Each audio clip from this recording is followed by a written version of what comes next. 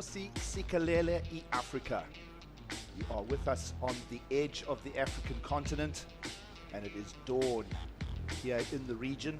A chilly start to the day as we welcome you to coverage this morning of the Ballito Pro, proudly presented by O'Neill.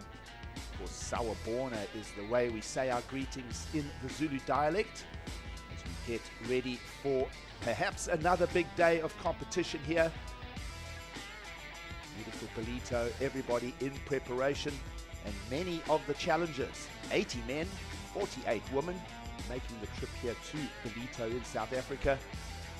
And of course, leading the charge, Jacob Wilcox there on screen.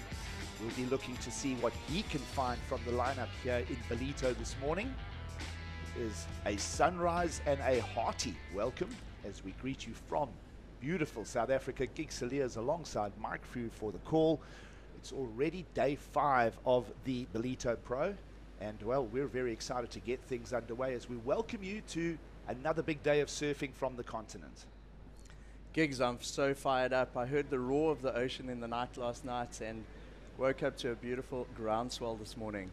Well, there was a lot of reports from Jeffreys Bay yesterday afternoon that the swell along the east coast of South Africa had done a real bump up, and well, through the night, Mike, you heard that was rolling into town. Let's go down and hear from the man who makes the decisions, Travis Logie. He's there with Tasha Mentasti.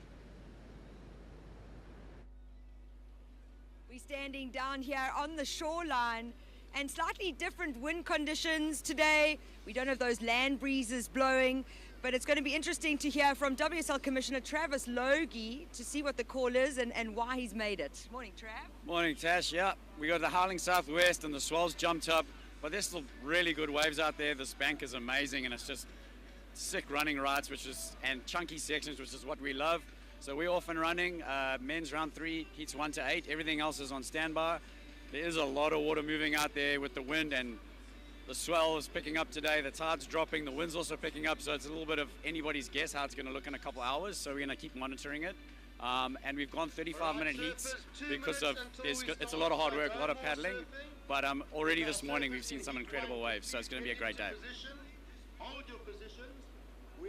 Looking at the surf booming in the background behind Travis and Tash there. That new swell certainly has arrived overnight, and interesting call, and I think the right decision. The ocean has brought a lot of energy. Heat times opening up by that extra 5 minutes, Mike. Yeah, it's going to give surfers that extra opportunity between waves, paddling out, and just give them the best possible opportunity to get the scores required to advance out of this round of 32 gigs. Yeah, as is always, best 2 rides will count. There will be no maximum. It's going to be a hard day to really get a high wave rep up today. We saw in the sort of head-high beach break conditions yesterday as the tide came in, especially in the second half of the day, we were getting surfers perhaps going as high as 7, 8, 9 waves in the lineup trying to find their scores. I don't think that's going to be the case today, Mike. I think we're probably going to see heats with maybe 4 attempts per surfer. That's just a speculative as we look at the I like that horizon line there, Mark. You can see the deep ocean moving. This is coming up from the roaring 40s, and this is what happens this time of year, midwinter, on the South African coastline. Having a look at the cameras and the reports from J Bay, which is always a great indicator for what's going to happen in KZN the following day. Gigs, yesterday evening was well overhead in Jeffreys Bay, possibly double overhead on some sets. Well, those swells are marching up. You're with us on the east coast of South Africa. Jeffreys Bay, about 900 miles to the right of screen. And well, these swells can march very quickly overnight, and they'll be in the Ballito lineup today as we frame up the first heat of the morning. Competition is underway. If you've just joined us, it's a welcome to the Ballito Pro, 3rd stop on the World Surf League's Challenger Series.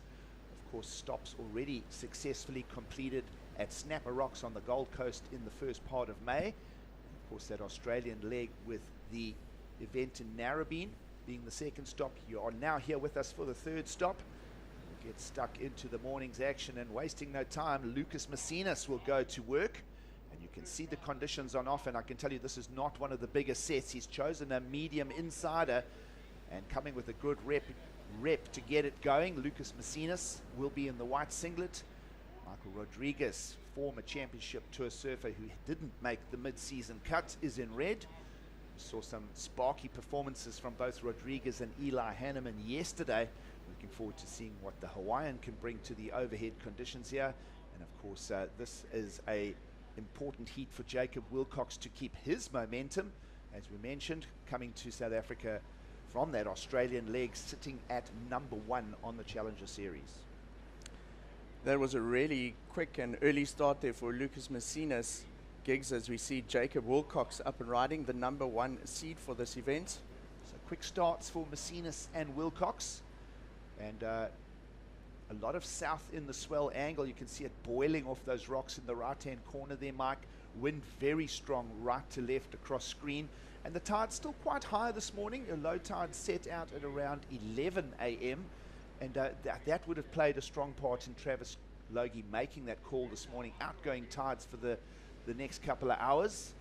As we just got a glimpse of Michael Rodriguez not coming around the section there. So plenty of energy rolling into the east coast of South Africa and into these bays of Ballito. And well, it is a slightly grayer, chillier morning to start with. There are our local times for the tides. We're just coming off the full moon, a few days off it, so it's a waning gibbous. And you can see that low tide at around just after 11 a.m. local time. We're just past 7:30 in the morning. So that's, you know, we've got 3.5 hours until there's the lowest amount of water in this bay. Gigs, it's going to get quite heavy on that bank on the low tide. And what happens with the low tide with a significant swell out here in Ballito, it creates a wash across the beach from, if you're looking at the screen, from right to left. And that's going to create a challenge on its own for the surfers. So if you have a long wave across down towards Surfers Lane, it's quite a tough paddle back up to that lineup. So we're going to see much longer rides and guys getting washed down as far as sunrise perhaps today. Yeah, so no jet ski assist and some big open walls and a lot of current. It's going to be interesting to see how this it'll also be interesting to see how much paddle out time they've given the surfers. Generally around a 5-minute paddle out, perhaps that has been open extended. It's not a particularly long distance out to the takeoff zone, but there's a lot of white water to navigate on the way to get to the primary takeoff area. Here's Eli Hanneman getting his campaign underway in the men's round of 32. Nice combination there off the lip, as we've already seen a few mid-range scores coming to the scoreboard early on. Macinas for the 4.5, Wilcox for the 4. Eli Hanneman with some nice definition on that end section maneuver there, Mike. The Hawaiian taking advantage of what looked like the biggest wave of the heat so far, Gigs. I'd be interested to have a look at some of the boards the guys are riding today to see if they might have stepped it up just an inch or so. The advantage of that is getting into the wave just a little bit earlier with that extra bit of foam. Also, to paddle across back to get your next wave. The other equipment change that I'm sure many of them would have made would be the thickness of their leash. Over the last couple of days, we've seen guys using sort of 4 or 6.5 mil leashes, your traditional shortboard leash. And I think a lot of the competitors today might be using 8 mil leashes. Those are strong waves out there that have a tendency to snap leashes. Well, of course, Mike, you reference leashes. We are talking leg ropes. A lot of people will use leashes to walk their dogs. But it's a terminology here in South Africa. Let's start going to some replays, and Eli Hanneman has got the best of the opening exchanges. Have a look at that shortly. 5.5 for Eli Hanneman.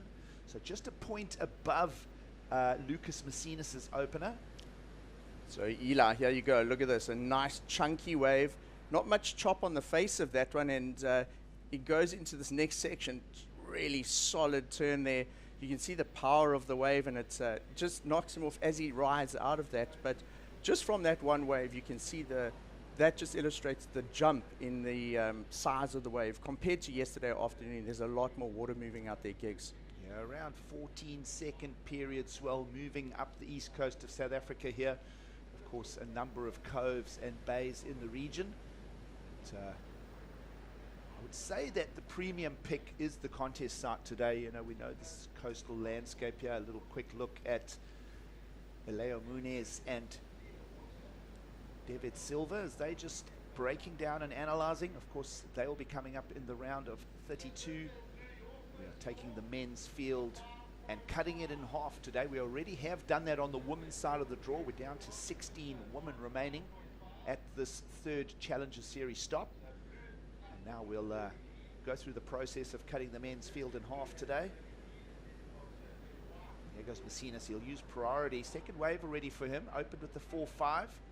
Chunky section. Didn't like the way that was moving onto the inside section of the sandbar in the bay at Ballito, so he'll just tap out of that. Michael Rodriguez needs to get some campaign moving for himself.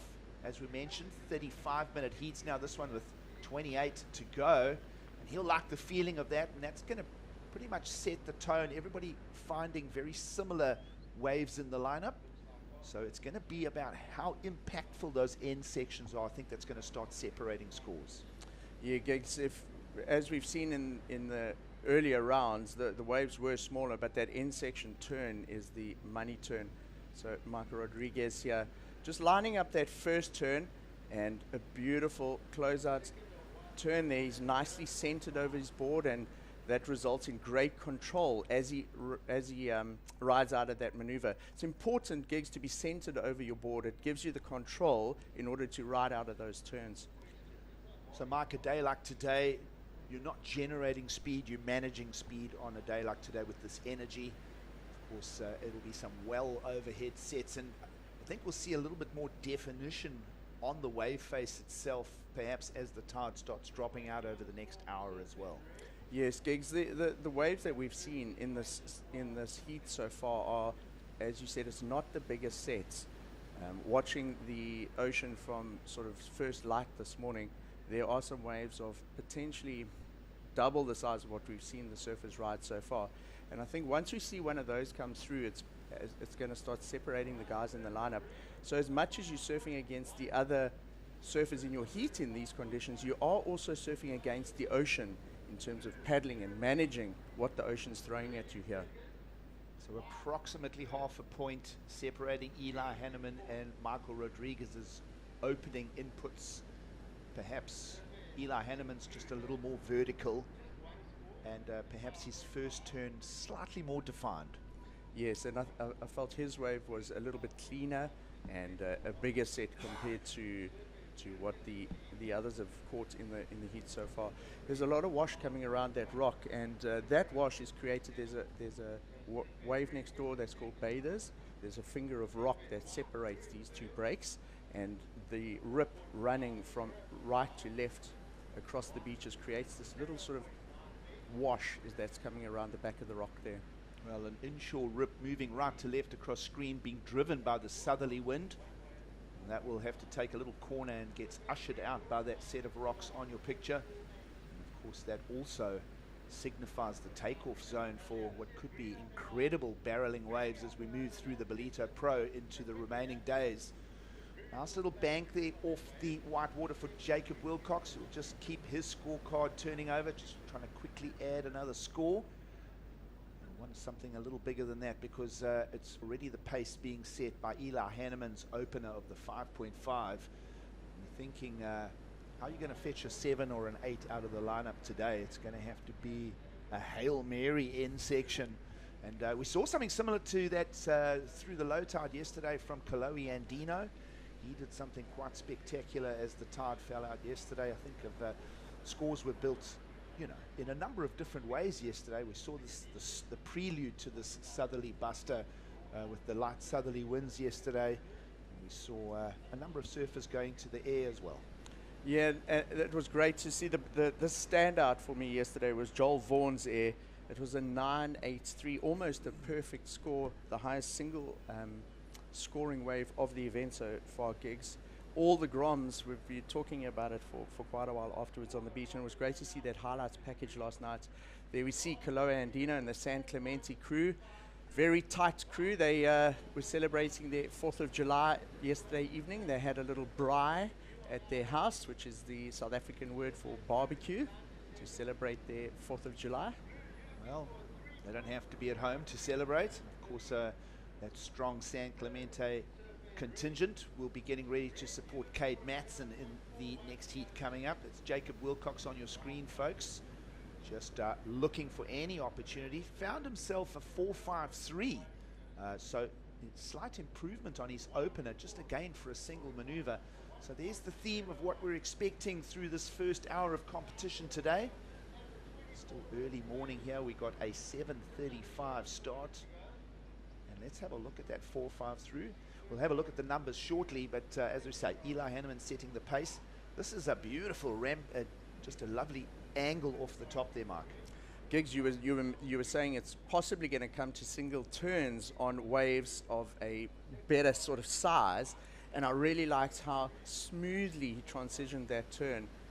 He floated down the whitewater and basically came down over the lip with that wave, and very smooth surfing there from our Challengers Series leader, Jacob Wilcox. Yeah, Wilcox out front is the only surfer that's put two building block scores on the cards. Everybody's still looking for their backup number. Let's slow this one right down. All right, so he didn't go right to the bottom. That wave was breaking very quickly, so his bottom turn was 3/4 of the way down the wave, and he very, very quickly pivoted up towards the lip and climbed right on top of it. And the extension of that as he rode it down is really what highlighted that wave and made it look so good.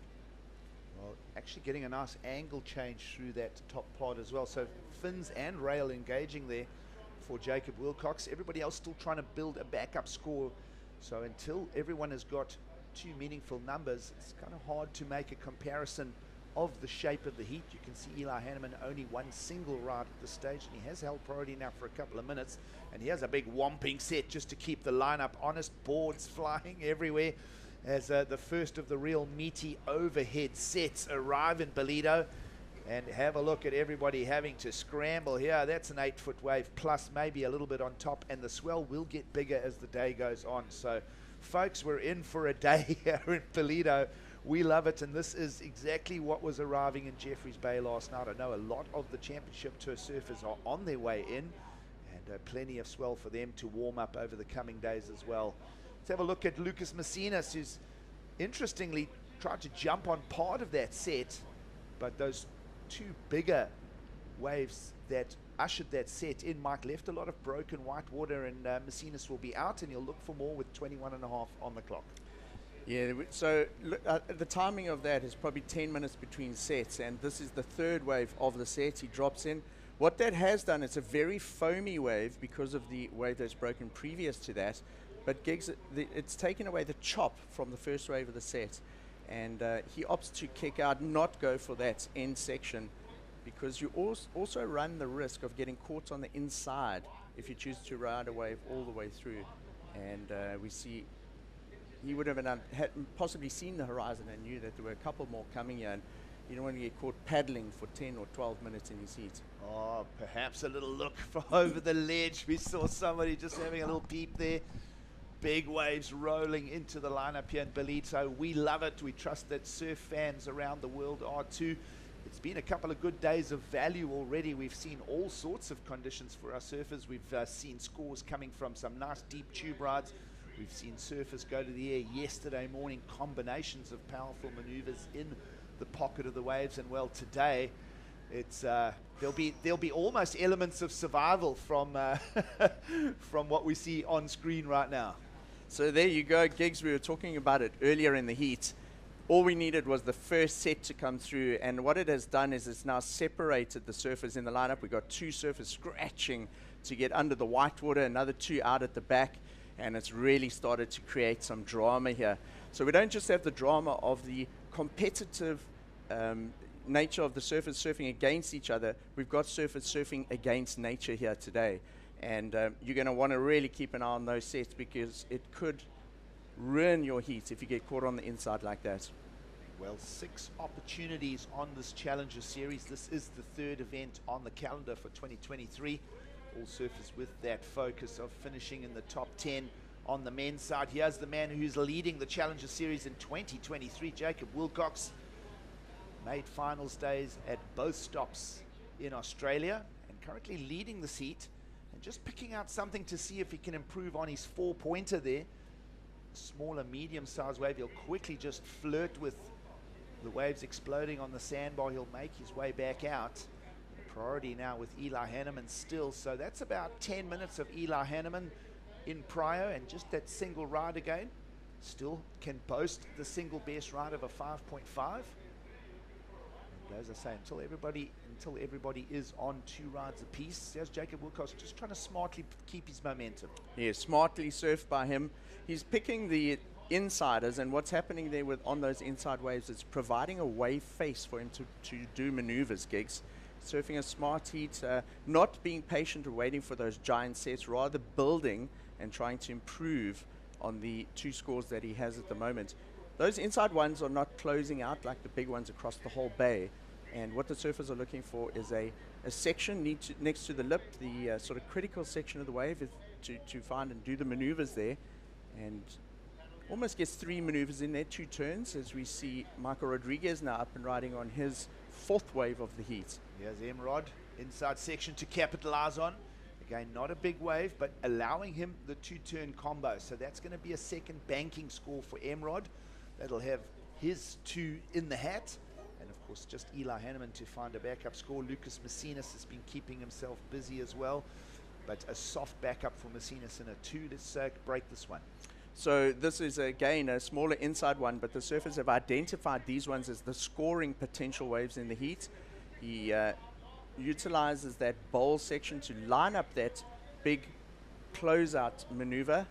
And Gigs, those are going to be the turns that are going to earn you the points today. Well, that was a smaller wave. Now, let's just quickly hang on that man on screen, Jacob Wilcox's last ride. He improved. So 2 turns on the backhand. It was a tapered wall, but he got in the lip, and it's going to fetch a 6 from the panel. So there's a story to hang that on.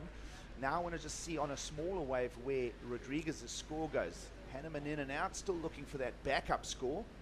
He's already down to 17 minutes.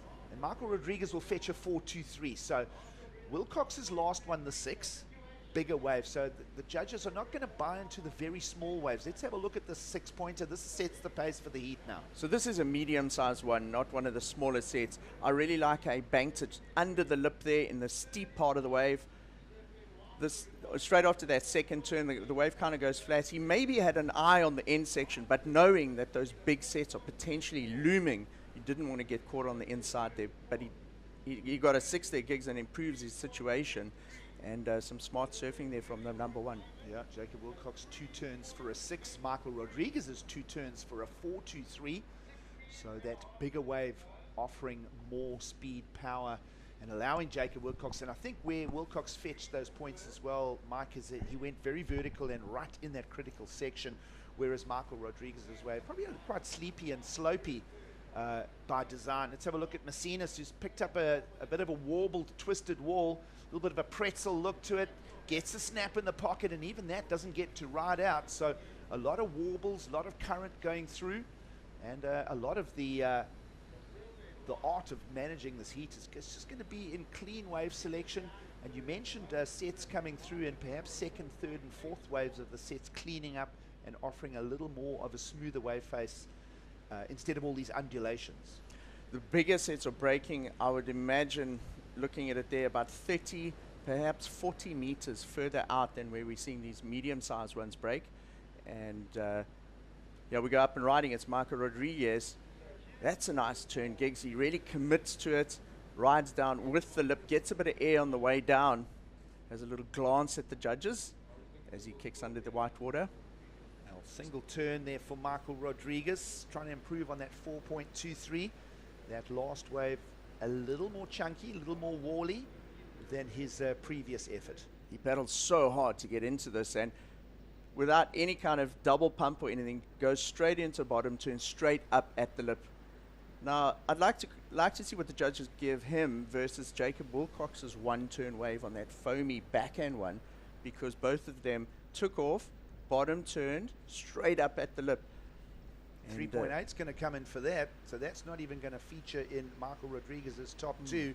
So perhaps just a small section for him. It looked like it dumped out a little more, but either way, the numbers are in. That's how the shape of the heat looks now. Top left of screen, we are updated. Wilcox with priority is in the lead, finally into the double digits as well. Little look on screen. One of the big uprising talents, Matthias Hurdy, is going to take on Morgan Sibilik, Carlos Munoz, and Cade Matson. He is in battle mode. I'm interested to see what boards Mateus has got, because his boards didn't arrive from Brazil, and he had the foresight to send 2 extra boards with his coach who arrived a week early, and those have been the 2 that he's been riding in the heat so far.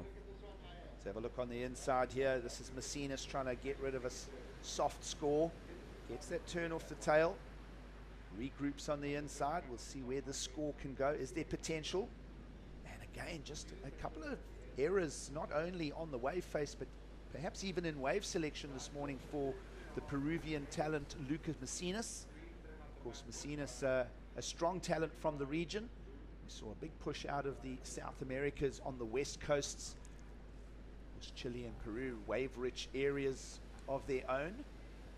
And Lucas Macinas, remember, qualifying for the championship tour in 2022. And Macinas, he ended up getting injured that year, but he started the year really strong, got a quarterfinals at Pipeline.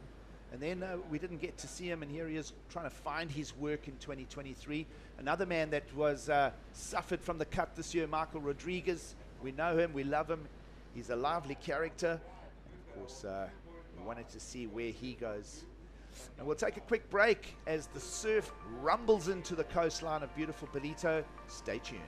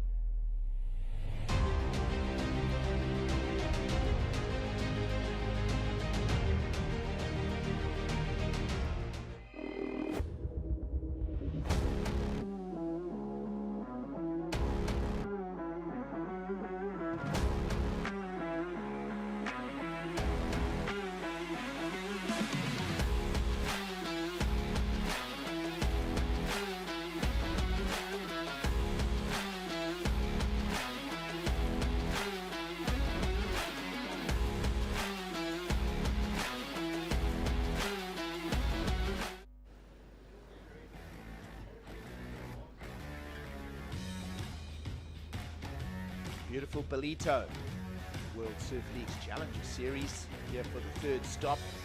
It's a good morning. If you're just with us on the broadcast, you're joining us with a little over 11 minutes to go in the first heat of the morning. Men's round of 32. We'll cut the field in half, and at the end of this round, we'll be down to 16 men left to challenge. Gigs Elias alongside Mike Frew for the call as we break it all down. Those are your updated numbers, folks. With Jacob Wilcox out in the lead. Meanwhile, Michael Rodriguez hanging on to that 2nd place position. We've seen a few errors from the Peruvian Lucas Macinas, who still hasn't improved on his 2.5, and Eli Hanneman still waiting to find a backup number to add to his 5.5. Yeah, we're down to the last third, Gigs. I think if you break it down 35 minutes into 3, 11 minutes, 20 or so per third, and Jacob Wilcox sitting pretty at this point, and a bit of work to do for Lucas Macinas and Eli Hanneman. So far, we've only had that one big set, Gigs, that one really giant, sort of solid 8-foot set, around 20 minutes. Well, we've deduced that there really isn't any points available on the big 8-foot closeout sets. It's the medium-sized ones. This is Macinas trying to wrestle with Ballito Bay, and he's going to find himself a pocket. Finally lets go of some spray, and there's a 2-turn combo that's going to bring him straight into the story. I think that's going to put Michael Rodriguez under some pressure. 484 was required. And now your heat leader, Wilcox, the man at the top of the Challenger Series rankings, is going to bring another 2-turn combo of his own. Already found a 6 in the lineup with the backhand attack on a meteor wall. The Australian trying to drop the 4.53 and just keep himself safe and move himself into the final 16 here in Ballito. And he's still got 9.5 minutes to fend off the rest of the field. Rodriguez, Macinas, and of course that Hawaiian talent, Eli Hanneman. Gigs, how was that takeoff from Lucas Macinas? As you look at the tour leaderboard on the Men's Challenger Series there, Gigs. Of course, we mentioned Wilcox at the top of it all. a number of names in the draw. Cole Halchman. We did lose Sam Pupo. You see there sitting at third. He didn't make the cut a day or two back. Here's Eli Hanneman dropping in over the ledge. Section to ramp, and he's going to somehow, in these conditions, manage to get that tail loose. He does have that maneuver on lock, and he'll find a way to just squeeze something out of the judges panel with 8:45 on the clock. Either way, he's going to get rid of the .23. Let's see where that score lands. Didn't really get himself way flicked out in front off that lip, but got the rotation in. Going to be interesting to see how the judges interpret the score. He got into it really early, drops into the next section and flicks it round. In previous heats, we've seen him project that maneuver out into the flats. But as you said, Giggs, that one was kind of still connected to the lip. He paddled really into that wave and almost went into like a little double up. He came over, and that projected the speed into the next one. Yep, so we'll wait and see where that number lands. In the meantime, it's, as we mentioned, will easily improve on the .23. Of course, Cade Matson, Team San Clemente in effect, about to come up. We'll see how he can campaign here in Ballito, coming off a quarterfinals in Sydney. See if that momentum push can see Cade Matson finish top 10 on the Challenger Series rankings come season end. Live action here in Ballito as we slip down to around 7.5 minutes to go. We are waiting for some scores from that last interaction. Judges thinking of that rotation of Eli Hanneman's. Also numbers awaiting. Oh, Lucas Macinas has found a decent number, Mike. So let's discuss that one. 5.8 two-turn combo. He suddenly has this, well, one of the stronger waves of the heat. The paddle on that wave, to me it looked like initially he completely came unstuck, Giggs, but managed to regain his footing in the whitewater somehow. And as he emerged from that, he emerged into a nice clean face, and he was able to do two maneuvers. Chunky wave for Michael Rodriguez. Uses the priority, comes around the section. You'll see some warbles now. It'll just draw out on the sandbar. Get a little bit weightless as he comes around the section. And he'll hold that together. So that's functional. That's surfing to the criteria. We've had this theme and the message from the head judge. Combinations of maneuvers in the critical section. And Rodriguez plays to the playbook right there. And let's assume that he will improve a number of his own. The softest number for Rodriguez at this stage of 4.23. Are we going over a 4.23 here, Mark? He goes into the first turn. Now look how the wave stands up on the bank there. He uses this turn to project speed around that whitewater section. You've got to get around that section in order to do your next maneuver. And the only way you're going to do that is to put the board right on the rail. Engage the rail, and that's going to project the board down the line into the next maneuver. I think Michael Rodriguez would have lent an ear to the beach announcers and the scores that came for Jacob Wilcox, because Wilcox has upped his numbers as well. 6.67 for attack to the lip. So the lip line, even if it is a bit broken and mushy and it's got a pitching lip, the surfers must attack it, and Rodriguez did exactly that. So a couple of better numbers coming now as we move towards the final 5 minutes of this. See Mateus Hurdy. So they're not giving them 10 minutes, Mike, just to talk to that point quickly. So not a it's all in the timing. The paddle out here at Ballito today is all going to be in the timing as they jump off in that rip current next to the rocks there. In the meantime, though, let's just keep breaking down these numbers, because a 5.8 has arrived on the scorecard for Lucas Macinas. Michael Rodriguez, awaiting a score from him. Did he improve his numbers? He didn't. A 3.8. So perhaps a softer wave from the in the interpretation. Just like that, we're down to 5 minutes to go. Updated top left of screen, that is this heat situation. That last wave of Lucas Macinas, he came out still with that takeoff. The wave really got clean, and with that 5.8 got the better of the exchange between him and Michael Rodriguez. I still can't get over that takeoff, Giggs. he had almost disappeared in the whitewater, and yet he committed to it and found his feet. And as he got that, he shot out the whitewater into that first turn, and that initial sort of stumble actually resulted in a lot more speed, which lined up those first turns. We hung a question on the projection out of the lip for the rotation for Eli Hanneman. Judges feel that he kind of forced it. There wasn't a lot of push off the lip. Have a look at how much current is moving in. How about that takeoff for Lucas Macinas? Gone. manages to hold his feet, he engages the rail and straight up into the critical section, flares the tail out as well, and into a turn, a nice clean turn where he gets another bit of flair by pushing his back foot out. That's the 5.8 gigs. Yeah, 5.8 there for that, what you've just seen, folks, and a lot of it, well, of course, critical takeoff. The judges will add a little bit of sprinkles on top of the cake for that, but those two meaty turns, especially that last turn, he got to put his full body weight into it. Lucas Messina's securing second for now, more sets approaching, but smart heat rotation from Jacob Wilcox as well. He is the man in the lead and with priority as we have flashed by down to 3.5 minutes to go. And I just wanted to talk to that rotation again. Judges only allocated a 3.3 to it, so if you're going to go to the air, you've got to really get it way, you've got to huck it way out into the flats. And certainly Hanneman will not be chasing a big number, 4.81. He's got to do it on just good gritty basics. 2 big turns in the pocket, smash it off the lip, and your scores will go into the 5s and 6s, which is exactly what Wilcox and Messinas have done. Wilcox has surfed a really smart heat here, Gigs. He started off with that 4 in the 4.53 and has slowly built a house on that foundation. The 6 in the 6.67. He's the only surfer in the heat who's continually improved on every single wave. So he's bringing that consistency from Australia into the surfing and his heats here in South Africa.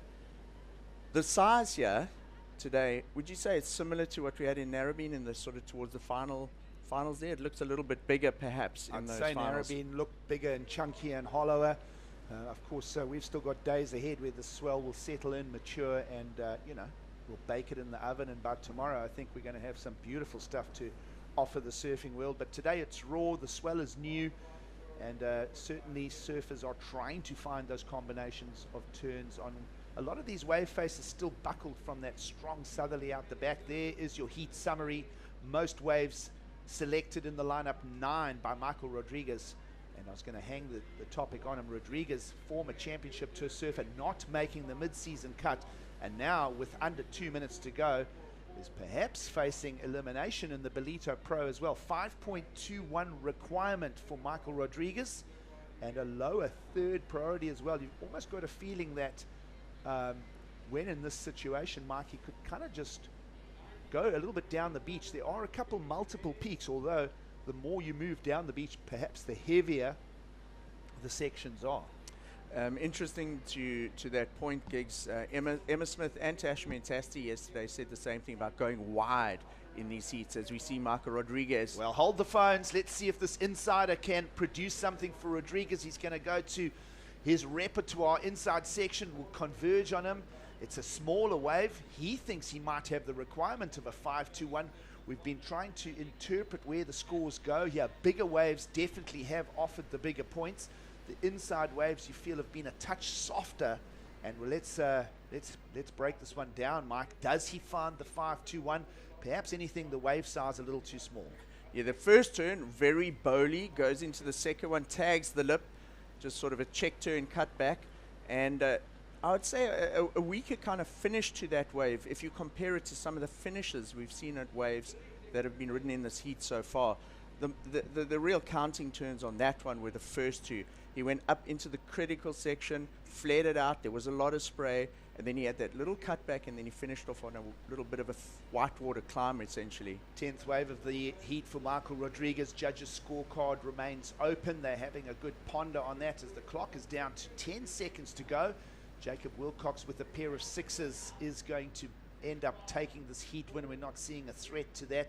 And again, just to talk to the point, Wilcox has caught perhaps the bigger, more vertical sections to attack, and he's done everything right. He steered his way to, a fairly efficient heat win here. Lucas Messinas, that 5.8, we spoke of that one. And here is the judge's opinion. It's a 4.7. It's soft and short of the requirements of the 5.21, and we're going to lose a high-profile former championship tour surfer. The mid-season cut was a reality for Michael Rodriguez, and now he will not get the advance out of this round in Ballito. Of course, only the quarterfinals for Rodriguez to boast about in Sydney. And there is your official result. That man on screen, Jacob Wilcox, is steady and focused in 2023. moves on to the remaining 16. We'll take a quick break and we'll continue for more from beautiful Ballito in South Africa.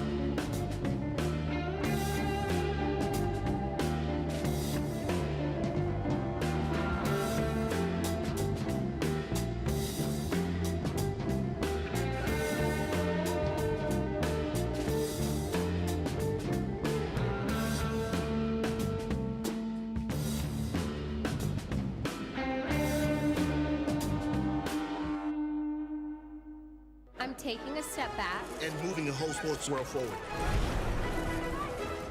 Sometimes you gotta stop to be an actual human. Pause is power.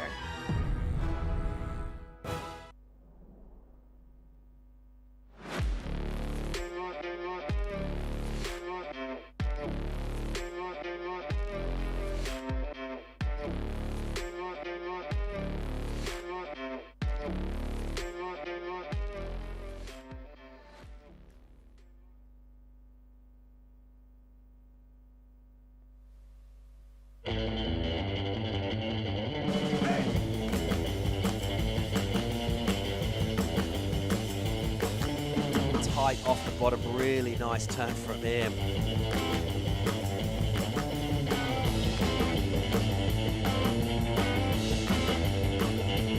Here's that slam. Oh, that was beautifully done.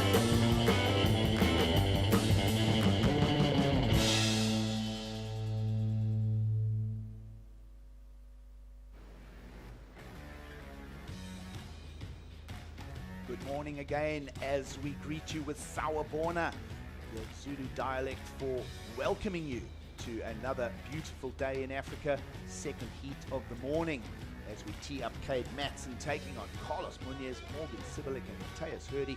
Big Saliers alongside Mike Frew for the call as we greet you with big overhead raw ocean rolling in here in beautiful Ballito.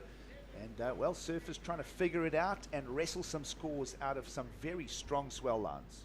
Powerful swell coming through here today. 15 seconds, 2.5 meters, and building through the day to around 2.9 meters at 15 seconds gigs. So as the tide turns this morning and it starts coming in towards the afternoon, I'd expect we're going to get even more groundswell power pouring into Ballito. If J-Bay's any indication to go through by, then we're going to get a lot more big waves. Well, we've got an early start to this heat and a significant number already coming in. Cade Matson while we're away and getting ready to tee this one up. And look at that section, Michael Frew. Ooh, how thick was that lip? Now that is a powerful north coast wave on KZN's Quadrucruiser coastline gigs. It doesn't get much thicker than that. And straight away, judges will go, yes. That's what we want to see. 7.33, one single turn, and that sets the tone for the rest of the field who are coming up. George Pittard, Jake Marshall, Ian Gouvet, and Rafael Teixeira are in heat preparation, and they will be sitting there taking very strong note of that. Look at the mass of water here. Yeah, it comes off the bottom hard. It's a meaty wave. There's meat, potatoes, and the whole plate up there. He tags it and rides out clean. Look at the explosion behind him, gigs. So some raw ocean power out there, and Cade Matson does well to negotiate that and lock in a solid score, a really nice score to open up his account here in heat number 2 of the day. Well, the criteria says critical sections, and that certainly emphasizes the point that the head judge and panel are driving home. 7.33 single turn out of that meaty section, and we'll wait and see where the rest of the field acknowledge and process that. But off to a strong start, young Cade Matson, the San Clemente team here in effect. Of course, we are looking very forward to seeing what Kaloe and Dino can bring as he looks for a recharge down this Challenger Series to perhaps a top 10 finish, to be back where he belongs on that Championship Tour surface. So much to talk about here at the Challenger Series. This is just the third stop. Of course, US Open of Surfing will be the fourth, and then of course the fifth over in Portugal, the sixth in Brazil this year. We'll wrap that up. Just see Carlos Munoz here, who's going to use the priority. He brought us some entertainment a day or two back by going above the lip. Looks like he's got that epoxy equipment in some heavier water here. Nice snap there as he'll just ride out of that one. And Carlos Munoz, as we slip down to 29 minutes on the clock, well, he'll build his first score here. I love Carlos's style, and I love how he can transition from being air game and the really fast fluid. He did the corrupt flip in an earlier heat, to transitioning that into powerful rail-to-rail surfing. So he's got a great rounded approach to, you know, all kind of wave sizes out here, Carlos. Well, let's go and hear from Jacob Wilcox, who got that heat win and keeps his momentum for 2023 on track on the Challenger Series. We'll wait for that. Let's just break this one down here. Carlos Munoz has got a quick start for us here, Mark. So uses that section to float over, and it projects him into the next one, opens up his shoulders to get the turn into that next turn, and I like how he finished off the wave with a clean carve. I would say in terms of what he's capable of, it was conservatively surfed, but it did have quite bumpy sections. He had to almost readjust his line after each one of those turns. I was going to ask you, was that perhaps not a gingerly exit out of that section? Judges take note of that for a 4.83. So single maneuver of Cade Matson sets the pace for this second heat of the morning. If you've just joined us, it is the Ballito Pro. You can see that ocean roaring out the back, southerly winds driving across your screen and pushing swell up from the Antarctic. That's where all these big swells are originating from. And let's go down and hear from Tashmin Testi. She'll be there with Jacob Wilcox. Congratulations, Jacob Wilcox, taking the win in this first heat of the day. Currently sitting at number 1 on the Challenger Series, and coming into Ballito, I'm sure, with a lot of confidence. But with conditions today changing quite a bit, how tricky is it out there? Yeah, it's pretty difficult. I actually surfed out there this morning in the dark, and I got washed all the way down there, and I was like, oh, this is going to be a pretty hard day when the paddle out doesn't go to plan. But it actually, I think it might get a little bit better with the tide dropping maybe, but I don't know, it's just a bit of luck of the draw. It's just trying to find something that's clean and you can do 2 turns on, I think. Yeah, and we saw that with that first 6-point ride that you got, big set coming through. You found that wave afterwards, a little bit more water on the bank, and really got into that wave. What is the expectation from your side with what you're looking for when you're paddling into a wave? I'm not sure today. I think it's just anything that kind of looks clean and like it has a bit of energy behind it. It seems like there's a lot of wind swell out there, so there's a lot of lumps just coming through that turn into not much at all. So just trying to find something that has a bit of energy on the bank and looks like it's going to have a line, or even just a straight closeout. I feel like the judges have been loving one big turn, so straight closeout, get straight up there. Showing commitment here at the Ballito Pro. Congratulations. We look forward to seeing you in the next round. Thank you. Cheers. Thanks. Yeah, thanks, Tash. Well, I think the key word out of that is commitment.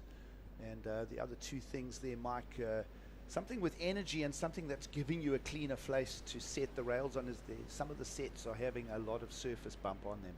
Hunting for something with a clean face and trying to just do 2 turns. Otherwise, just take off and hit the closeout. But it does sound like it's a lot of work out there. It's going to be pretty taxing in terms of the paddle, especially if you do get caught by one of those big sets. And Jacob seems to think it might improve a little bit as the tide goes out and things settle down with not so much water washing around in the bay gigs. Well, a number of high-profile names in this round of 32 Heat 2 encounter. Cade Matson's going to use a priority, opened with the 733, smaller wave this time. Perhaps this one is going to offer exactly what Jacob Wilcox was preluding to there, something with a bit of energy and a cleaner face. And somehow those rail and fins not working in combo, that wave, that's exactly what Jacob was talking about. Something that's going to have a clean face, a little bump there, just not allowing Cade to set his equipment and draw the line. He took off, and it almost turned into a bit of a grower on the sandbank. The wave increasing in size as it almost doubled up on the bank there, and he just hit one of those little chops which unsettled him, unsettled the foot on the board, and as a result, it didn't allow him to really go into and attack that last section. Just sitting back at an overview of the lineup for you this morning, folks. Big raw conditions. Tide is dropping local time here now, just around 8:20 in the morning. Still more than 2.5 hours until the low. It's around 6 hours and 15 minutes between each high and low tide on this east coast of South Africa. It's track with Matthias Hurdy. He'll just impact into the whitewater section, looming ahead. Draws a mystery line of his own because there wasn't a lip there to work with. He just drew a floater line into mid-space there and was hoping that that lip was going to come in underneath him. It'll be an incomplete for the talent Matthias Hurdy. That's going to leave Morgan Sibilik out the back with the priority. And we haven't seen much from Morgan yet, just a couple of decimals, and we know what he's capable of. Yep, he certainly is capable, an ex-championship tour surfer and one of the first surfers to participate in the top 5 at the end of the year. Yeah, of course, Morgan Sibilik finishing 5th in the world as a rookie season.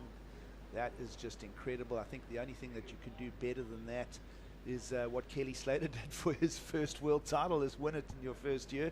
But that peels the history book all the way back to 1992. But in 2021, Morgan Sibilik finishing top 5, part of the Rip Curl Final 5 series at Trestles. He'll be not partaking. He'll be either on the beach cheering or watching online this year, as all of us will be, because he's got to find his way back to championship tour level, and this is the gateway for him to do it. It is the Challenger Series, and he'll be wanting to finish top 10 come year end. And this is the 3rd stop for him to do, and he'll want to just keep that momentum through this year as well. Just having a look at his journey through the year so far. I'll tell you the other thing that Morgan Sibilik has is a QS 5000 win down in South Sumatra a couple of weeks back. So he'll have that winning feeling. He'll want to bring that momentum. There is your leaderboard. Cade Matson sits at 14th. Lost Aiden Masonkamp, the South African, will have dropped out. John Duru still in the draw. And, well, of course, you can go to the WSL app and check those rankings yourself. Let's have a look at Carlos Munoz, who needs to get some numbers going of his own. That was a nice combination there. And just a bit of a thud landing. Shock absorber's not ready for that. And a 4.83 for his opener. And he's not going to match that with his second wave. Plenty of time, though. Giggs, you need to reset your approach after each turn. So you're either going to use the momentum from the previous turn to go into the next one, or compress into the next turn.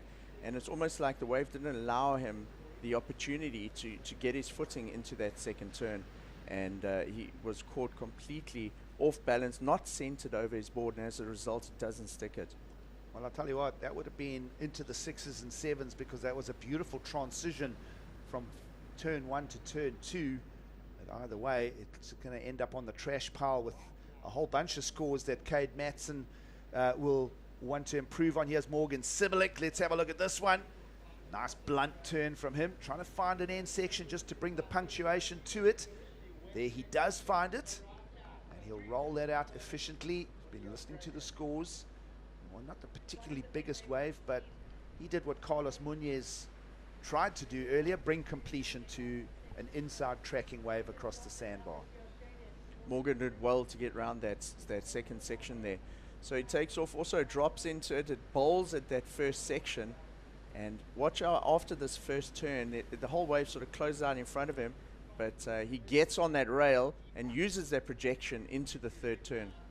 Well, it'll be interesting to see if that becomes the highest wave of the heat. Let's track live action. Remember, this man has a 7.33 for a big attack to the lip. Not making the landing on that one, so just a little bit awkward as he put that down off the lip. We saw him open with a meaty section for a 7.33. Of course, everybody trying to find backup scores in the lineup here as we hit the 20-minute mark. So Cade Matson will have another throwaway score. That's out of discussion. We've got the judges' scorecard open now for Morgan Sibilik, and we'll hang that question for discussion. Is Sibilik's combo of turns going to improve on the best wave thus far? This is Cade Matson. That's a nice looking wave as he took off. Had a big open face like Jacob Wilcox was talking about. He was looking for clean ones out there, and that's certainly a clean wave. Unfortunately, not sticking that end section, gigs. And the judges, they require you to ride out of there. And if you don't ride out, it's counted as a non-counting maneuver, which is not going to add to the total score of the wave. Yep, that last one we saw of Cade Matson, a no-make deemed by the panel. 2.23 goes in the trash can. And Carlos Munoz, meanwhile, his as well. Lots of opportunity left on the table, but he didn't land his, only a 2.93. And Morgan Sibilik, combination of turns. We'll see where his score tracks to. Remember, the single best score thus far, the 7.33 for the opener of Cade Matson on a single turn. And it looks like the combination of turns for Morgan Sibilik is the only other wave to perhaps challenge for bigger scores.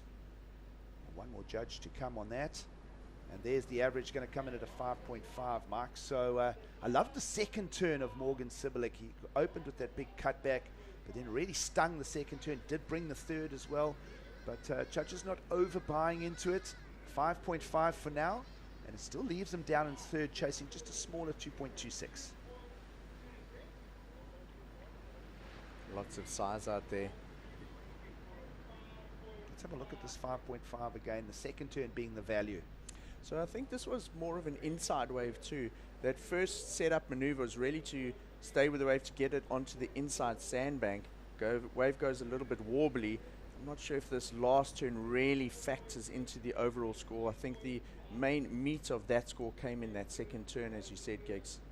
You know, that wave also just flexed and bent a little bit, perhaps robbed a little bit of energy out of Morgan Sibilik's speed track on that. Either way, it's a counting score. It's a 5.5. That is Morgan's best one thus far. So we'll go back with pretty much halfway. 17.5 minutes represents halfway in a 35-minute heat.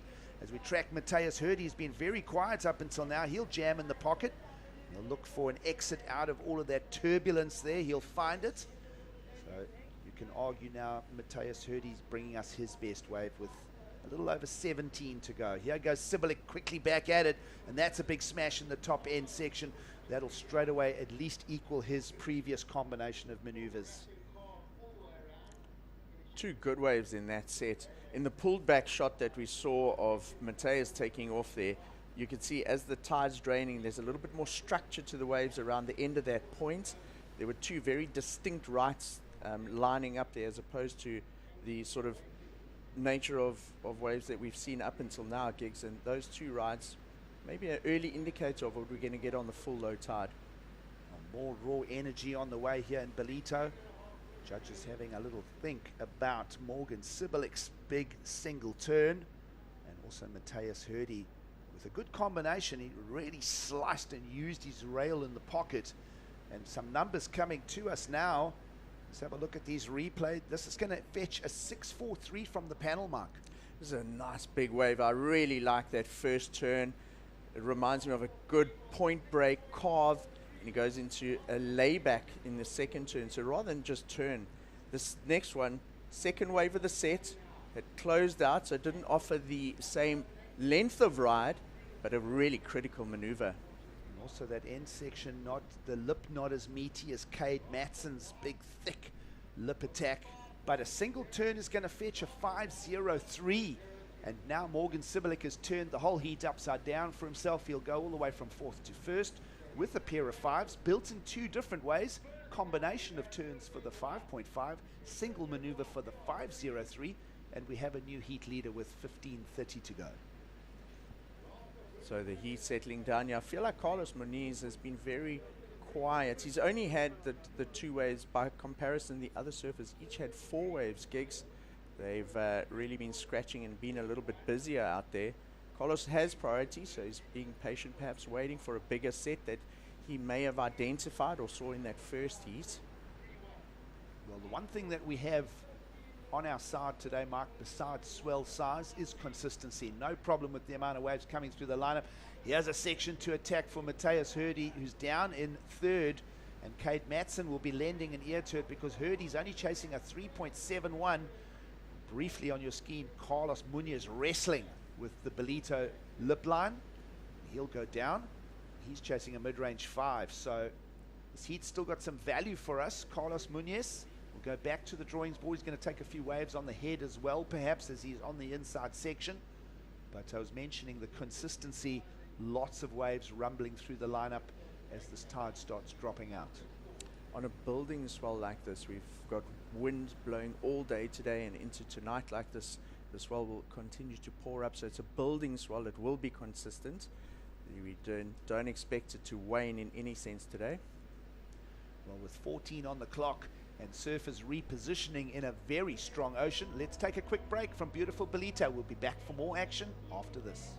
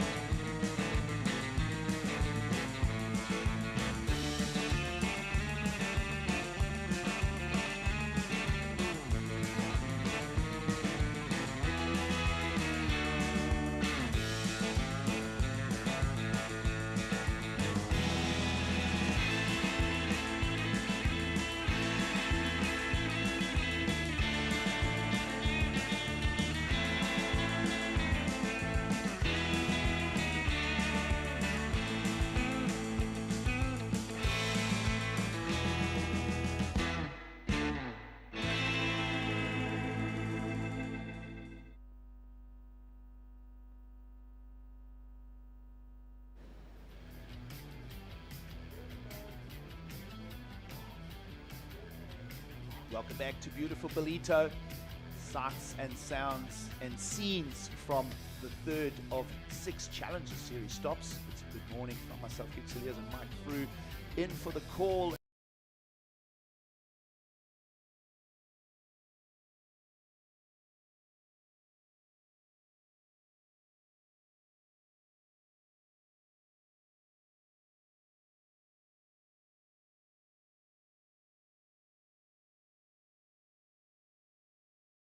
The contest sites as we track down to the tunnel with Rafael Teixeira, who's about to go and challenge the Ballito lineup. He's also about to challenge his opponents in Ian Gouveia, Jake Marshall and George Pitar, as we greet you with a good morning and 12 minutes on the clock in a heat that features 2 former championship tour surfers. This man not making the cut at Margaret River, and he has got to find his way via this Challenger Series, and he's got to find his way over a lip like that. Is he going to hold on? He's not. Carlos Munoz, the flair on offer for us there, but not bringing a completion.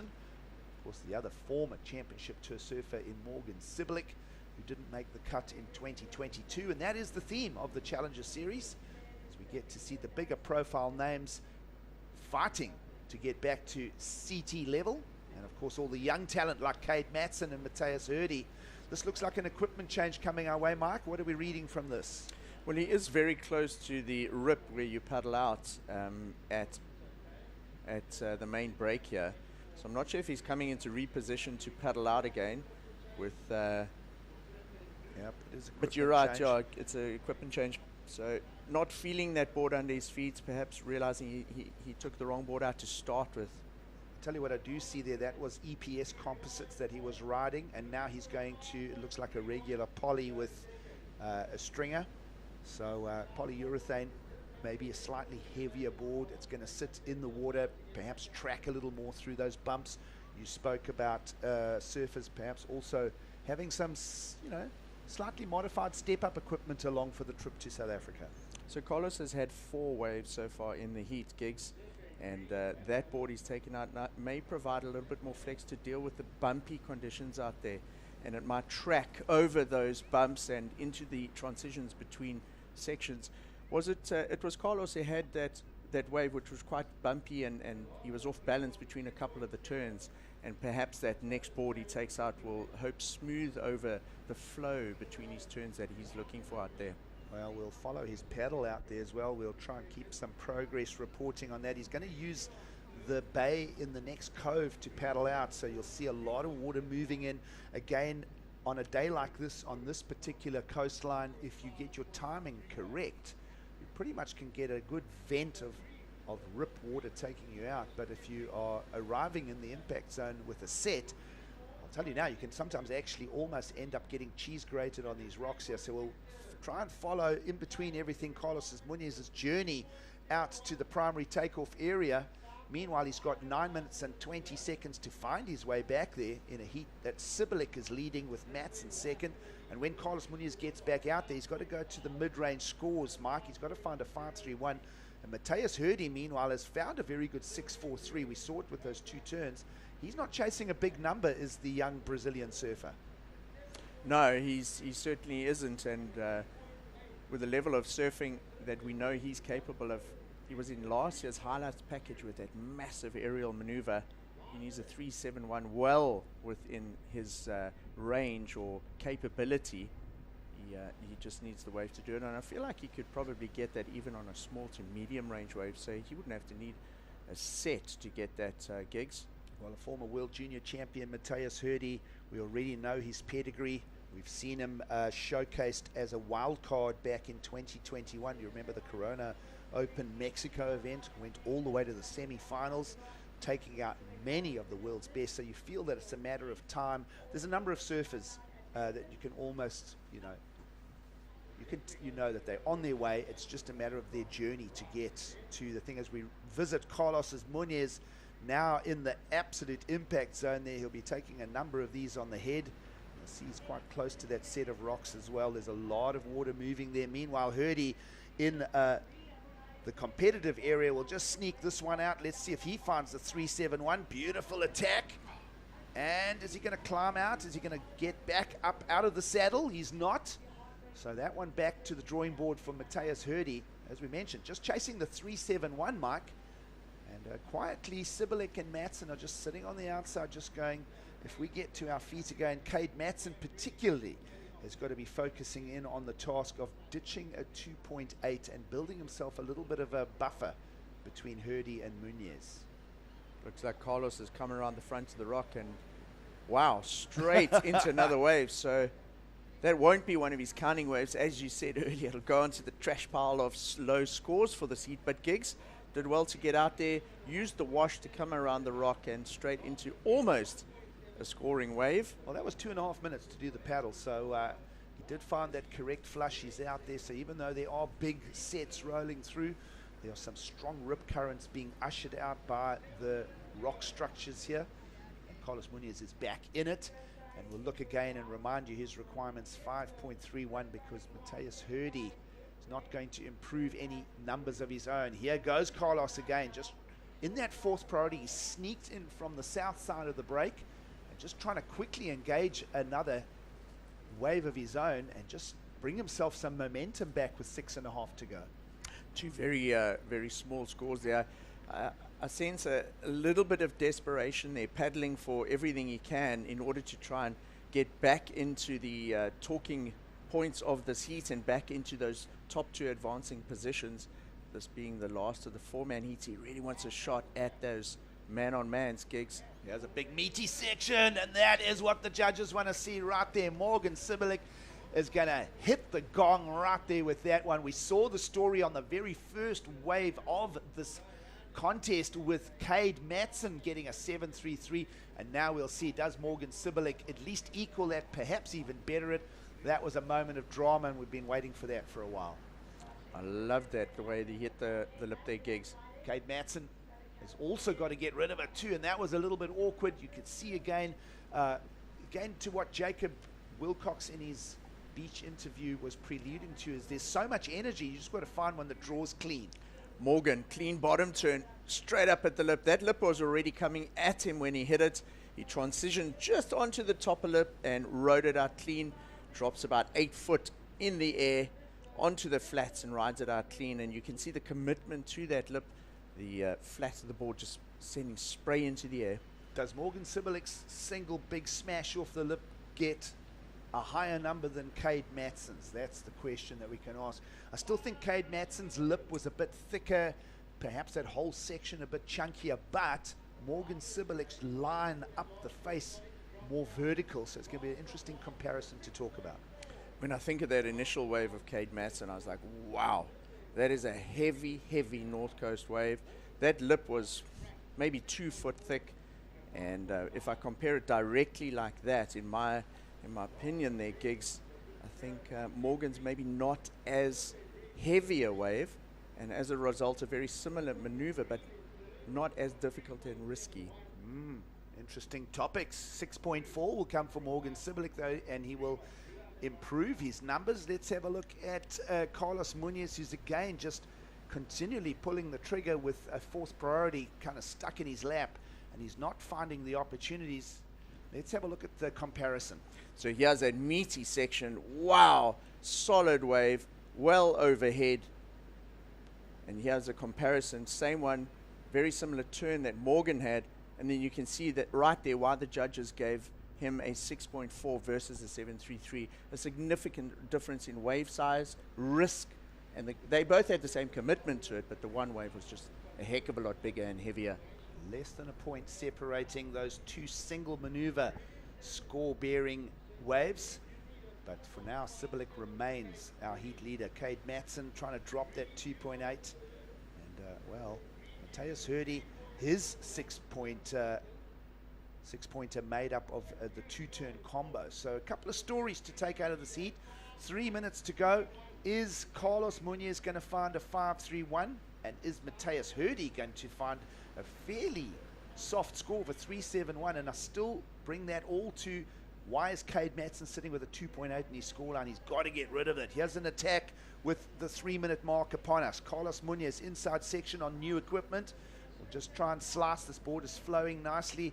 It's a heavier board. It's a smaller wave on the inside, and it'll even change direction.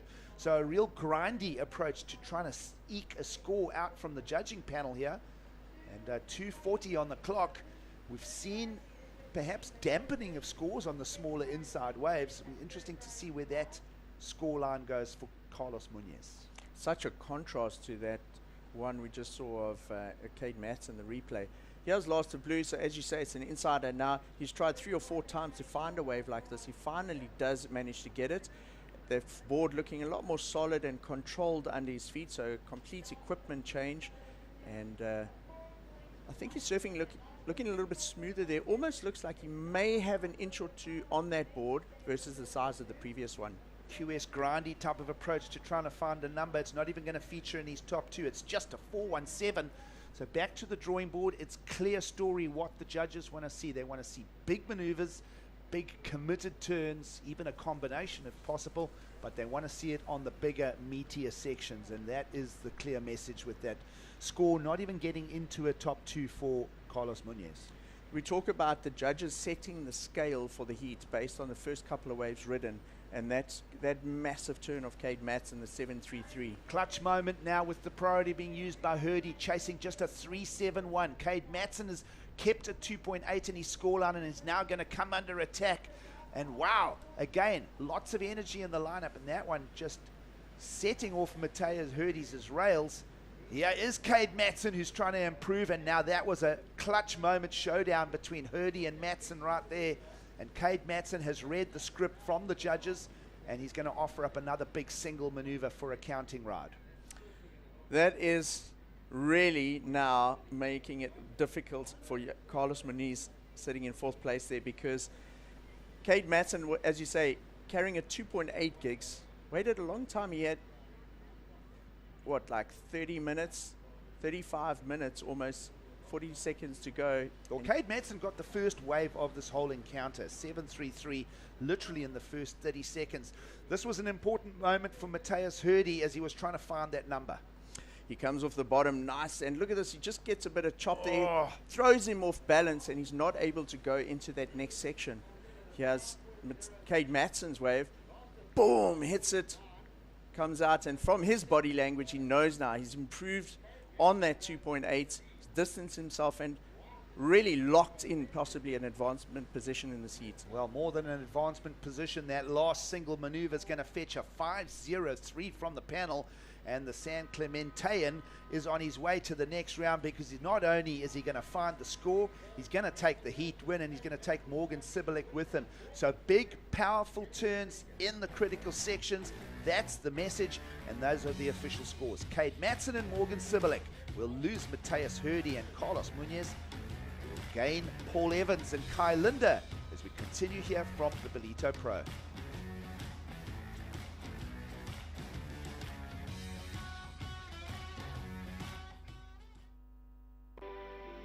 Welcome to Kwadukuza, the destination for all seasons. Nestled on the breathtaking north coast of the Zulu Kingdom, this vibrant town offers something for everyone. Kwadukuza boasts several beaches that have been awarded the prestigious Blue Flag, guaranteeing cleanliness and safety for all visitors. Our inland region offers a world of adventure.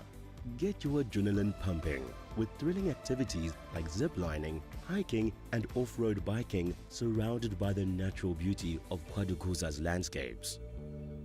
Kids will love our animal farm, getting up close and personal with friendly animals. Immerse yourself in history as you explore the rich heritage and legacy of great leaders like King Shaka and Chief Albert Lutuli. Conveniently located just a short drive from King Shaka International Airport and Durban International Conventional Center, making it easily accessible for both local and international delegates. With an abundance of world-class accommodation facilities, dining options and attractions nearby, you can truly make the most of your time in this magnificent region. Kwadukuza, the heartbeat of the North Coast.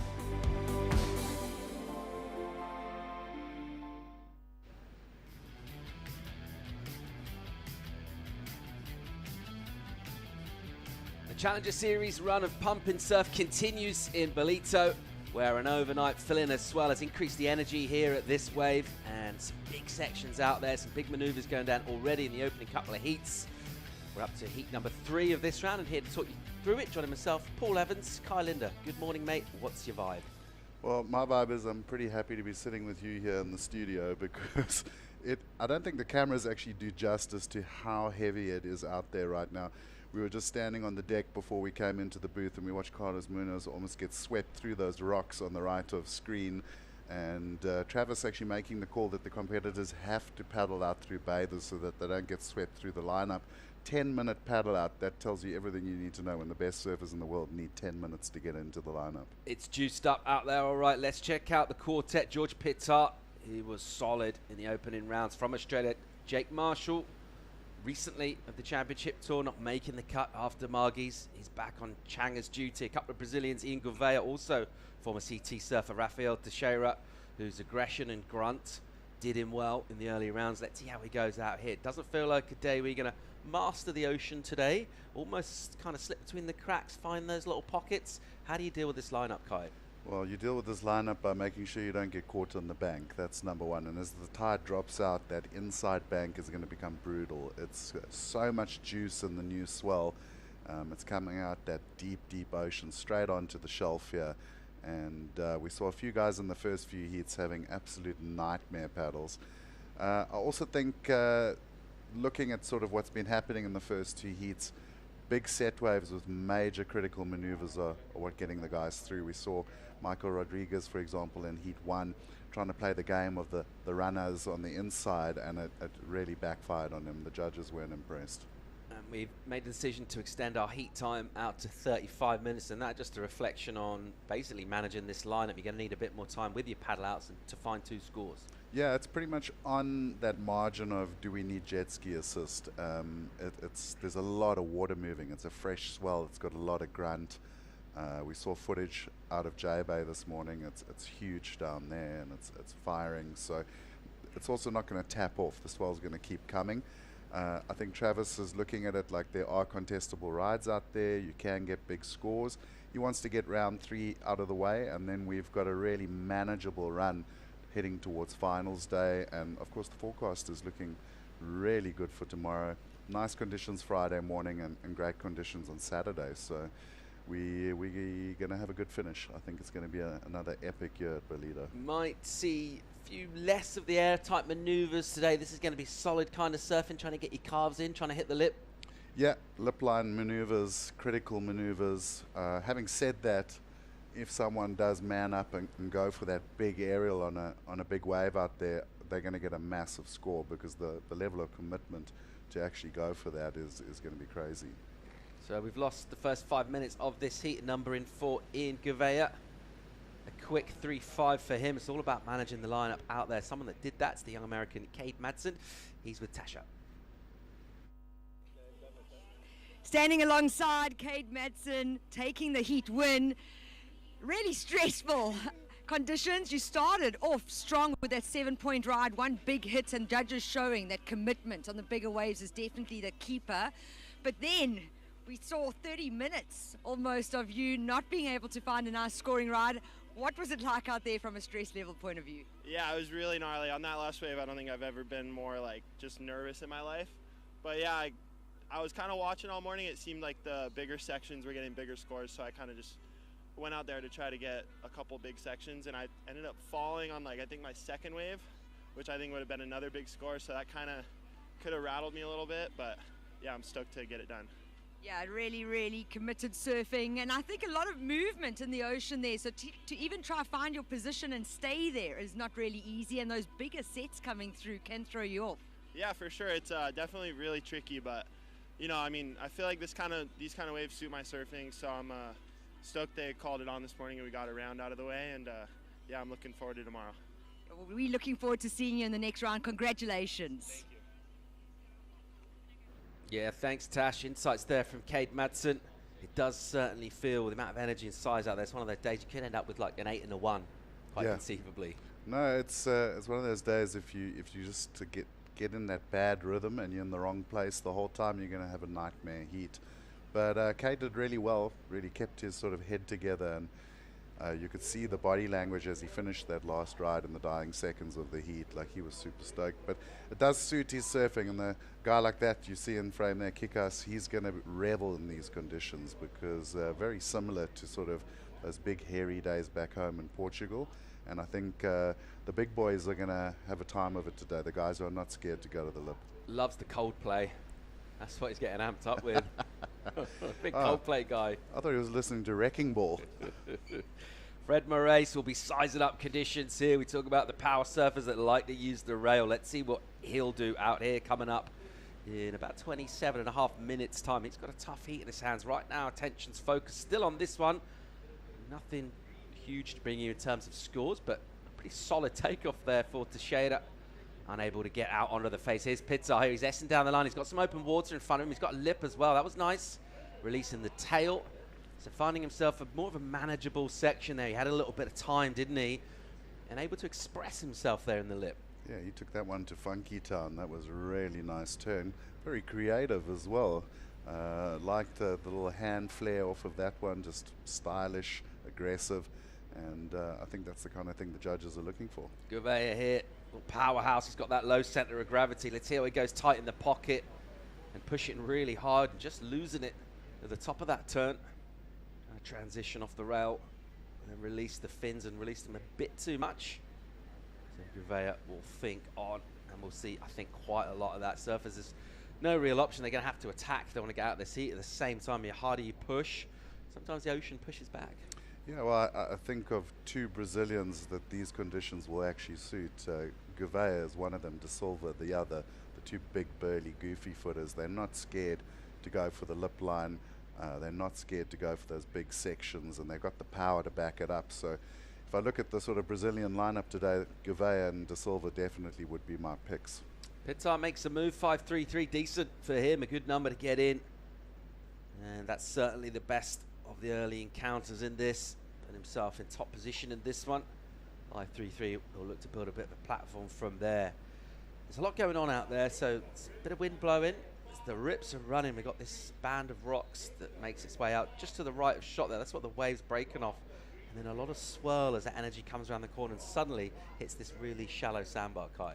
Yeah, and when the call was made this morning, because I wasn't sure if we were going to go or not, so I came down just to check, and when they made the call, I had to run up to my 4th floor flat just behind the back of the site here, and from up there you can actually see the swell lines coming from down the coast, and also what the swells brought is seeing the first whales this morning. So the ocean's not just alive in the swell, it's alive below the surface. There were dolphins streaming through the lineup in Heat 1 this morning.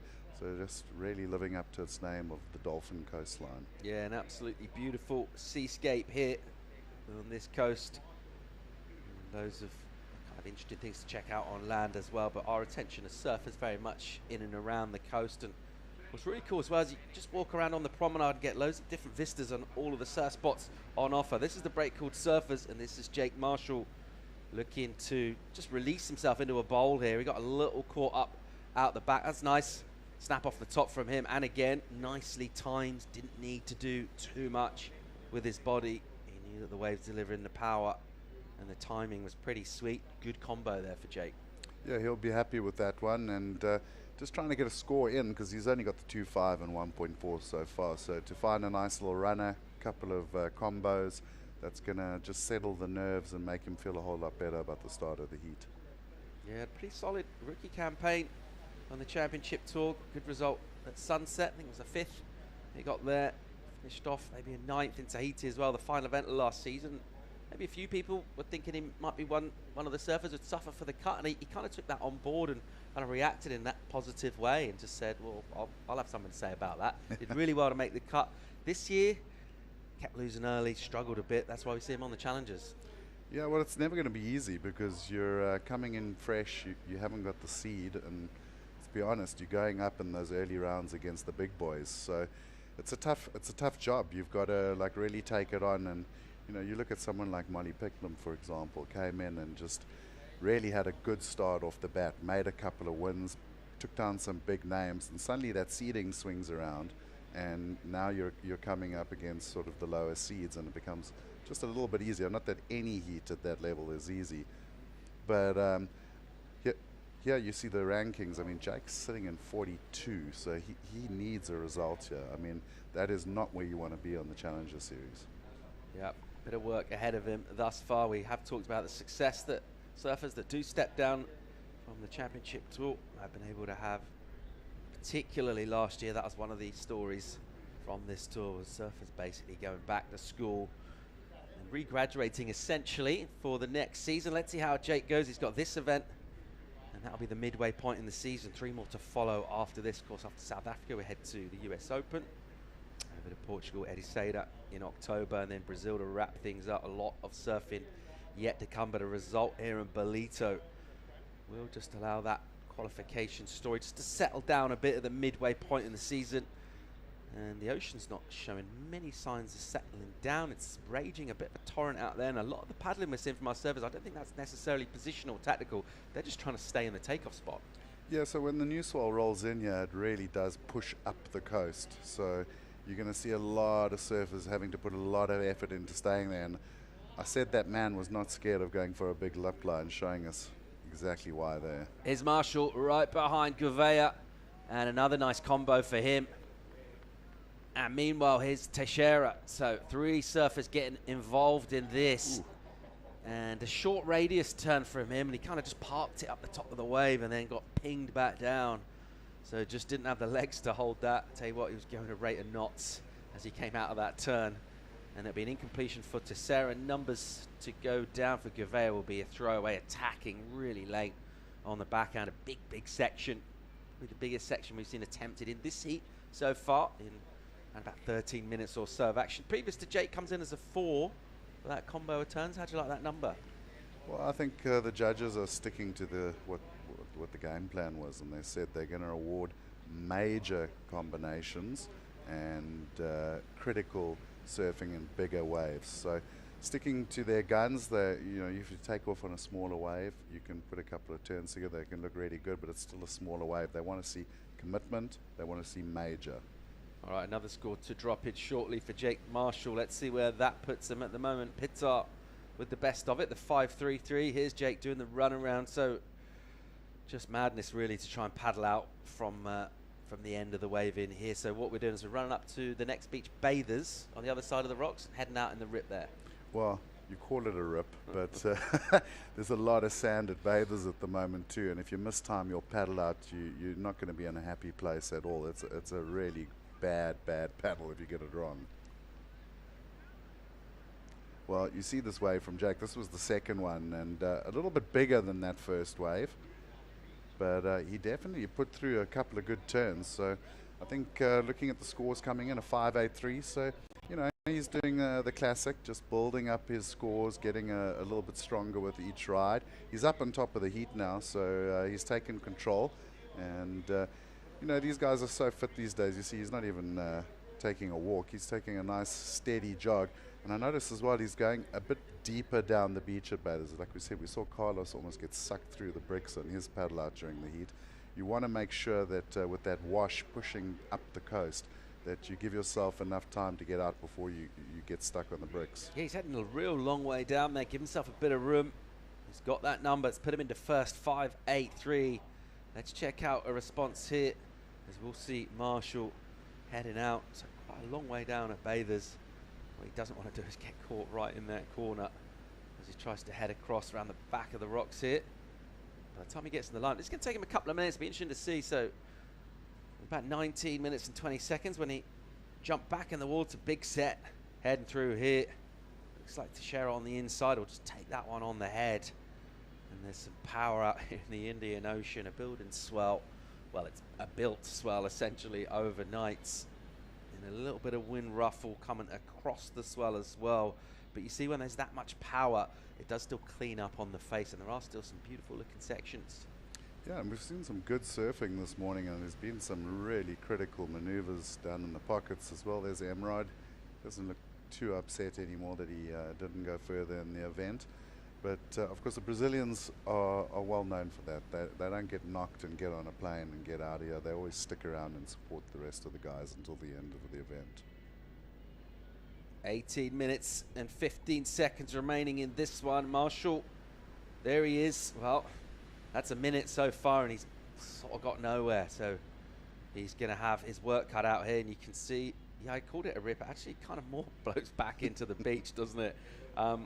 You're really going to need some arm strength and some of that conditioning that surfers like to do these days. That's going to come in handy on a day like today. As you might expect, this is elite level sport, and you're going to need to be in pretty top physical shape as well as having your surf skills dialed in. Skills of Marshall at the moment good enough for first, Pittar second. He's got priority as well. Don't know how significant priority will be, certainly in the opening part of the heat anyway, because there's some sea room out there for our surfers, but we're more or less sitting pretty much in the same part of the beach as we were when it's smaller, but just, what, 30 meters further out, maybe a bit more? Yeah, a little bit further out. You'll see, like, the last 2 days they've been sitting inside the rock line pretty much, but today you'll definitely see a few guys going out past the bricks, a little bit closer to the nets as well. And if you look in the back of shot when you're straight on to the lineup, you'll see those little white buoys out at sea. It's a good indicator. If you start seeing those buoys disappearing, you know what's coming.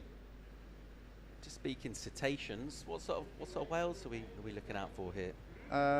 So generally southern right are the major whales that pull in from Antarctica, but the humpbacks also join them. But interestingly enough, and it's great to see that the whale populations are recovering here in the Indian Ocean. Some of the humpbacks have actually become residents, so they don't go to Antarctica anymore. They actually hang around in the South African coastline. George Pittar, great looking wave for him off the bottom, hard. Good turn off the top again, really nice, and he recovers and gets another big hit, and he'll hang on with the toes as well. Great stuff from George Pittar, love that. And he's got the variety as well in those two turns. The degree of difficulties there, I think the judges are going to reward this pretty heavily. I think they're going to eat it up. That was a really impressive turn, that first one. And then the fact that he actually did manage to get it down and get into the second turn as well, they're going to have to reward that. What do you think about this? Not doing the run around, just deciding to paddle out. We'll revisit that chat in a sec. Let's check the replay. Well, watch here. He just comes flying off the bottom and just goes vertical. And then just to sort of put the cherry on top, blew the fins straight out the back. Second turn, pretty standard, nothing too sexy there, but he put the little exclamation mark on the wave, did 2 maneuvers. As he was doing that second turn as well, though, the wave did really cup out, gave him a bit extra, he committed to the move, and it actually kind of got a bit more rad just by what the wave was doing. Did well to stomp the landing, a massive number in 8.5 for Pitart. He's gone excellent and pretty hard to argue with that. You saw the way that section cleaned up in front of him, and he, you know, you got a couple of options. We talk about trying to surf safe and just nurse your turn, make sure you get a completion. Don't really have 2 scores in yet. You actually put extra, particularly in that first end, that kind of didn't really need to do. So surfing the wave up for the score and getting heavily rewarded, Kai. Well, just watch this. He took off. He found a nice open face. Wave goes vertical. He goes 12 o'clock and then throws the fins almost 90 degrees and did so well to hold on to it. And like you said, that second section, not like, I think the first turn was so dramatic that you kind of were a bit like less blown away by the second turn. But the section, like you said, Paul, was so heavy. I mean, he had to do the full airdrop out of the sky there to land it. So judges sticking to their guns and to their criteria, and they really rewarded that wave because it checked all the boxes. Yeah, huge score for the young Aussie, George Pitart. As he'll make his way back out, he'll be feeling a lot better about his morning right now, dealing with nerves of surfing in around a 32 and dealing with the ocean as well, which is pretty fired up and powerful out there this morning. He's looking great in this one so far. Even his backup of 5.33, pretty solid with 14 on the clock. We've got priority with Jake Marshall, been awarded to him, a priority situation, so that tells us he's in the lineup. It's taken him a couple of minutes, maybe 4 minutes on the paddle out, a minute to run around. Well, you got the minute run around, so you're already blowing because you've had a jog up the beach, and now you're paddling through this crazy white water and sand, and you're definitely gonna be breathing hard by the time you get backline.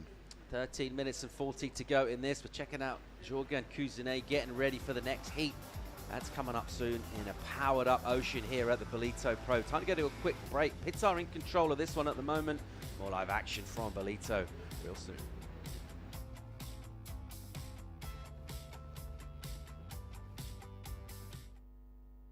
Listen up, guys. Our biggest problem right now, we are missing pauses. You mean pauses? No, pauses. The secret to winning is to pause. Time out! Let's take a break. In through the bunny hole. Down the big tree. You like it, Tom? Now you're talking. Gorgeous work, Antonia. I'm taking a step back. What's the reason? Sometimes you gotta stop to be an actual human.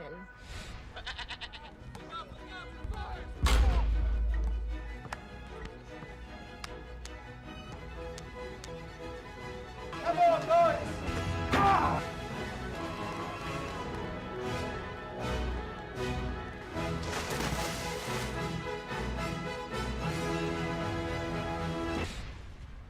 Hey, you'll get it tomorrow.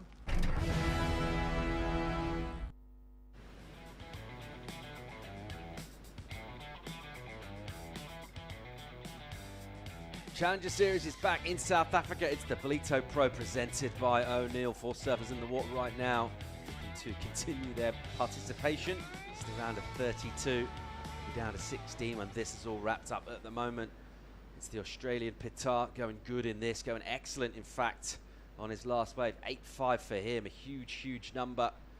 And a section that cleaned up really nicely for him. That was less than half the job done. He brought the fire with the maneuvers that he was able to do. Got the completion as well. He's looking really good so far in this one. Marshall chasing him down in second right now. Still a bit of work to do. Let's admire this 8.5 again. Well, it's worth admiring because it was rock solid surfing, and I just love how he blew the fins out there. Really tricky landing too, so to bring it back around and get to the second turn, well deserved of the 8.5. Very light on his feet and sprightly. Big spring in his step off the bottom as well. Came out that first turn. There's no downtime at all between straight back up in the corner on that section for the finishing maneuver, and a reasonably easy decision for the judges to go into the excellent range for him. It's put him in a strong position, under 11 in this. Gouveia hasn't got a lot going, back in third, neither has Teixeira. At the moment in fourth place with nothing really on the board of any particular note. So their work as yet remains ahead of them, and we're down to, well, 10 minutes or so. They're going to probably need, Teixeira, you'd think would need a couple of numbers. Cavea probably could do it with one. Here's Jake Marshall, a little double up for him though.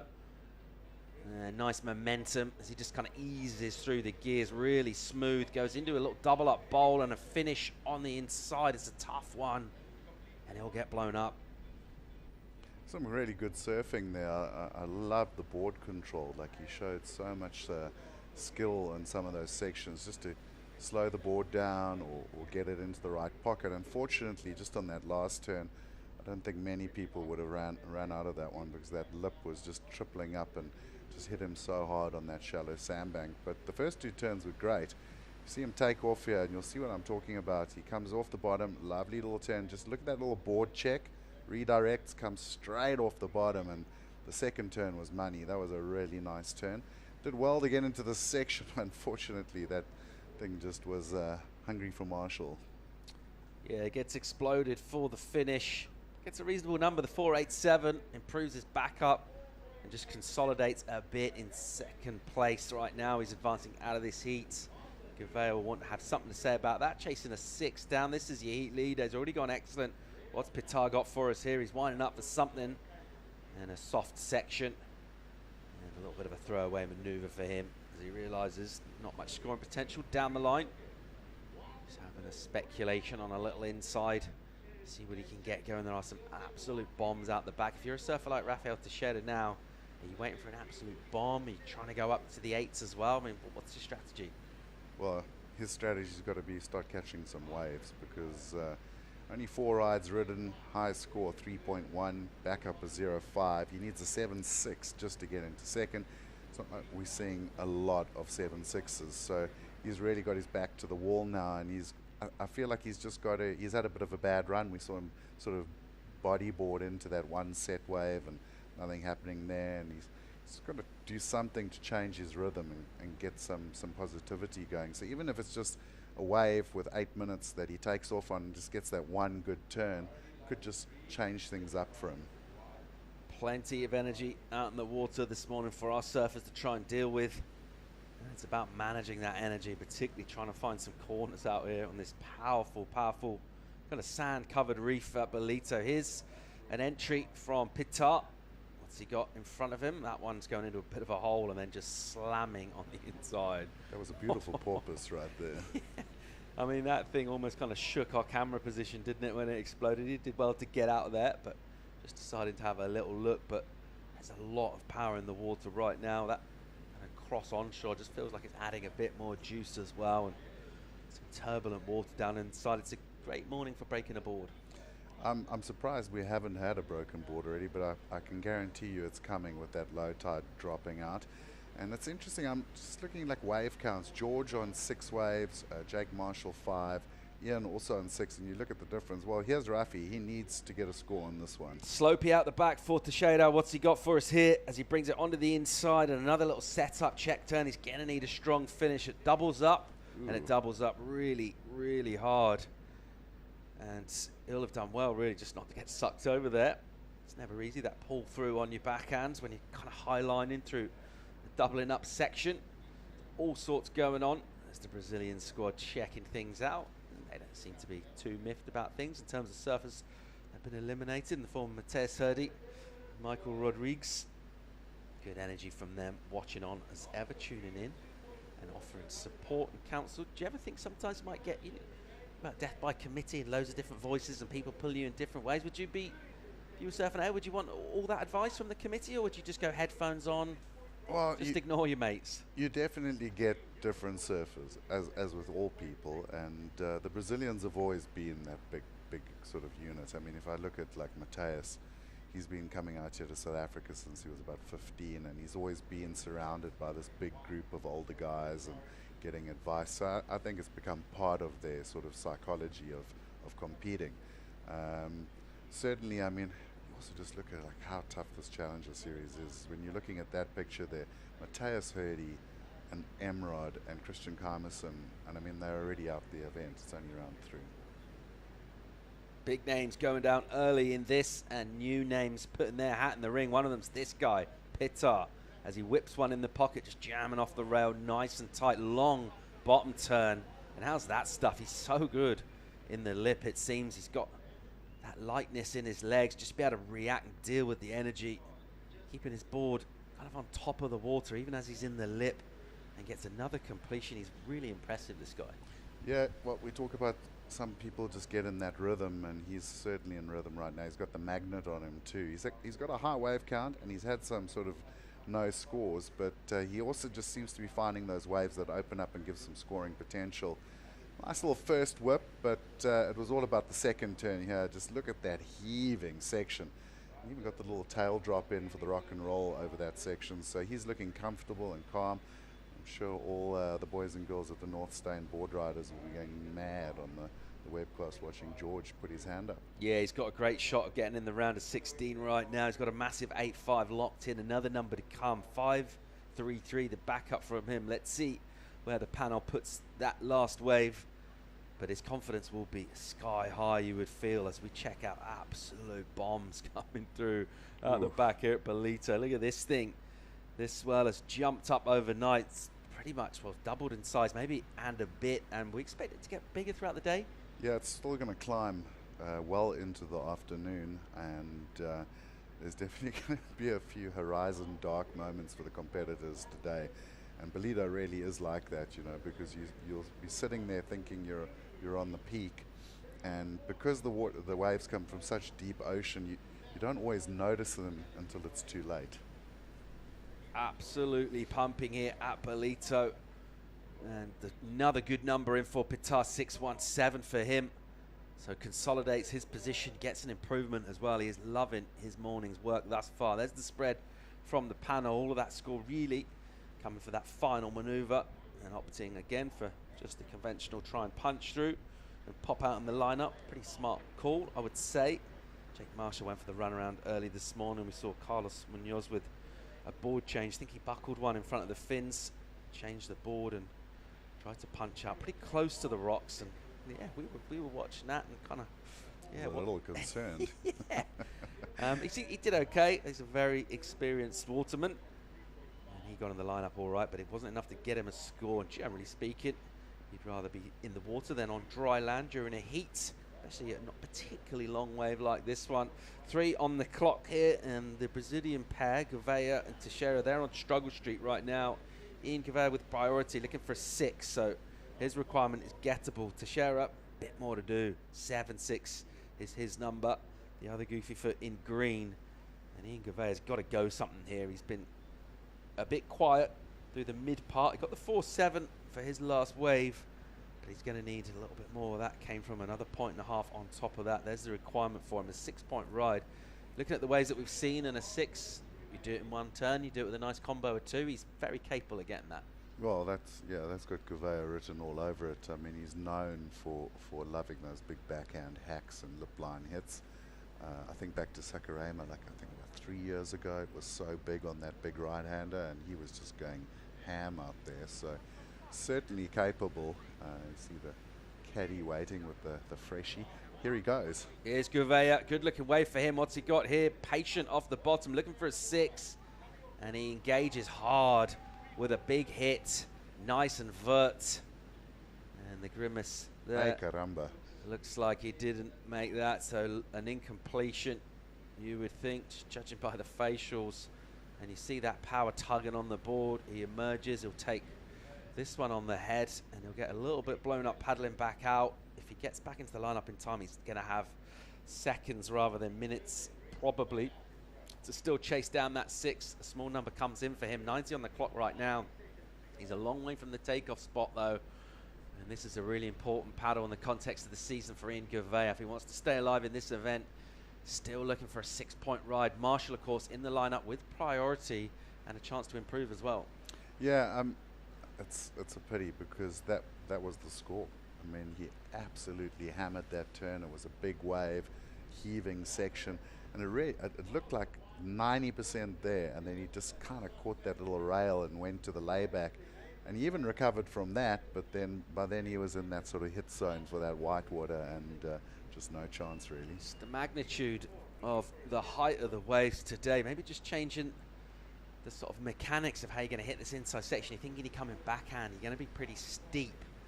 And you're really altering your line up into the lip. You contrast that with the likes of Pitar, who's able to get there a bit earlier and spend a bit more time up and almost being a bit more in control of where you're going to be exactly on your landing rather than just throwing yourselves to the mercy. There's Gouveia speculating on a left. He hadn't quite paddled all the way back out. Meanwhile, Teixeira here with a swing. He's in with a shot here, but he needs a 7-6. Nice couple of cracks of the whip out the back. And again, pushing the ball, pushing pretty hard, too hard.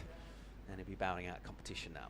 Yeah, I'm afraid that's heat over for him. But George Pitar, magnificent performance, really took that heat on.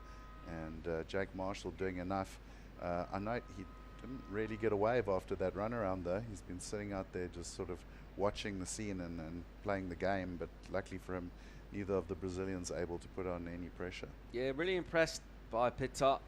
Obviously the scoreline, but not just that, just the way he's surfing as well. Different ways of getting scores. Sometimes it's all risk, but I feel like there's quite a lot of polish to his surfing as well. A very impressive number and a strong showing to take him and Jake Marshall through to the round of 16.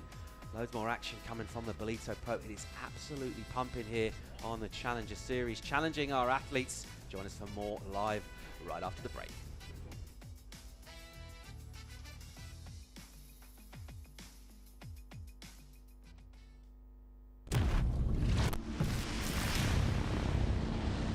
Welcome to the Tour of Champions. A tour that can spit you out as quickly as it welcomed you in. It's dedication. Sacrifice. It's months away from family. It's your pride, your legacy. Your life on the line at any given moment. What might have started as a passion is now a declaration. A declaration to be the best in the world. To double down when it matters most. To persevere through the trials and the triumphs. Where it takes grind to graduate. This is a tour that breaks ground, shatters ceilings, and spans seas. It's good days, bad days, and lay days. Hawaii, Tahiti, Portugal, Australia, Brazil. This is a tour built for the few. Envied by the many. It's a tour of dreamers, rebels, chargers, fighters, innovators, and everything in between. This is a tour of champions.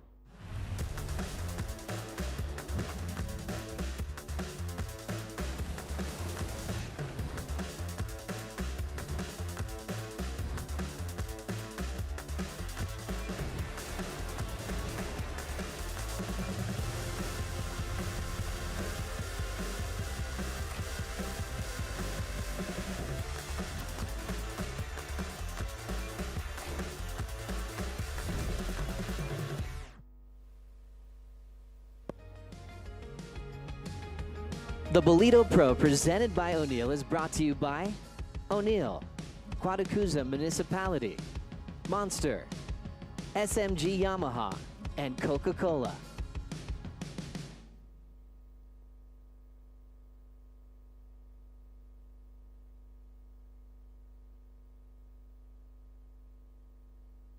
And pretty good energy in the studio as well. Let's welcome in Tash Mentasti in for the call. How are you feeling, Tash? Yeah, good morning. I mean, it's an incredible energy on the beach.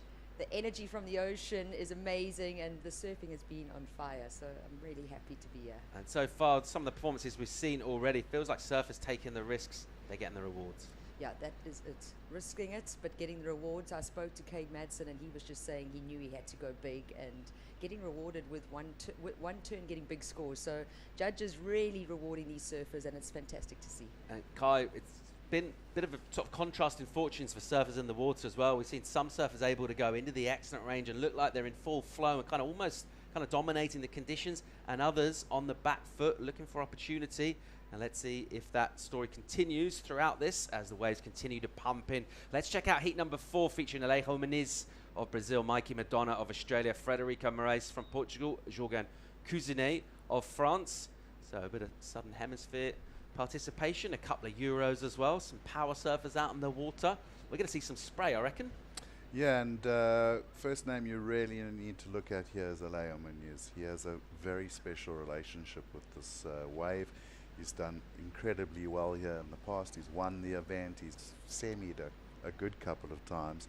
And he always seems to just, like Ballito is that event that he always sort of switches on. And obviously another guy that really wants to get back to the championship tour. Here goes Jorgen Cousinet, gets a wide one and just finds himself just in the right spot and then pushes really hard, gets that board away from him, and that's a really risky maneuver to try and do. Just losing control really, and that will be a little bit of frustration. I think he had a chance to throw up a reasonable mid-range number there and just start building momentum for this heat. And unfortunately, we talk about that whitewater and the power that's there, even surfers of this caliber, just losing control. Yeah, well, it's not easy out there. There is a bump from the southwest wind coming up the coast, so it's got a chop. It looks maybe a little bit cleaner on camera, but we've seen a lot of guys this morning hitting the bumps where you're expecting them to run out of a turn or a bottom turn, and suddenly it all goes wrong. And they've really got to just choose their waves carefully. If you look at that picture right now, you can see how much water is boiling around the rocks there and how much movement is. It looks like a White River rafting expedition, let alone a surf event. So lots of water moving, loads of boils as well from those little rock shelves under the sand, and it's not easy out there at all. If we check out our tide, so we're heading towards the low right now. Tasha, what sort of effect is that going to have on conditions today? Oh wow, it's going to be interesting to see because we've also got some swell still building, and with that low tide, that sandbank is going to get even heavier. And I think the biggest thing here is the surfers are going through and wanting to commit to those big sections, but you've got all that power coming from it. Cousinet committing to big sections himself, and again, it all goes a bit wrong on the finish for Jorgen. It looked like he was going through the gears there. He saw him picking up the acceleration and then heading onto that inside section. Another misstep for Jorgen. That'll be a relatively modest number for him. Yeah, more power, more size, more basically. It is all happening out there, and this is another solid one just steaming through. So surfers already in what they consider to be the lineup, and then they just see a big one, big woolly one out the back. Feels like the sets maybe let some of the sets go, try and find those corners. How do you pick a wave out here? Well, yeah, the glutes are clenching today, that's for sure. But yeah, some of those really big ones are kind of closing out behind the banks, so you pretty much just want to get under them and not get dragged down the beach. But it seems to be like that slightly smaller set. You've almost got about 4 different wave ranges right now in the lineup. There's those nice little small runners down the inside. They do give you opportunity to do multiple maneuvers, but the judges are not really rewarding those, so you kind of maybe, unless you really need to score at some point, going to scratch that off the list. The secondary ones are kind of hitting the bank and coming a little bit sort of into the lefts, but really heavy sections on that sandbar. And then there's that third type, which is kind of in the 6-foot range, really gives you 2 turns. We saw George getting those like 2-turn combos. Those seem to be the ones you want to pick. And then you've got the big closeouts, and you don't want anything to do with those. A deep talent field here on the Challenger Series, trying to figure out this lineup here. A nice history with this event running back a number of years, so a place where a lot of these surfers have had experience before. But I mean, if you think back to last year, it's almost like a completely different setup, Tash. You know, the waves are what, 6 to 8 foot plus out there. Last year was small throughout the event, and sometimes you got to maybe not necessarily think about what you're doing last year and your recent memories of this event. Even the warm-up before this event, it was pretty manageable, head high, some nice barrels. Bit more like survival out there. Yeah, right now, but I think the banks are also really good. Last year we didn't have banks. We had big holes all over the place, and it made it difficult, and then we didn't have those big west swells that came through. So a totally different playing field for 2023. And you know, the sport of surfing, we can't compare it to the year before. It's what's happening right now, what's Mother Nature throwing at us. And for me, these surfers and how they adapt and transition is incredible to witness. Well, I was sitting with Barry Campbell this morning. He's one of the legends up here in Quatakusa, you know, legendary surfer, competitor, and a judge. And he knows this place so well. And he was just saying, Kai, my money's on tomorrow. I reckon Thursday is going to be the day of days. All right, let's stick with the present here in Cousinet as he just sort of shapes up against the wall and then gets a solid finish and turn done. So had a little think about what exactly he was going to do, and I think he chose reasonably wisely. Not going to say he pulled the punch there, but just made sure he went complete. He's had 2 incomplete finishes on waves, didn't want a third, and a solid finish for Jorgan. Yeah, and it's been a slow start to the heat as well. I'm just sort of glancing at the board. There's a 093, 193, 15. So we're due a score from one of these surfers. Looks like Jorgen's going to be that guy that opens up. But Frederico, not even a wave yet. Alejo, not even a wave yet. So they seem to be playing the waiting game, using that extra 5 minutes today in the 35-minute heat. Yeah, it feels like the strategy from Kick-Ass is certainly not one to just kind of speculate and take anything that comes through. He would have identified pretty clearly exactly the sort of waves he wants to do, and he does have that mental fortitude as well to kind of stick to his game plan. And at some point that might change, depending obviously on what opportunities come his way. But at the moment, as you mentioned, nothing for him or Alejo Muniz. So those 2 wily campaigners sticking to their guns. But here goes Alejo. He's interested here. He'll get a little steep entry, and then off the bottom with about a 4-pump bottom turn, and then a little hit, which is a touch sticky. But look at him trying to get down the line here, desperate to open up onto this section, this double up. He does pretty well to put the first turn up, but actually doubles up underneath him and can't quite get back down. It's a touch frantic there from Alejo, but nevertheless, it's a score for him. Yeah, and I just love how this guy surfs. I mean, he must be one of the fastest surfers on the planet, and I think that's why he does so well here. You know, Ballito, often you see the wave running away from the guys for that second turn, and he's one of the few guys who's really able to sort of keep up his speed with the movement of the wave. And this was Jorgen's wave, Tash. Yeah, so you could see he wants to find that section and extends his legs out there. And here we see Alejo's first wave, and like you were saying, Kai, just racing down the line. I thought he did really well to read this wave. It didn't look like it had scoring opportunity, but he's looking for the corners. Gets that little tap, and unfortunately, just with this tidal situation right now, unable to complete it totally. Yeah, it's not going to be a massive number for him, but I like the decision to go. Didn't want to sit there for too long and just maybe find himself in a different part of ocean. Meanwhile, here goes Kick-Ass. He's been patient. First hit for him. A little straight legs, but nevertheless, it's a successful clip into the lip for the Portuguese surfer. So everyone's ridden a wave now. And this one, hopefully, will fire up a bit more. Looks like we've got an interference on Jorgen Cousinet, so this will be really bad news for him.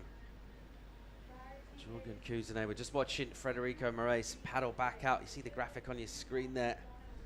Cousinet's got involved in something. We just saw him ride that wave. We watched him get his number come in, and he will lose his score for that. So it's going to be really tough now for Jorgen. Yeah, you've just piled a whole lot more pressure on yourself, and unfortunately, you know, these things do happen. It's not always on purpose. Sometimes you're just in a big lineup like this, you kind of lose track of things. And let's take a look at this now. So you see him further down the line, and yeah, unfortunately, he just didn't look behind him at all. So on that one, I'm afraid he's going to just have to suck it up and deal with it, because he just didn't look behind him, and Mikey McDonough had a priority. Yeah, absolute nightmare there for Jorgen. And when the waves are bigger, there's a lot more going on, and obviously it's much harder to see exactly what's going down. I would have thought he would have had a look, but maybe Mikey just a touch hidden. So bad news for Jorgen Cousinet. Just the other point to that, of course, is Mikey McDonough, who was impeded in scoring potential there. There's nothing really that kicks back his way, right? So one of his competitors gets disadvantaged, but he could have had a score there, and that's just the way surfing works out. He's going to have to still find a couple more waves. Cousinet's going to struggle here. Let's see what he does. Looking at a left-hander on the inside, as he'll go into clean water on the inside. Tries to throw a big backhand rotation. I think he'll need to just try and really go for it here now and throw up big numbers with that sort of stuff. He's got 22 minutes, so plenty of time, but it's going to be hard just to keep a cool head, because he'll be pretty annoyed with himself. Yeah, it's just an unnecessary mistake, and all it really would have taken was a glance over his shoulder, and he would have seen Mikey paddling for that one. There's not really much excuse for not understanding what the priority situation is. There's a massive LED screen on the tower, and I mean, I've been out in the lineup in the mornings, and you really can see it very clearly from every sort of point of the lineup. So On that one, unfortunately, he just wasn't aware of his surroundings and who was around him, and he paid the price. Yeah, Tasha, if you think about when we get interferences as well, generally, when it's really, really small, we see them. When the surf's tiny, tend to get a lot of those, and also when it's bigger too. And I think today's certainly in that latter category. Yeah, it's interesting. It's like he didn't even realize anyone was on his inside there. So, you know, maybe it's just how these waves are coming in and how they're running across the bank. And we've seen some sections, but live action right now. Big hit. Madonna smashes it. So coming in with blistering pace into a big section, and he's waited 9 minutes or so really to have a go at anything out here as the Australian. And he gets to tee off on one finally. That's going to feel a lot better from him. Let's get another look.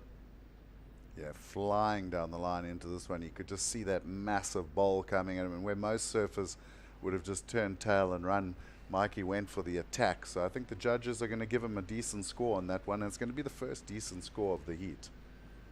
20 minutes and 30 to go in this one. Plenty of time for our surfers. A big disadvantage with Jorgen Cousinet, as he's had an interference slapped. So we check out Doug Marsh with Justin Becret.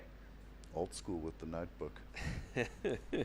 Yeah, just taking some notes, writing down pointers, mainly where, of course, waves are particularly coming from, whereabouts they want to be, and just generally supporting. But they don't look too happy with Fred's participation thus far. He's not got a lot of points, just a 2.93 and a tiny throw away. Kickass is going to need to fire up.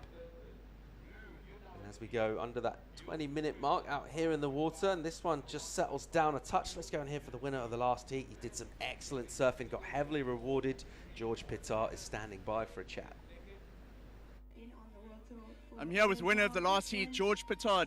George, this is turning into your best results of the year out of the Challenger Series here in Ballito. You got an 8.5 to start that heat. It was a really clean one. Tell us about that wave that set you up for the rest of the heat. Yeah, I'm really happy with the results so far. I'm loving making some heats here. But yeah, that one, I was waiting for it, and I didn't actually think it was out there, but I took off and it was just really nicely groomed and had that first section and then a little end turn, and I just got lucky with the wave, to be honest. But no, it's actually fun out there. It is. And for the folks at home and tuning in from around the world, it looks really heavy out there today. You said you got caught in that heat. Tell us a little bit about the wash and the nature of the power that's happening out there. Yeah, well, we woke up this morning and there was definitely a lot more south in the swell, and yeah, I paddled out in the heat and I just kept getting swept down, and yeah, so there was a lot of paddling. My arms are pretty sore, and there's definitely some push as well. Like, I copped a wide one at the end there, and I was like, I just want to go in. I'm just so cooked. But no, it is fun. You can find those little ones that have a nice bowl on it. Well, good luck in the next round, and well done on your result so far here in Ballito. Yeah, thanks, Mike. Great stuff from George Pittard. He's enjoying himself here and putting in a bit of physical effort as well and getting rewarded big time. He's through the round of 16. Great skills from him thus far. Plenty more to come. 18 on the clock in this. Mikey Madonna with the 5.5. That vertical hits the one turn. Decent number. Gets rewarded. And we're having a look here at Alejo Muniz. Well, beautiful bottom turn. Schralps it through the first turn. Now he gets that second section. Wow, this one really lined up for him. And bottoming out on the bank there, he'll be happy with that two-turn combo. Gets the 6.33, so goes highest wave score of the heat. And just looking at the lineup at the moment, Paul, as well, I'm noticing, like, I think that tide is really starting to bottom out, because we're seeing a lot of boil and sand. And I was watching the guys paddling there, and they're having to constantly paddle. There's not much downtime. Yeah, that push, trying to take our surfers to the left of the screen, just trying to drag them constantly out of position. Alejo Muniz has been patient in this, and Tash getting a 6.33 at this stage, that's going to feel huge for him. Oh yeah, that's a keeper for sure, and wanting to back it up as well. You know, he's heard the interference that Cousinet got, knows he's kind of got blue and white needing to get scores, but the 6.33 is a keeper and going to have to find another one. And I like what was said about sitting wide and finding those wide ones. I do think it's something that you've got to hunt down and search for. And you cannot sit out here in this lineup. Like you guys were saying, you're paddling against a river right now. I mean, that ocean is just moving. But some get lucky, some don't. And right now, Alejo Muniz is sitting in the lead. And yeah, that 6.33 a keeper and wanting to get another backup. Yeah, let's see where this one goes towards the midway point of the heat at the moment. This guy, Kuzine, he's struggling. He's lost his low score. He also, of course, loses the number that he did the interference on. So at the moment, he's way back. Here goes Federico Moraes, though. Nice opening hit from him. And a clean face and a strong finish. And he get it done as well. Just thought for a minute there, he looked like he might be in trouble, but does really well to hang on to that. And pretty smart surfing from a position where he's been a bit low energy in this so far. He's been pretty patient. Patience looked like it's going to pay off in terms of points there. Well, 16 minutes to go. Here goes Mikey again, and that's a big looking section. Goes straight up into it and goes for the next one. Oh, just buried the nose. That would have been a great score if you'd been able to put off the second turn. But, you know, down to almost 15 minutes, it's been a slow start, but suddenly you just see how that rhythm of the ocean changes, and suddenly there's been a couple of waves. 5-5, 6-3-3. I think Freddie is definitely going to be a decent score. He's going to be in that neck of the woods. And obviously those tree trunk legs of his just dealing with the bumps so well. He really waited for the section here, but read it quite well. Lovely little jab, and then again comes around patient, waits for the lip line. Like you said, almost went wrong there, but Freddie's a big strong lad, so he fought through it. Let's see where that goes score-wise for him. Only needed a modest number to jump up, but we are due a score for Madonna as well. Interesting seeing this one, Tash, so far. Half the heat gone. There have been much fewer throwaway scores, so maybe fourth heat of the day. Everyone's had a chance to get a bit more of a read on the ocean. There's a bit less kind of speculation and just seeing what happens on waves. It feels like they've been a little bit more choosy. How do you like that tactic? I've always said for Ballito, don't sit and wait, you've got to hunt. I also just think you've had some really big wash-through sets that have changed the lineup a little bit, and like Kai was saying with the low tide, that opportunity is changing and not being as easily accessible. Well, this was the wave for Mikey, and you see him take off. It looked like a great wave. Straight up, gets the solid turn, had to really extend to land that one. And right there, I thought he had done so well, but it just bottomed out so hard, caught the nose, and he went down. Almost felt like he just got a bit outpaced by the wave, didn't he? Do need to probably be going a bit faster than the section as you come into that end bowl there. Just gets a little bit overcome, essentially, while all of that energy exploding on the sandbar. Fred Moraes gets a good number, 5.77 in for him, puts him in second right now. We're still due a number for Mikey Madonna for the one hit out the back, but Federico Moraes managing to keep his sort of tactical head relatively calm throughout what's not a great start to this heat, and pushing his scores up much more where they'd expect them to be. And a pretty reasonable number for that kind of wave. It wasn't an absolute bomb, and it's easy maybe to try and over surf it and try and force yourself a little bit on that, but that's not what Fred did on that wave. He was able just to get that combination done, get the finish as well, and that's some of the experience that'll come through for him. It's just over 13 minutes and 15 seconds remaining in this heat at the moment. Alejo Menez and Mikey Madonna are leading this one. We'll bring in more live action from the Ballito Pro presented by O'Neill real soon.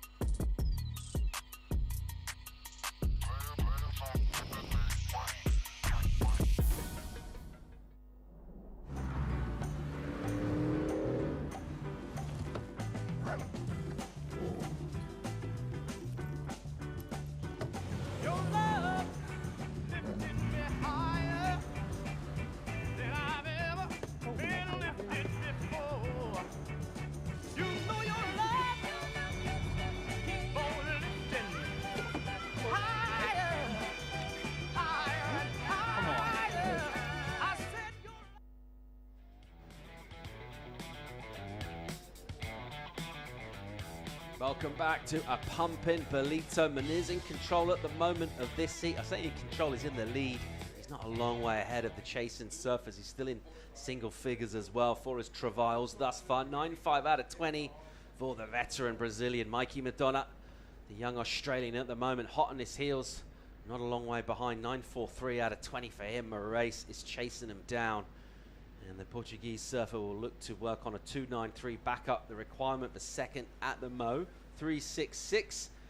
And we saw some excellent stuff go down in previous heats. We've seen some drama. This one just dialed back a touch just in terms of the drama out in the water so far, but we've still got 11 minutes. Anything can happen out there. The ocean's angry and the surfers are fired up. Yeah, angry ocean indeed. And 11 minutes on the clock. The real story here is backups. No one's really sitting with a solid backup.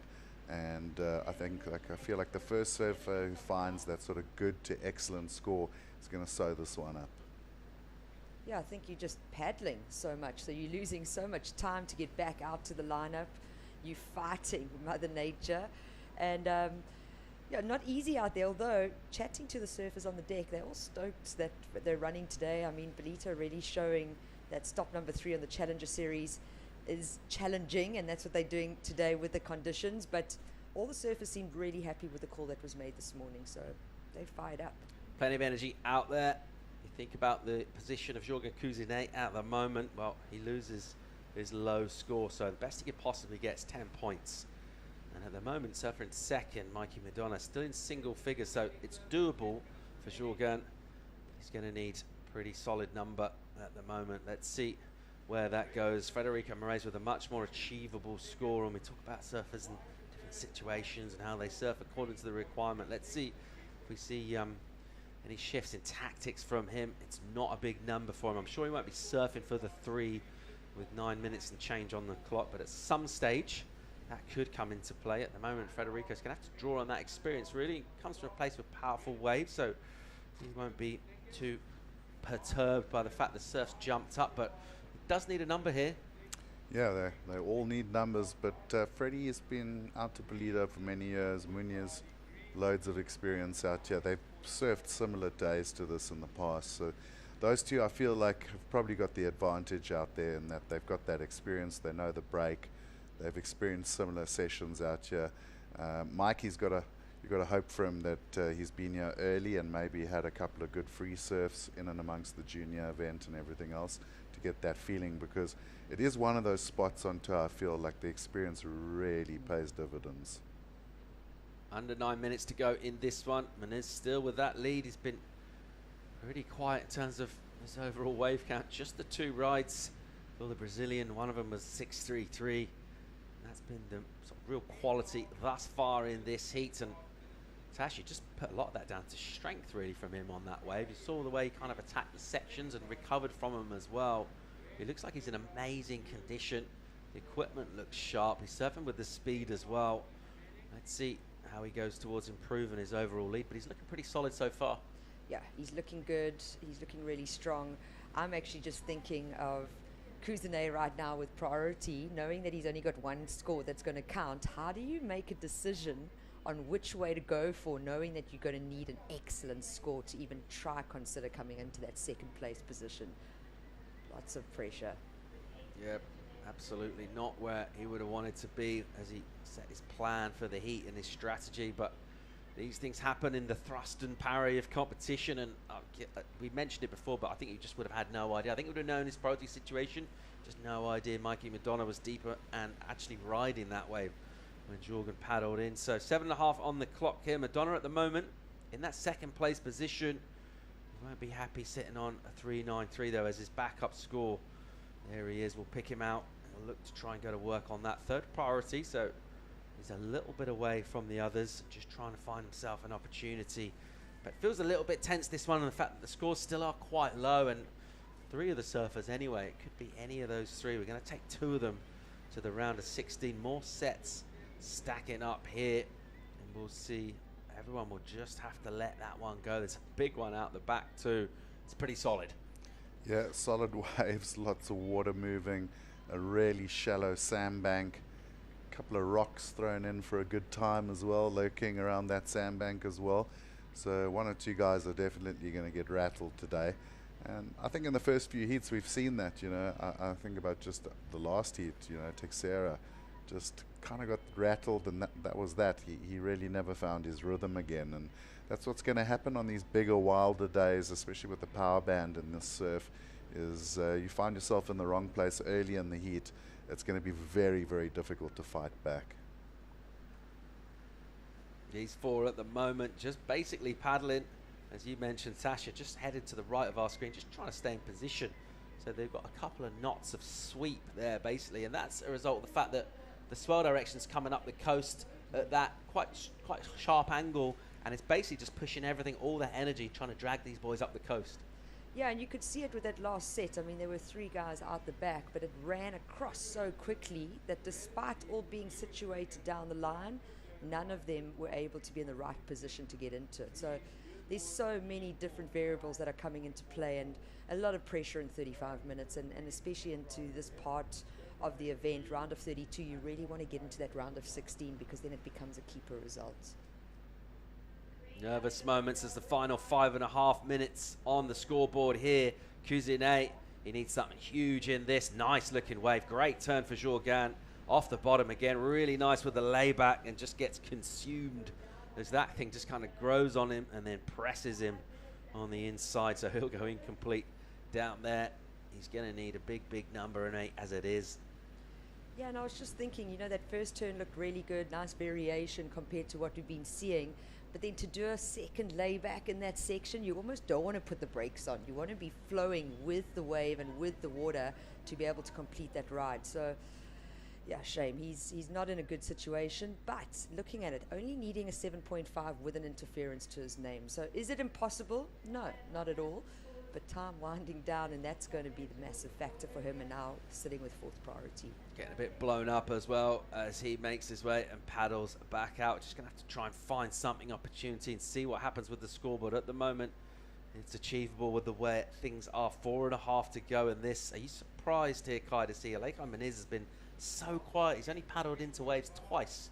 Yeah, only 2 waves, so he's being super picky. And one of the things I also noticed there with Jorgen paddling through the mid-break is when Ballito gets to this size and the power of the wave, it breaks so hard on that sandbag that it really oxygenates, and you almost feel like you're not moving when you're paddling. You like get stuck because there's so much air and white water there, and it really tires you out because you're having to put about triple the effort in just to get moving, and then you've still got those waves breaking on top of you as well. So it's a really draining exercise. Surfers this morning been asked to show their wave riding skills, but also plenty of strength and stamina too. We talked about the training that's very much a part of a pro career these days, and this is why it's the bigger days. It's when it's juiced up, and particularly when you're chasing a number as well, Tash, and you're feeling the kind of strains of where you are in terms of the scoreboard, all of that pressure on you, and being in top physical form. You're going to need to be that just to be able to get a wave out here.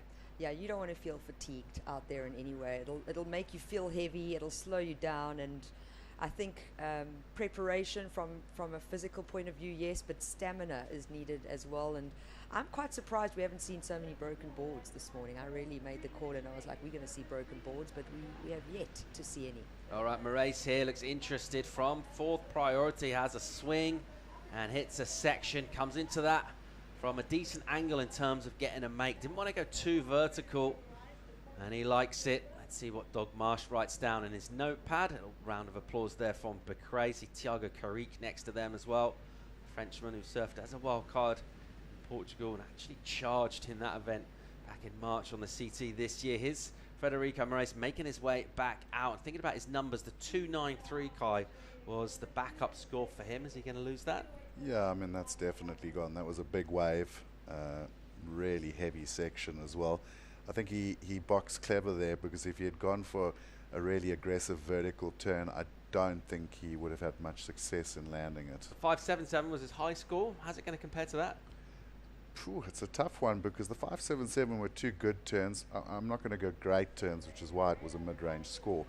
That was probably one of the biggest waves of the heat, though, and the judges actually came in on almost, I thought that was the scores coming in, as we see Alea finishing, and he loves that one. Yeah, Moniz, we talked about how quiet he's been. He fires up now, a 3rd ride from him, and some nice combos from him as well, and a pragmatic approach. I think we've seen a real shift here And surfers just making sure they get completions. They'll know this one has not been a real high-scoring affair. Number drops for Fred, 417.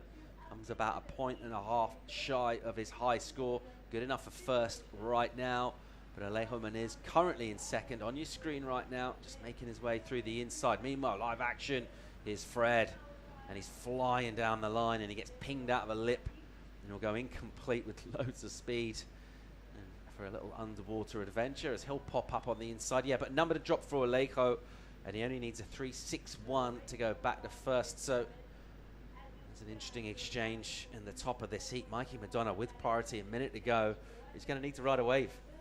Yeah, he's going to need to ride a wave, and interesting to see the two experienced surfers there trading blows. It would be pretty cool to see the replays of those two waves. Quite different approaches as well.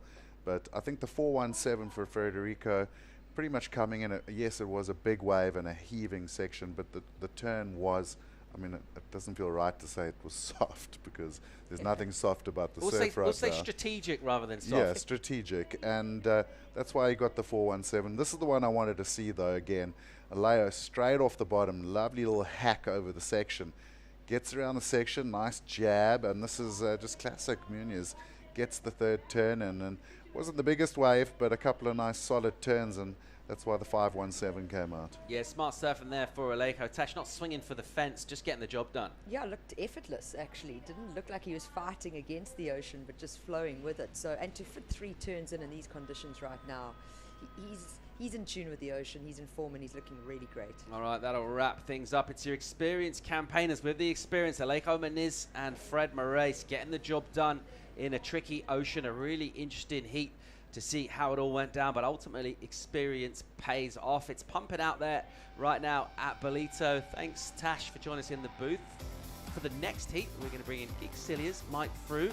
We've also got Keanu Acing as well to come in for some insights. Stay tuned for more live action from Ballito right after this.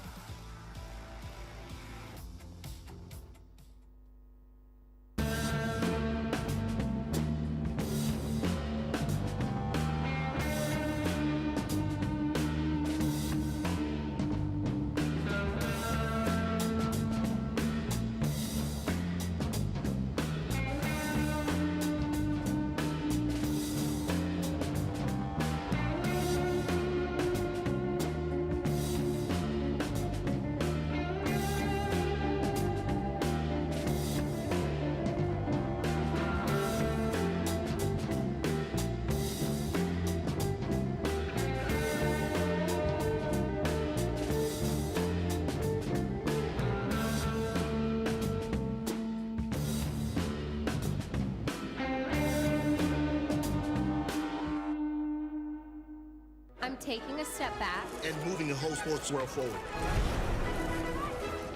Sometimes you gotta stop to be an actual human. Pause is power.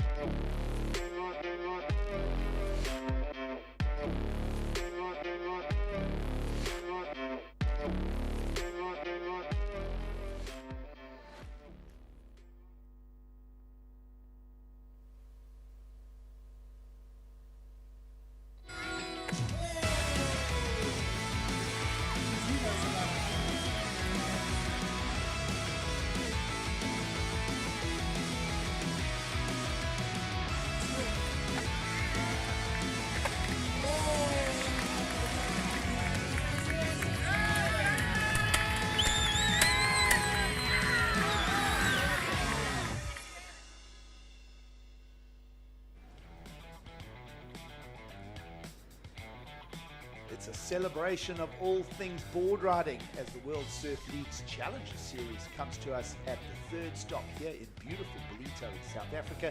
We move through the morning and we greet you and welcome you. We trust that you're enjoying the show with us. Geek Cilias alongside Mark Frew. We've been making the calls this morning, and a special guest in Keanu Acing. Always great to have you, and you must be, I know you always love your time in South Africa. Yeah, I'm really, I mean, thanks for having me in this morning. I'm pretty stoked just to be here.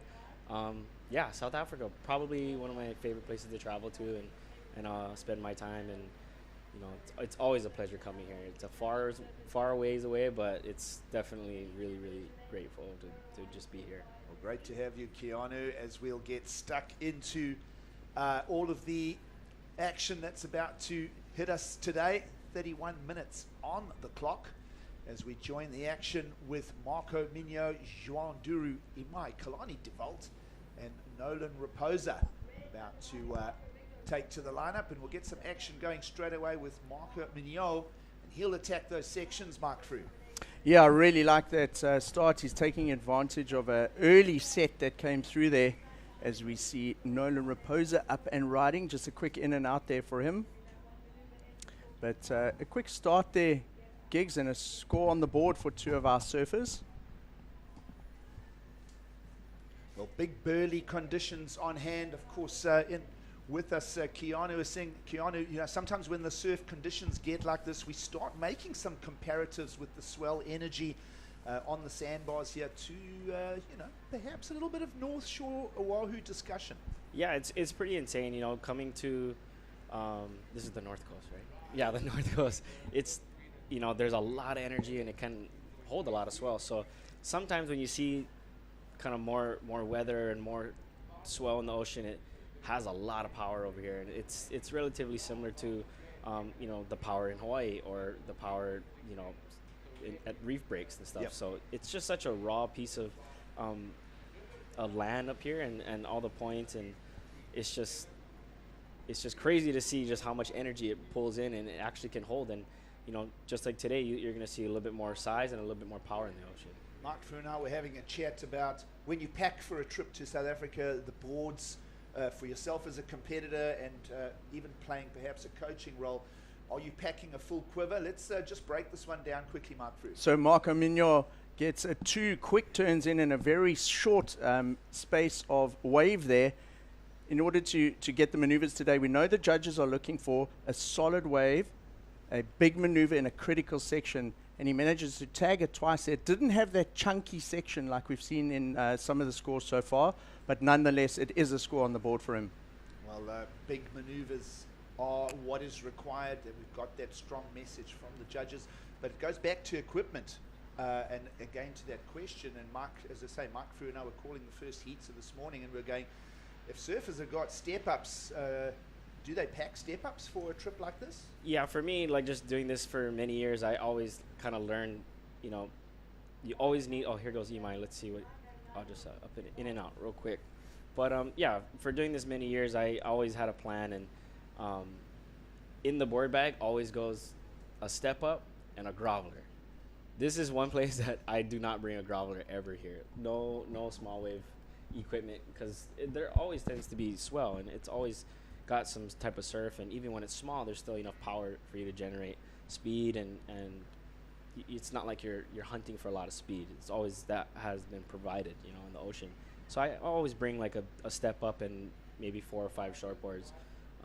You know, it's kind of like a golfer. You always need to bring your driver and your putter. You always got to have it in the bag. So. And maybe even at the low tide, a sand wedge. Yeah. When I play golf, I use the foot wedge. Well, trust that you're enjoying the show with us, folks. You're watching the lineup here. Strong southerly winds blowing across your screen and certainly across the lineup here in Ballito. And surfers trying to unlock what is fetching points out of big meaty sections. Mike, we've seen a couple of scores go into the very good range in previous heats on single maneuvers. Yes, Gigs, and those single maneuvers have been in the critical section. And what happens here at Ballito, especially going towards the low tide here, it gets super shallow. It's spring tides today. Low tide is at around 11:30 this morning. And the differential between low and high tide here today is around 2 meters of water. That's a lot of water that's moving on the bank. And I think we're going to just continue to see that end section get heavier and heavier.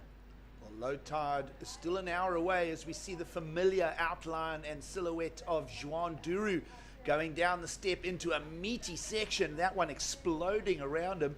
I remember in the previous heat as well, a number of surfers getting absolutely obliterated in the lineup. And surprisingly, I haven't seen any broken boards or injuries just yet. And there's some heavy waves unloading here, gentlemen. Yeah, I mean, this year in general has been a lot of swell, and here goes Imai. Just kind of mistimed that section.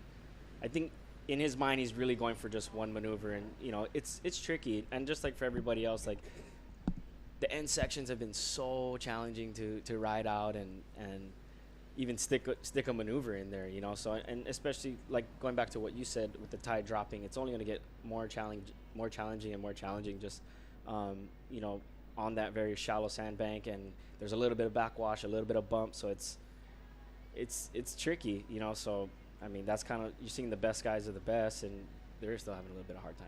Yeah, so local time here in South Africa, we just moved past 10 a.m. in the morning. Still an hour more of water to fall out, and that'll still influence things a little bit over the next hour. Mark Frew, as you mentioned, we're just off the full moon, so still full, 6 feet of tide shift here. So it's going to be pretty slamming as we go through this heat and really hollowing out. Yes, we've had that beautiful moon come up in the evenings, the full moon on the clear sky here in Ballito, and then it's still there in the sky as we see the sunrise on the other side as we see up and riding gigs. Well, heat times have been stretched out to 35 minutes, still 26 to go, as we see Nolan Raposa flexing and getting a turn through that lip line section there. So 2-turn combo, and well, a good big wall to work for Nolan Raposa in a heat that really hasn't set any high numbers just yet. We've seen some heat totals going into sort of 6 and 7 point rides. We haven't got into the excellent category today just yet as we move through heat number 5 this morning. This is last of green. I love the transition into this next turn. Comes hard off the bottom. You can see almost 2 fins out the water. Tags the lip and he gets a great run out of there. Yeah, Keanu, if anything, managing speed. You mentioned you don't have to bring grovelers to Ballito. You've got to manage it. And there is a big section off the lip for the young surfer who bases in Mexico, surfs under the French flag, Marco Mignon, on a bit of a tear in 2023. But Keanu, we're talking about, it's about speed management today. Yeah, it's definitely, speed management and kind of maneuver management is kind of the focal point of what today's scoring potential is going to be. As you see Marco right here, just a nice opening maneuver, and he slams it shut with this maneuver right here, bang. And he likes it. So that, to me, that's a complete wave. I think this exchange is going to be pretty important to kind of set up the heat. Real smaller scores, started the heat, and I think that was going to be the one that kind of opened up the can to more scoring potential. Yeah, we'll look for that as what we call a barometer score. That'll sort of hinge the theme of where the level is being set. And not only a heavy end section there, Mark Frew, for Marco Mignon, but also a combination as well. So really sort of speaking to where the criteria is for today. Yeah, the judge is looking for speed, power, flow, a variety of maneuvers, and in the critical section of the wave, that closeout turn, the one maneuver has been what's getting a lot of the surfers through the heat. I was speaking to George Pitto in one of the interviews earlier, and he said he's really just trying to find a clean one out there, even if it is a closeout, and then do that one big maneuver. Well, judges having a good think about Marco Mignon as he hits the sand.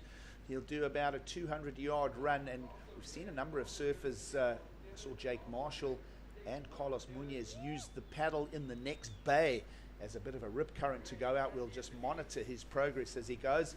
And Keanu making now reference to that score. The judges have pondered it, a 6.17, and as you preluded to, that sets the pace for the heat now. Yeah, and I thought that was a perfect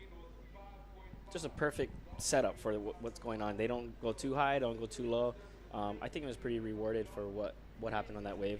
It was a good exchange that as well, 6.17 for Mignon. Of course, on the other side of that discussion, Nolan Raposa as well, a 5.5.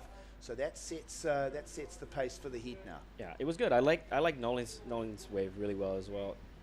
5.5 I thought was great. I actually like that one a little bit better than Marco's, but that's why they judge and that's why I watch. All right, let's go down and hear from Aleo Jimenez, who managed to get into the double digits himself on that last heat. He's down there for the beach interview. Here I am with Aleo Munoz. Of course, you've had some happy hunting here in Ballito before. You must be stoked to be back. Yeah, I'm really stoked to be back. When I'm in the water, I kind of feel like I know the wave, because we've been coming for so many years, and I have a lot of good results here. It's a place that I really enjoy to be, and today we have waves. It's not like easy, but there is waves, and we don't get to surf bigger waves on the QS much, so it was good to have a run today. Now, watching that heat especially, I mean, I was watching you and Freddie paddle in that rip. I mean, you got to come with your fitness today. Yeah, I even choose not to surf this morning, you know, just to save energy, because I knew we were going to lower tide, so the current was going to be pushing a lot harder, and I feel like this heat was more about strategy, like trying to get only 2 waves and maybe complete one big turn on each wave. So yeah, I'm stoked that my strategy worked. All right, and obviously Ballito is always such a crux event on the Challenger Series. I feel like if you do well in this event, generally you have a good slingshot at getting to the championship tour. Yeah, I feel like Africa gives you luck, you know. If you do well here, you kind of will do good everywhere. So I had so many special moments here with my brother. He used to come here too. I'm staying with David, his next heat. So only good energies from this place for sure. All right, and a message for our Portuguese watchers. Obrigado a todo mundo que está assistindo. Sei que é de madrugada. Martinha, Amanda, amo vocês. Tamo junto. Valeu. Well, always nice to see you here in Ballito, and we look forward to seeing you in the next round. Thank you. I hope so. Yeah. Well, muito obrigado, of course, and Yabonga Kakulu, the Zulu dialect will say. And I like where Aleo went in that special energy that comes out of Africa. Is that tangible to you guys, Keanu? Something like that, you know, when you get here, is there that special feeling? Oh, absolutely. It's, you know, coming to Africa, you just feel just energized. Like, you get here, everything about the place is amazing. You wake up with a beautiful sunrise, beautiful coffee, and, you know, the waves are good, and the air is just got this different type of feeling to it, you know, and it's just nice to be here. And I think everybody that travels, you know, as far as we've come just to get here and just kind of enjoy and embrace each and every little bit of it is pretty cool. But, you know, I think you can only tell if you're here. You know what I mean? I don't know how to explain it. It's only tangible once you arrive. Yeah, once you arrive, that's when you feel it, and that's when you can see it and understand it. So, you know, and I think that's why everybody gets really excited to come back here. It was interesting what Alejo preluded to there. He said, you know, if you get a special result, yeah, there could be a special number coming from Jean Duru. We'll drill into that in a second. But of course, folks, if you've never visited beautiful South Africa, as Keanu, you say, it's a long trip, but once you're here, you almost go, oh, well, that was worth it. Like instantly, as you step out of the aeroplane and you start immersing yourself in the culture, the feelings, there is something tangibly special about Africa. I think so. That, to me, that's just, you know, I've been coming here for many years now, and I still get butterflies and I get excited to travel here, even though it takes about 5 days to get here. Well, we love it as we turn our attention to the lineup. Marco Mignon on screen, just snapping away. Of course, a big, impactful turn, and perhaps the first meaningful number from Jean Duru as well. And if anything, with that priority, we'll be expecting over the next minute or two Imai Kalani Devault to get stuck into the seat. But a couple of numbers already coming out of our way, a 617 and a 55 in the score. And as we mentioned, judges working on some numbers for us as we let those numbers trickle in. Here goes Imai Kalani.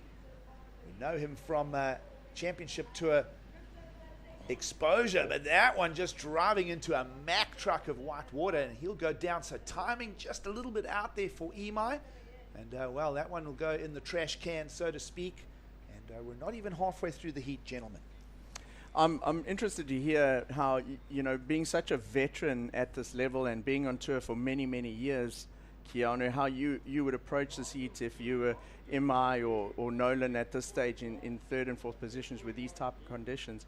Also taking into account that we've got solid swell today, and with no Hawaii Challenger Series events on the calendar this year, it's you know, it's nice to have some solid waves here for the guys to showcase their skills. Yeah, this is probably going to be the most waves that we got, you know, for any Challenger event. But here goes Jean Duru. This is a big section and a big turn. I think he's going to get a pretty decent score coming for that. Well, just that one turn. 6.1 will come in for that, gentlemen. So that's kind of sets the pace. A 617 for Marco Mignon earlier on. He's backed it up with a 4.1. So numbers top left of screen for the update as we hit the halfway mark in the heat. And as you mentioned there, Keanu was 6.1. Mike Frew, a slightly lesser number for Nolan Raposa with the 2-turn combo, but we will say, oh, here we go. We haven't seen any of these today. And he's moved down the beach for this one, so this is way off to the north. You may even feel Jean Duru after that set perhaps taking a number of duck dives and getting pushed over to the north side, but he's found himself an opportunity, Mark Frew. Yeah, I think when you're paddling out after a wave like that, you have to be open to taking advantage of the opportunities as they arrive. And look at this, it's the first left of the morning. It's a lovely wave. It actually reminds me a little bit of that Narrabeen final in terms of the wave size and the bowly nature of it, and he even gets a little cover up. So great to see that those lefts are on offer out there. As the tide drains, if there's a wedgie one, we certainly may see more of those lefts. Yeah, I don't mind that pick right there for Juan. You know, fourth priority, you just got with 6. And today is kind of the notion of the heat is where you're going to find your opportunity. You know, it doesn't necessarily have to be all the way at the point or wherever everybody's taking off from. You know, if you find an opportunity down the beach, take it. And that's kind of what I mentioned to most of the people that I try to help. Or, you know, surfing at Ballito, it's they don't have to surf from A to B to C. It can come from down the beach. It can be one big air. It could be one big turn. It could be a tube ride. So, you know, it provides a lot of different variety of maneuvers and all types of things. But here goes Nolan, real big opening turn and a nice finish. I like that. You know, he had a 5.5 on his last wave, and to me right there, that just kind of putting him right back in the heat. Well, building house, Nolan Raposa will get a bunch of waves on the head now as well. Two nice squared up. There was good definition to those backhand turns, Mark Frew, as he drew those. We'll have a look at it again in a second, but certainly ditching the 2-3-3 now, that's going to bring him right into the story. He's going to challenge Marco Mignot for that second place position. It was a nice set wave. I like how he set his bottom turn. Bottom turn was a bit drawn out, and that allowed him a little bit of an opportunity to really identify where he wanted to place the board in those turns.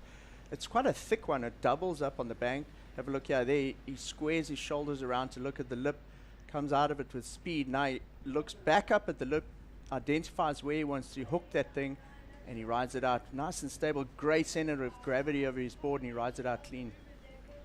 Lovely definition in those turns from Nolan Raposa. Judges' scorecard still open on it, having a think. Either way, he's going to add something to his already 5.5 in the lineup. And strong argument, gentlemen, that it could end up being the best wave of the heat thus far. Yeah, I liked it for the best wave of the heat for sure. Here goes Juan. Just again, down the beach, finding an opportunity to one big hit, squaring it up. Oh, that's what we want to see. And Jean Duru knows that as well. So good numbers starting to come our way in this heat, gentlemen. We're lighting it up. That section down the beach gets particularly heavy, and looks like John got that wave way down, almost past Surfer's Lane. So he'll be paddling it back to this. He's got a long paddle back to the sort of main lineup. But it looks like he's in the second part of this heat, Keanu. He's really doing his own thing down there on the lefts and the rights. Yeah, it's funny how, you know, heats work sometimes. You know, you're almost like building a rhythm or building a beat.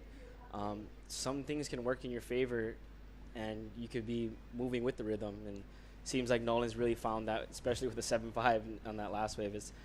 He's really kind of taking control and letting things come his way and moving to the rhythm of the heat. You know, and it's good to see that. I really would like to see Imai try to get a good wave and get back in this heat. The times, you know, he's still got enough time, but it's ticking pretty quick, especially if you don't have any scores.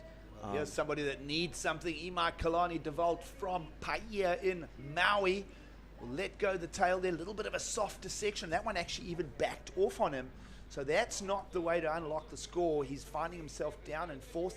He's got some work ahead to do. And Keanu, you know, 13 minutes to go. He's got to find some rhythm and some feel and flow. You spoke of it. Every heat having a little bit of structure. As we just track Nolan Raposa here, he's ended up all the way down to the north side. This is the run past the judges' tower right now. And he'll be looking for that easy paddle out, and there aren't any easy paddle out, so it's all about the timing. It's all about getting the right amount of flush and rip current to pull you out, as we're dealing with challenging conditions for the challengers today here. Yeah, challenging conditions for the challengers. I love that. It's tricky. It's not easy. You know, it's like Alejo was mentioning, he didn't even catch a wave this morning. He just wanted to save it all for his heat. Yep. And I thought that was really, really smart choice, you know. And you kind of tend to see the breakdown of strategic kind of even preheat stuff. You know, it's like guys like him, they're planning ahead to set themselves up. So it's good to see that, like people just understanding and structuring. And on a day like today, some fitness definitely. Some fitness is going to play part in it. We'll talk about heat approach and everything else that it takes to get a heat win here in Ballito after the break.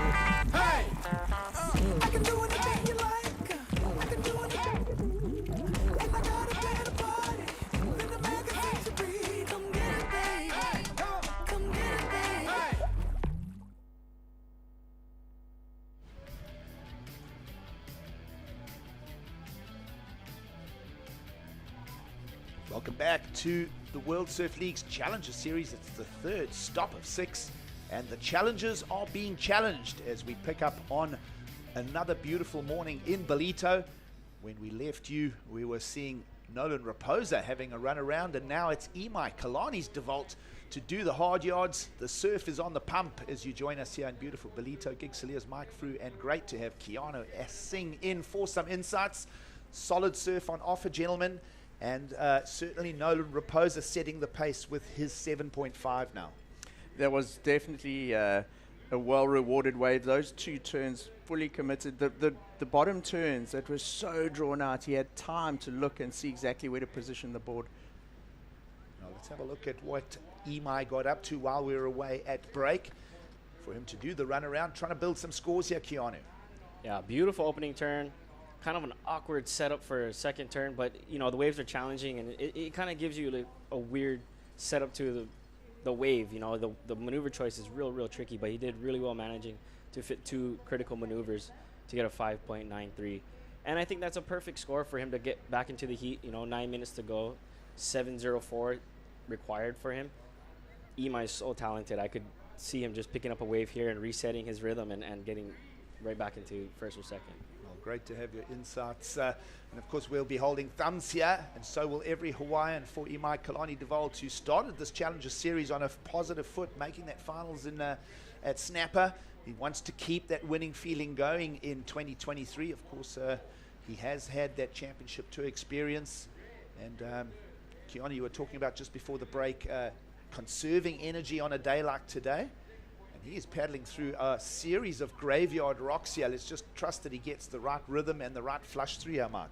Yeah, he's going to perhaps get a set or two on the head, but as we've seen with previous heats where they've adopted the strategy, as you get close to the end there's a lot of undercurrent going under those big set waves, and it kind of like pulls you around the front. You've got to get about 80% of the way out under your own steam, and then the rip will do the rest. Well, I like that quick pan of the camera, because what it did is it referenced where Imai Kalani Devault is paddling out and where the primary takeoff area is. Waves unloading here as the tide drops out in Ballito, and Marco Minho will try for one of those. The wind will just waft it away. That wind pretty strong out the back there, about 20-kilometer winds, 15-mile-per-hour gusts, and certainly when you do a kick like that, Keanu, you're not going into the wind. That wind is across the screen right to left. Yeah, it's a lot harder to get, you know, your fins above the lip and really stick it, especially when the wind's going at your back. You know, if it's coming at your face, it's a lot easier to keep your fins in the wind, and your board tends to go a little bit more inverted and stick to your feet. So kind of a challenging maneuver choice for Marco. Not my favorite, but you know, just looking to keep pushing and try to, you know, better that score so you can get a 6.8 8-1. It's, you know, it's not an easy score to get, so I could see why he went for the fin throw. Meanwhile, Jean Duru at max warp speed comes out of that heavy section. Already a pair of sixes, a high 687 in it. Jean Duru showing championship tour experience, former championship tour experience. And have a look at how hard these waves are breaking, folks. It is bone rattling out there now with the low tide. Kind of looks like he's surfing Waimea shore break. But I love his approach. You know, he understands that if he can do one big massive turn, he's going to get scores. So he's just going down the beach and trying to hammer the lip and get some scores there.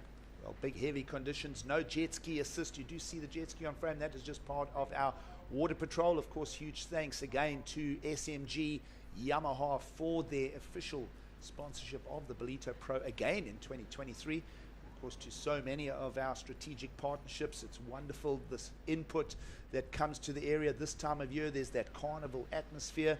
Keanu, you're speaking about the tangibility of the excitement. Of course, all the flavors and sounds. What about the food? What about the cuisine? So much to talk about. Let's have a look at this chip-in from Jean Duru in the meantime. This is a max wave. This is the Waimea shore break I was talking about, but squares up off the bottom, kind of tricky timing, but it was big enough and it was cool enough. I think he's going to be bettering his score. Well, we'll wait for that number to land. Does he improve or not? It's going to come in just a touch short. Keanu, 5.57. The top of screen now is updated numbers. So let's have a look at it. Raposa with the strength of that 7.5 out front. Let's ask a few questions. Firstly, where is Imai Kalani DeVault in the lineup? He's found his way in. There he is in the white singlet. He's got to find a 7.04 in the lineup. And Marco Migno went to the air. That's not going to answer any questions for requirement of a 6.81. And now perhaps a little bit of pressure for both Marco Migno and Imai with just over 5 minutes to go, gentlemen. Keanu, from a coaching perspective, you've been helping a lot of the juniors that have found their way onto tour this year and back home. And what kind of advice do you give them watching the heats and looking at these kind of situations where surfers are under pressure like Marco and Imai now? Mostly like advice that I try to give, you know, in a situation like this is, in my reference would be situational awareness. You know, third priority, if I'm playing this out, I would be Imai. You know, I have third priority and I need a 7. So in my mind is how to keep your composure, but also like don't like live in that pressure and let it crack you. You know, just live in it and own it and understand it. And when your opportunity arises, is capitalize on it.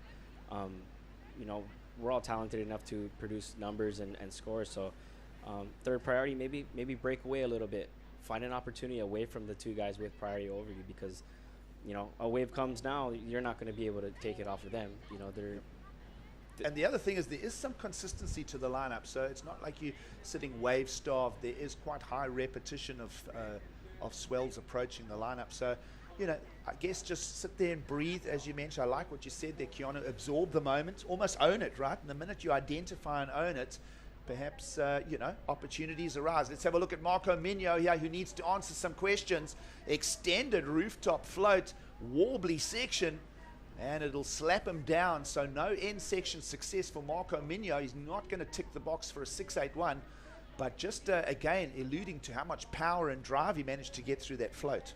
Yeah, that was a pretty tricky section. I wasn't expecting him to do a 20-minute floater. That was pretty insane. I liked it. And like, again, you know, these end sections are so hard to hit and land. It does not do its justice by watching on the screen. But as you can see, sets up this wave, pumping down the line. I thought he was going to go for an air right here, but he went over a long section just to set this up and kind of came unglued. It was super tricky, and like I said, that end section is so warbly and wobbly. It's real tricky, but you know, good approach.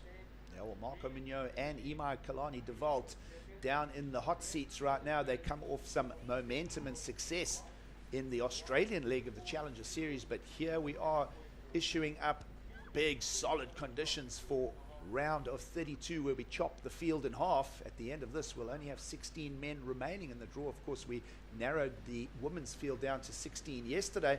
There's an activity chart. Those are all the waves selected. 6 waves for Migno and DeVault, who've been constantly looking for opportunities. the least amount of waves caught by the heat leader, Nolan Raposa, and one of them as high as a 7.5. He's been super patient and very selective in terms of what he's taken out there. Just that short 2.33, but he does have the highest single wave for that 2-turn combo. It was a pretty solid wave, that may be one of the bigger waves ridden in the heat so far, and he's rewarded hanging on to that first place position, and importantly going into the last 2 minutes with priority. Well, Keanu, on screen we're seeing priority with heat leader Raposa, who just seems to be now shadowing both Marco Mignot and Imai Kalani de Volt. And well, he'll have no issue just exercising that priority as a blocking strategy now as we're down to 90 seconds. Yeah, for Nolan Raposa, like what an excellent surf heat. Every wave, this is kind of how you want to surf a heat. Start off with a small score, the next score is even better, third score, best wave with heat. So he's just hanging out. There's no reason for him to select any other wave that doesn't look as good as a 5.5. If it doesn't look better than a 5.5, then I'm not riding it. But, you know, very well heat management and perfect execution. And somebody like Imai, a little bit different. It's a little harder. He's kind of looking for an opportunity, you know, to kind of get him back in the heat. You know, hopefully a wave can slide in underneath in about a minute and get a buzzer beater. Hopefully, I'm going for the Hawaiian guy, but you know, this is just how some heats break down, and you know, some guys have the rhythm of the heat and they only need 3 waves, and some guys need, you know, just a couple more. So that's just so many different ways to break down heats, and you know, unfortunately, Imai just needing a score at the last minute. Well, we kind of feel we owed some sets here. They approach the lineup. This is further down the line. This is Marco Mignot, who'll go into the trench and get steamrolled. So incompletion for him. And with 30 seconds to go, his numbers will remain as they are. He is stuck down in third. 23 seconds to go now. We literally are clock watching. We know that waves are coming in 2s and 3s. We'll see if anything still approaches the lineup for an opportunity perhaps for Imai Kalani de Volt, who's just hovering in that second priority. Jean Duru seems to have done a lot of his work further down the beach, Mark, and he's kind of stayed away from it all, and he's got his job done. Yeah, he has. He's almost distanced himself completely from the other 3, and that strategy paid off for him. Well, a busy ocean, lots going on, and now the clock is done. We'll just wait for a final score to tidy up the scorecards. But it's looking like that is going to be the official result. We're not seeing any challenges from Marco Mignot and Imai Kalani de Volt. And the conditions are going to get the better of the Hawaiian and the Frenchman, who both had, as we mentioned, success in Australia, especially Imai Kalani coming here sitting second on the Challenger Series. And now, gentlemen, we're going to lose him out of the draw. He'll be already thinking about the US Open of surfing.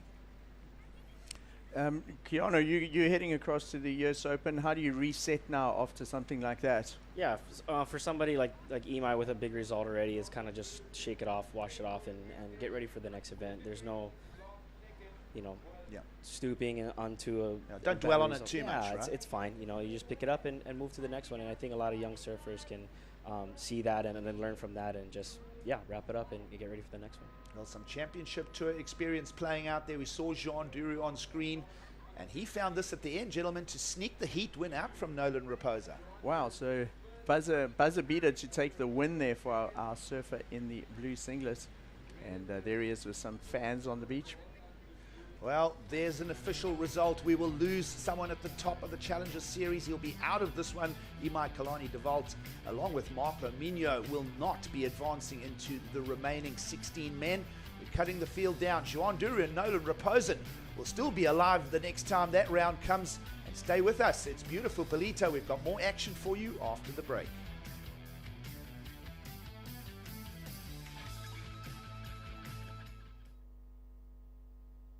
Campeão. Campiona. Champion. Campiona. Juara. Champion. Batal. Champion. Champion. Champion. Champion. Champion. Champion. Champion. Champion. Champion.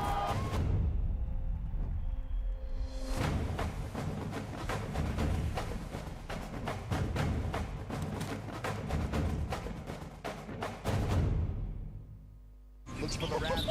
It's a huge one and stomps. Yes, that time again. Leveling up, doing my thing. Yes, that time again. Defending the title, king of the ring. It's that time again. Don't wanna win, I'm cutting you off, cause it's that time again. Yeah, it's that time again. Yeah, it's that time again. Leveling up, doing my thing. Yes, that time again. Defending the title, king of the ring. It's that time again. and Gilmore getting busy.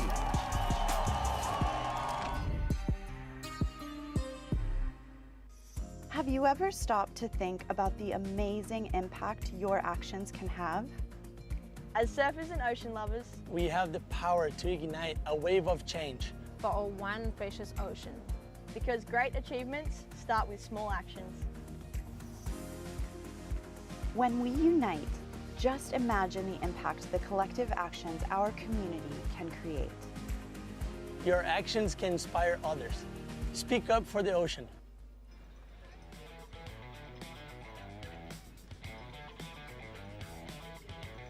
You're with us in beautiful South Africa.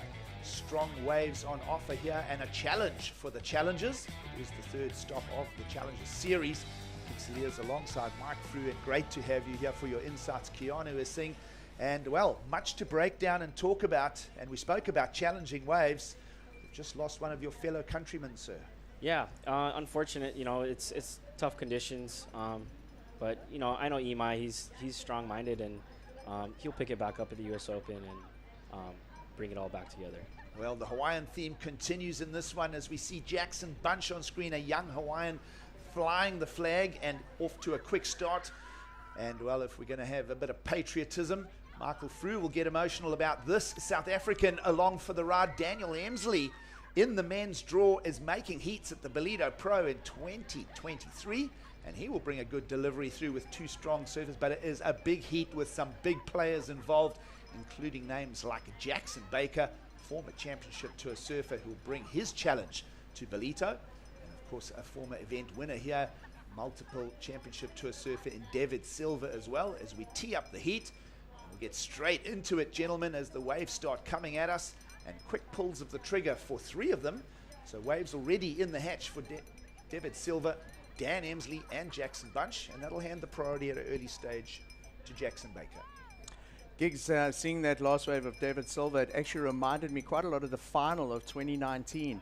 It was held in similar conditions, a building swell and a strong southwesterly wind.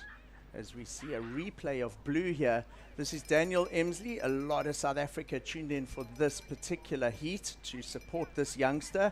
He was in the juniors, and he finished second to Ryan Canalo about a week ago. And a great fluid opening ride for him, stable, gets a couple of maneuvers, and that'll settle his nerves in this heat, I'm sure. Well, we'll see how Daniel Emsley fares against a tough field here at the Challenger Series.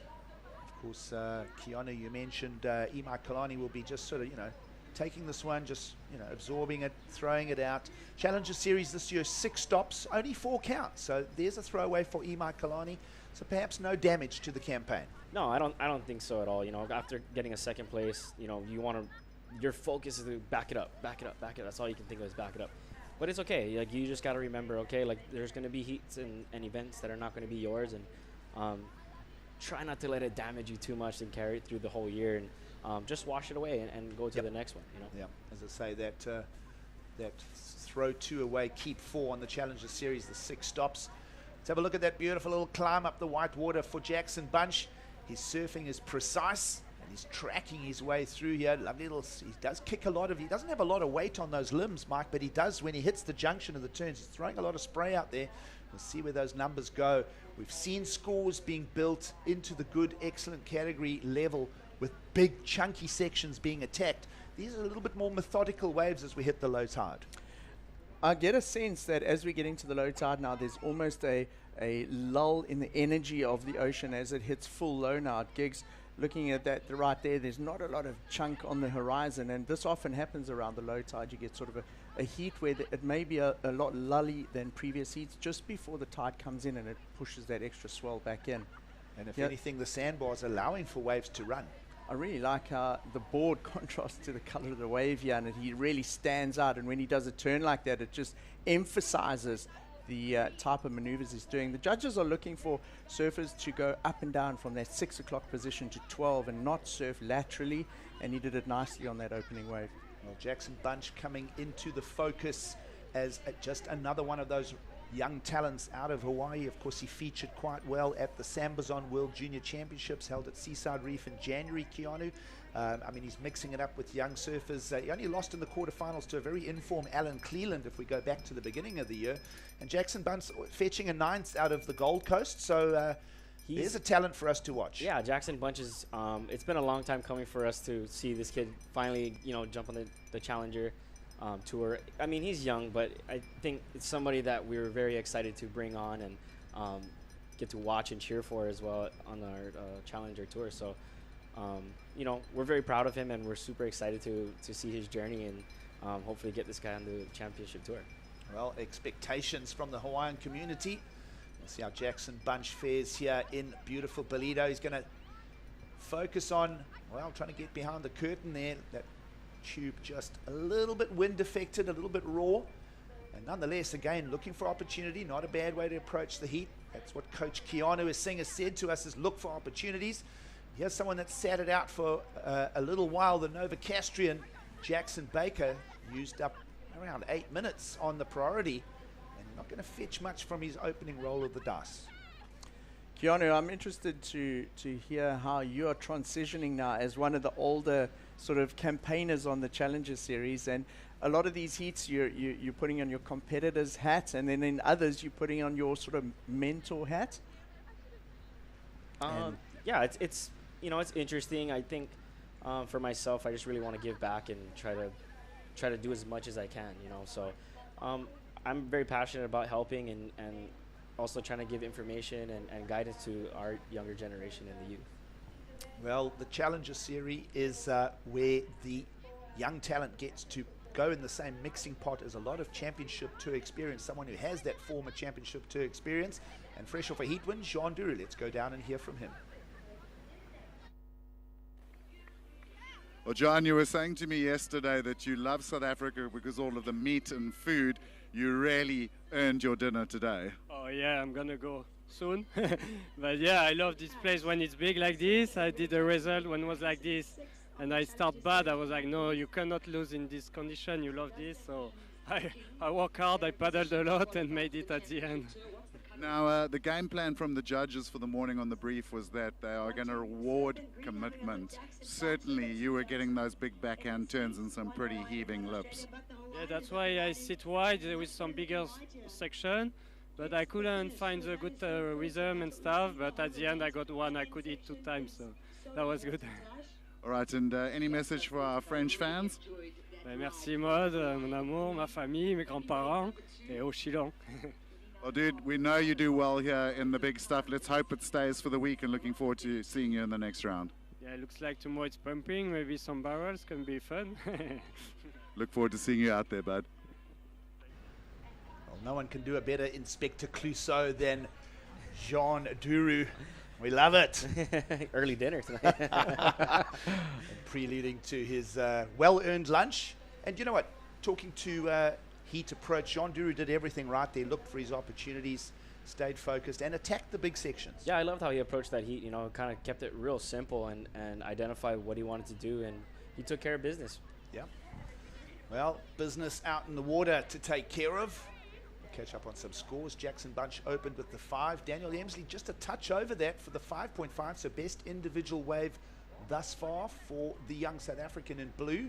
If you recognize the name Emsley, it is the nephew of the family tree. Yes, Greg Emsley, former championship tour surfer, who has played a strong role in the coaching crossover as well. Of course, Greg Emsley steering Bianca Buitendach to a silver medal at the Olympics back in Japan in 2021. And of course, always that excitement when we talk about Olympics of 2024 coming up next year with Chopu on the world's focus. That's a lot to talk about. But back to Daniel Emsley.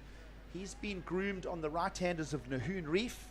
We've been watching him as well, in the same way you, Keanu, have been watching Jackson Bunch and the young crew. Daniel Emsley's that next chapter of push out of the Rainbow Nation of South Africa. Yes, in shot there, we just saw the East London support crew, Thomas Lindhorst, who was the wild card for this event, and Daniel's coach, Greg Emsley. As you see up and riding here, Gigs, previous winner of this event, David Silver. His name is engraved on the trophy that's next to us here in the studio. Wow, I mean, what a good-looking trophy too. We'll talk about that in the coming days, but it's got the full theme of surfing and the Shaka Shield, the Zulu Shield, all emblazoned together. It's one of the more beautiful trophies that we've seen. And Keanu, have you managed to soak up any of the culture? Have you been around? Have you been to any of the game parks? Experienced something like that? I always try to do something and always go to visit or do fun things around here, especially with Mike. Mike would always go take me surfing, and it was just real fun to kind of get out of the simple zone of the contest area and go and venture out and do some fun things and eat some different restaurants and go up and down the different coastlines and check out the town and the city. So for me, I really love coming here and getting to see, the game parks are really cool, and I always try to encourage others to there's some of the Hawaiian crew and the South African crew. But yeah, it's always good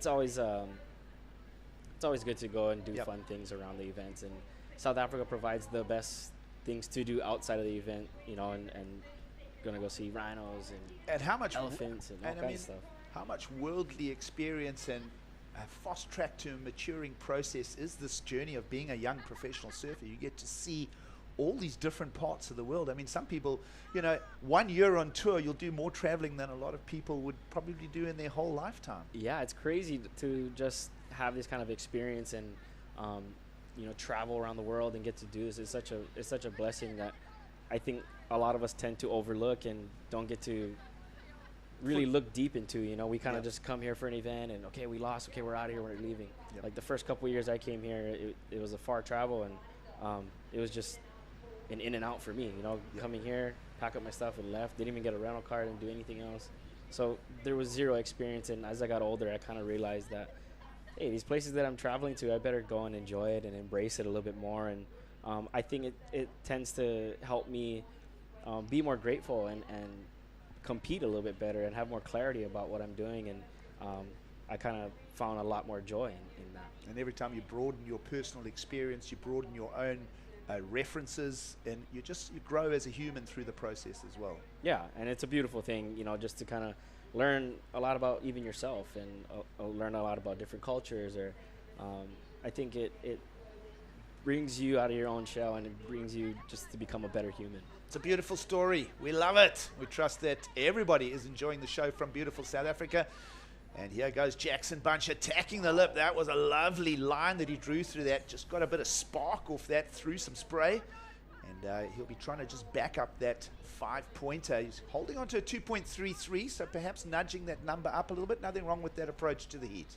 Great to see him get a wave off the other two competitors there. There certainly is a lull in this heat, Gigs. There's been almost 15 minutes. If we look at the board, no massive scores on the board. I liked how he went turbo into that turn. He flicked it around. I don't know if it was this green spray on his board in contrast there to the wave, but it really looked impressive. The wave just offering up the one score there, the one turn there, but very fast and fluid from our Hawaiian competitor. I know that a lot of the South Africans all over the country have tuned in for this heat because we've got young Daniel Emsley. He is one of our brightest young stars on the world tour, and I know they'll be hoping for a result here. And like Keanu was possibly a bit biased towards the Hawaiians in that last one, Gigs. I'm kind of got a little rooting for young Daniel here. There's a difference between emotional investment and bias. Well, we'll see where the South African goes. He does hold the priority as more waves on the way marching into Ballito here. That wind ripping across from right to left on your screen. It's a strong southerly buster, we call it. You get a similar pattern of cold fronts coming up the east coast of Australia. It's very similar to that, ushering in some of these lines. Jeffreys Bay was solid at sunset last night, and well, here are those swells. They've done that march, the 1,000 kilometers overnight, and they are thundering into the lineup here. You'll see a real unload of energy here, and perhaps on the low tide with that size set, there's really not much to work with. The guys have got to look for those in-betweeners, and that's what we've been seeing as we've been hitting the low tide conditions here, Keanu. Yeah, it's pretty interesting just to look at the ocean and really see how different it really got just from even 20 minutes ago or 30 minutes ago. The last heat looked completely different, and you can really tell that the the tide is super low and all these waves that they're just duck diving, there's really no shape that they can jump on and get any maneuvers going. So, you know, as you see on your screen, they're just duck diving these waves, just, you know, no shape to kind of ride or anything, or to surf. So it's going to be interesting to see how they pick apart the smaller waves and really put together a few turns on these smaller ones. Well, still plenty of time to do that. Jackson Bunch did improve his number, replaced a score with that 417, so smart strategy, moving in the right direction. I'm surprised the two surfers with, you know, the most experience here, former championship tour surfers in Jackson Baker and David Silva, pretty low on the scorecards. And again, just to reference the judges' criteria this morning, they communicated it to the athletes. Even a single maneuver in the critical section will garner a good category score. Yes, Gigs, that's exactly what they're looking for. So top to bottom in the critical section with speed, power, and flow. And we have seen surfers advance through the heats with a significant score, like you said, just the one maneuver. But the wave's got to be clean. That last big set that rolled through, as Keanu said, didn't have a heck of a lot of shape to it. They were also very, very slopey, those ones, breaking much further out on the sandbank. So they're going to be looking for those maybe medium-sized ones with a bit more shape and potentially a bit hollower, because that's going to offer that scoring opportunity. Well, Jackson Bunch, a goofy footer, is approaching it with hooking it tighter in the pocket. We saw two goofies get the best numbers out of the previous heat.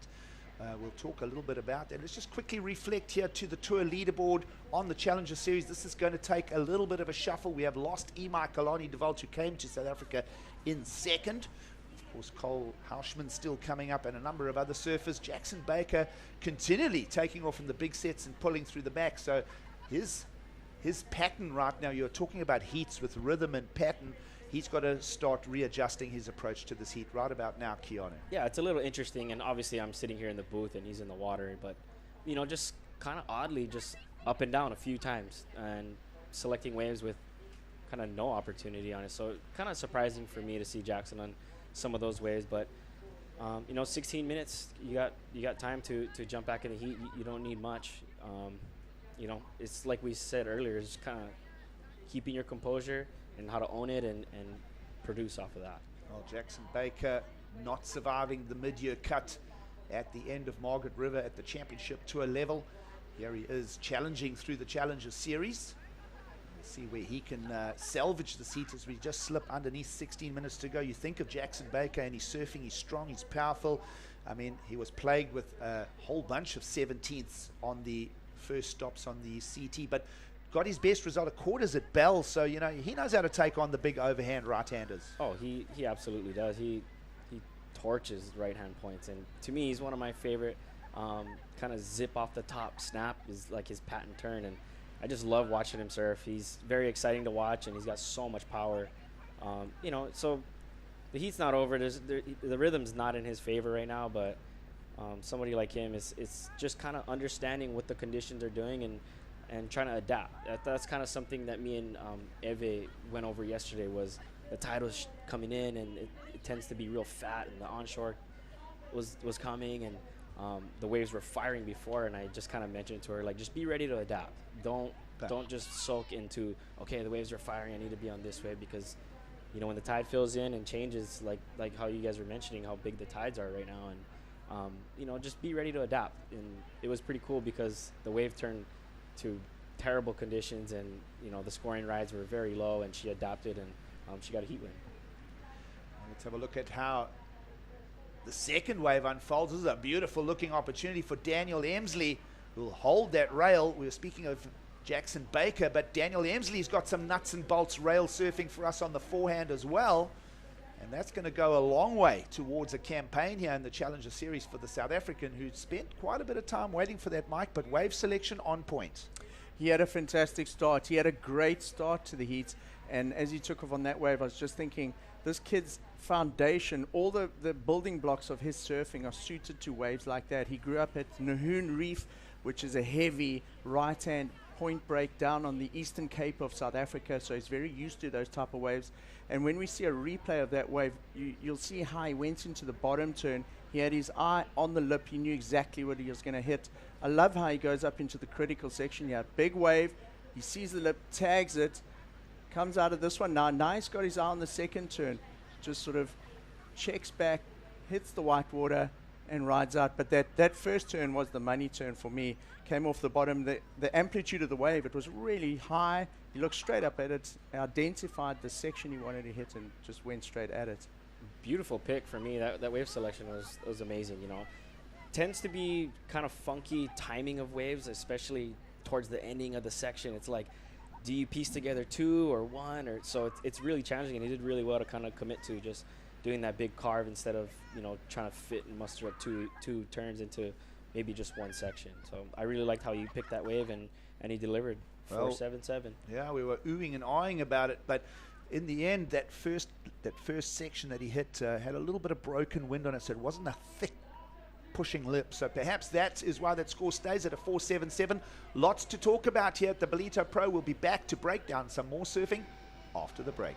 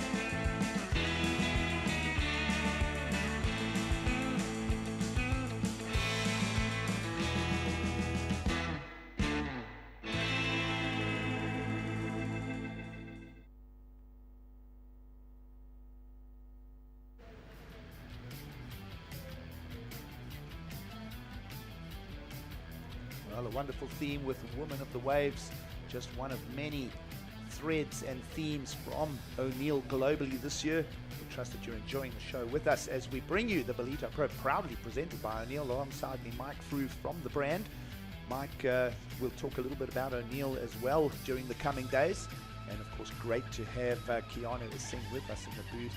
And Kiana, you were preluding to coaching Eva Wong, and that role, the women's side of surfing on the pump, we're loving it. Yeah, it's great. It's you know, it was exciting watching her surf her first heat. She was pretty nervous, and then she opened up with a huge turn, 8-point ride, and yeah, it's been fun, you know, helping Eve and trying to get her to you know, produce some heat wins and get through a couple rounds.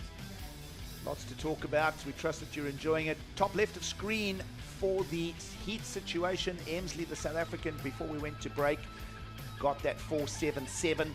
Attacked the section vertically, but it wasn't a super thick, heavy one. Although we sort of oohed and awed about the wave selection, it didn't really pull out the biggest score from it. Nonetheless, it's enough to be out in front over young Jackson Bunch. Now, here's a classic story to go with, gentlemen.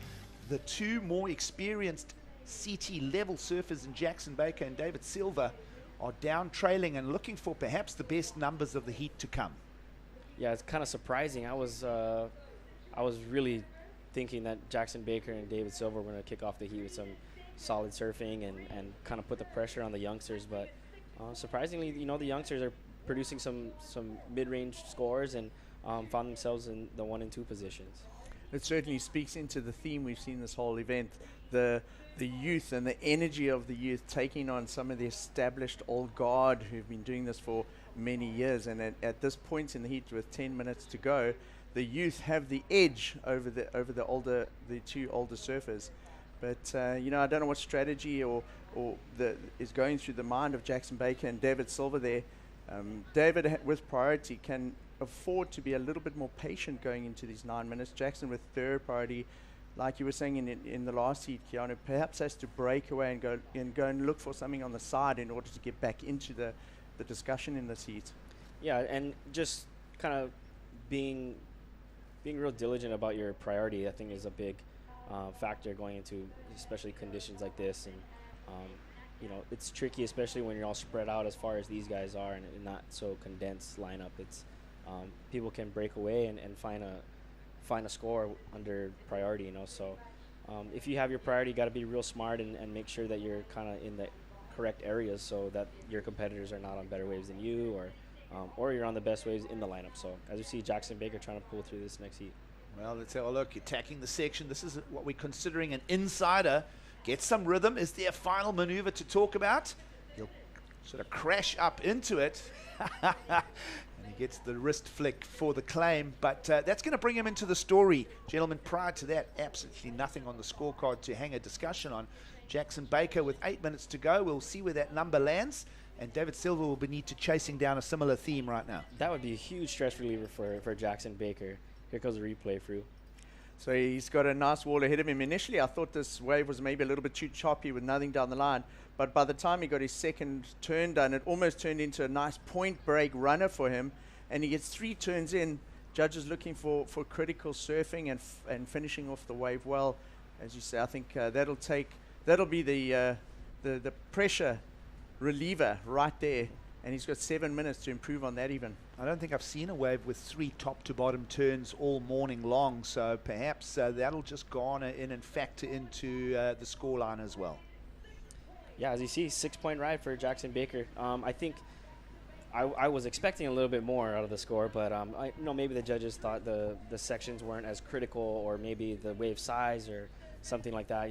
I really like that wave, so a little bit of surprise for me, but that's how it goes. Well, you said be open to situations. Jackson Baker on the way out looking for more than just that 6 that he's found. Daniel Emsley, the South African, who is leading the heat, will want to improve on the 4.77. Here he goes, the section to attack. Lovely, gets some body dynamics involved, and then hits a couple of speed bumps on the way down. And folks, just when you think, there's a nice clear run coming again, lots of bump, lots of power, lots of energy, and it's raw elements. It's challenging for the challengers. Let's see where Jackson Bunch can go, because he would have heard Jackson Baker's last score of a 6. He'll want to up the tempo of his own, and he'll attack and sting the inside section, and he'll emerge. There he is. So some stuff to work with, gentlemen.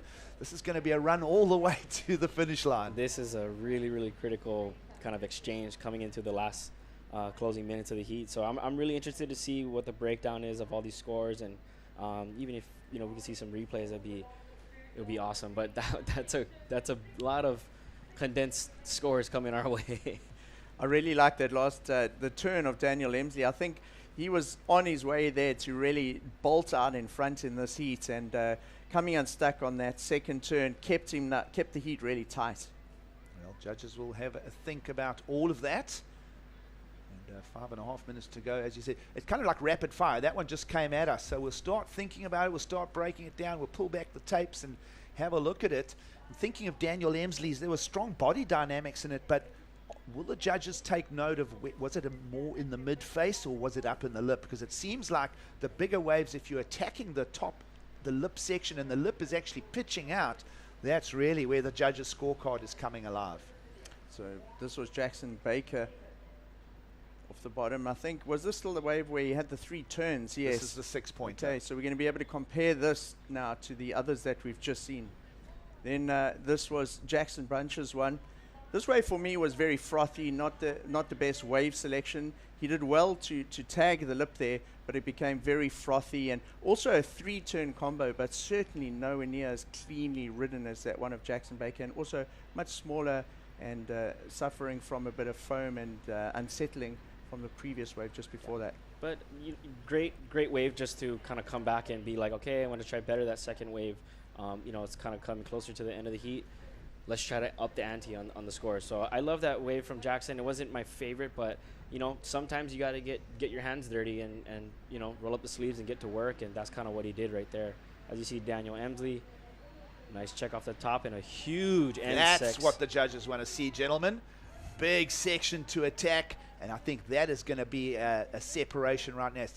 Those 2 turns there from Daniel Emsley will go way north of his previous carve to the face. So that's what the judges want to see. We saw Jackson Bunch as well, just grabbing another opportunity on the left-hander. Didn't reap in much. Judges' scorecard still open for exchanges, so we'll let those numbers settle.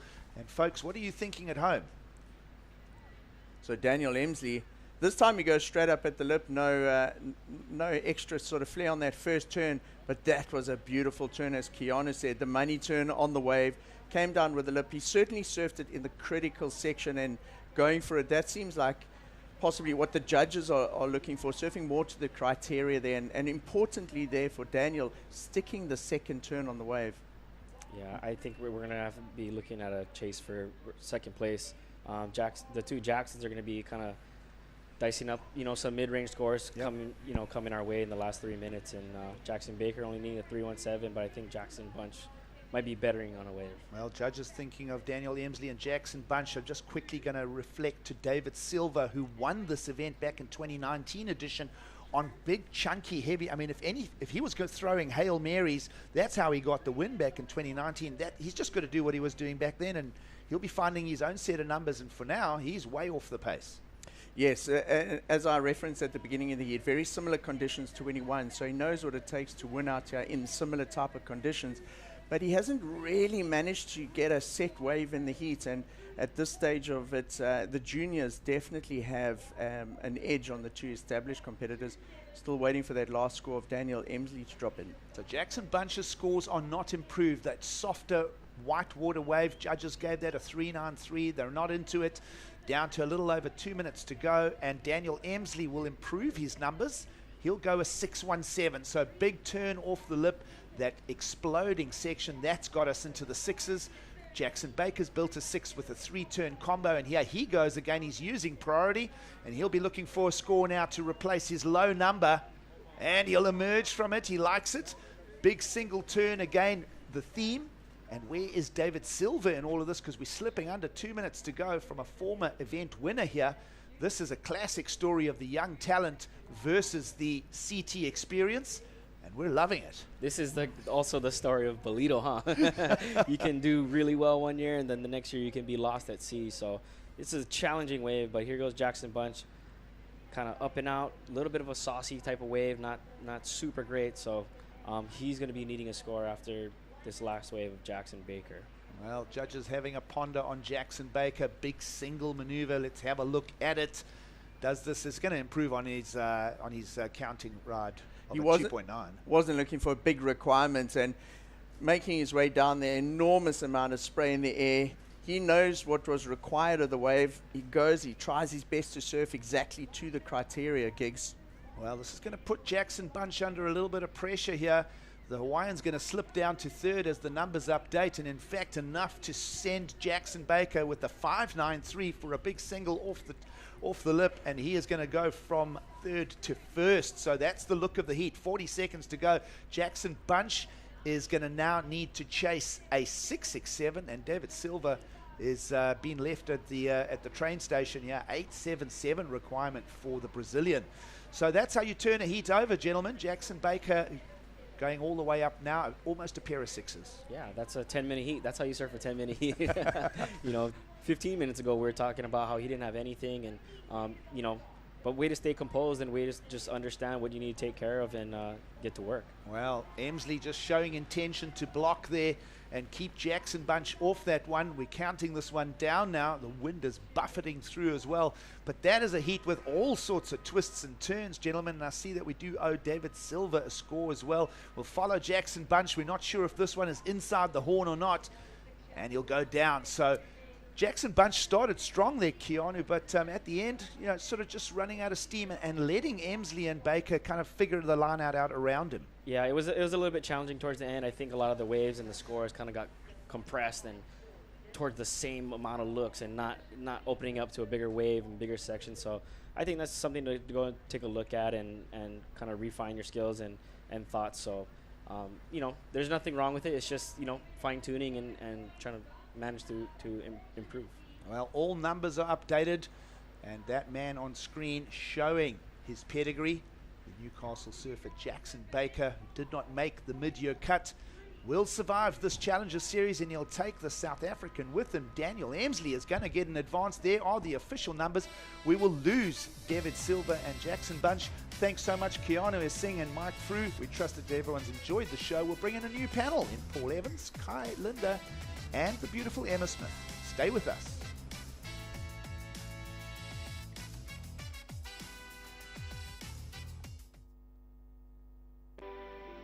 Welcome to Kwadukuza, the destination for all seasons. Nestled on the breathtaking north coast of the Zulu Kingdom, this vibrant town offers something for everyone.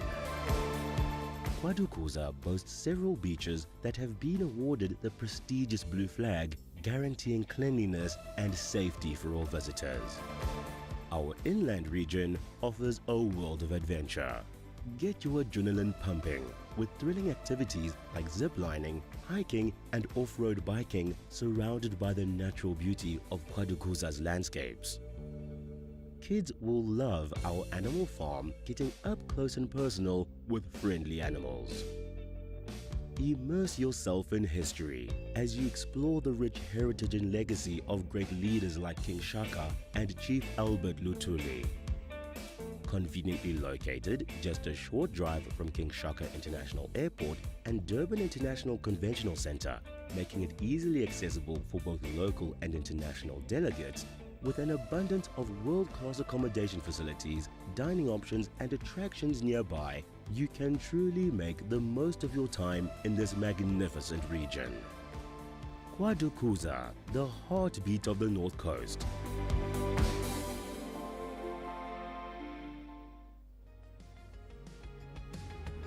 The Ballito Pro presented by O'Neill is brought to you by O'Neill, Kwadukuza Municipality, Monster, SMG Yamaha, and Coca-Cola.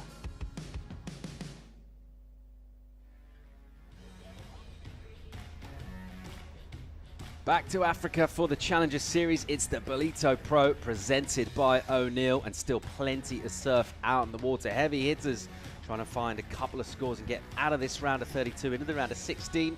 Here to talk you through the next action out in the water. Joining myself, Paul Evans, Emma Smith, Kai Linder. How are we feeling? Excited. I'm feeling excited. Kai? Yeah, it's heavy out there and some big scenes going down, some heavy hitters just not performing at all. Yes. And excited to see Dan Emsley through to the next round. Some big experienced names, but reputation will only get you so far. It's all about getting the scores done. Let's set this one up. We'll see this guy here, Kaulivast, the Frenchman out of Tahiti on the backhand. And already a decent start for him. He's taken on 3 Americans in the form of Chloe Andino, Nat Young, and Cole Hauschmund. And Cowley coming in here, finishing second on the qualifying in Europe. And bringing in loads of confidence, a former junior champ at that level as well. He had a wildcard slot in Tahiti on the CT as well. And he's also got himself into the Olympics as well for next year. So the rise of Kaulivast continues, but a really tough heat here, Kai, and he's got some experience to go up against. Yeah, California knows how to party. These guys all staying together in the same house with Kaloa and all the boys from California. So there could be some bad vibes in the California house tonight. What's it like when you're staying and traveling with friends and then you got them in a heat? Emma, how does that play out? Well, you just make sure you put something in their coffee and then...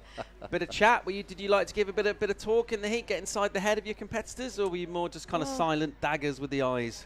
Well, I struggle on the silent front, but then I think it gets confused with trying to get in their head. So I remember once surfing a heat and trying to chat to a friend, while we were out there, and then she told me I'm trying to suck her up. So you've got to find the balance, I guess. But you were. Big stormy lumps coming through out here. A couple of numbers in already. Vast with the 317. It's throwaways. Well, small numbers really for Young and Houchman. 1-4 and a 1-5 for them. Andino at the moment. He's waiting patiently 35 minutes to get 2 waves.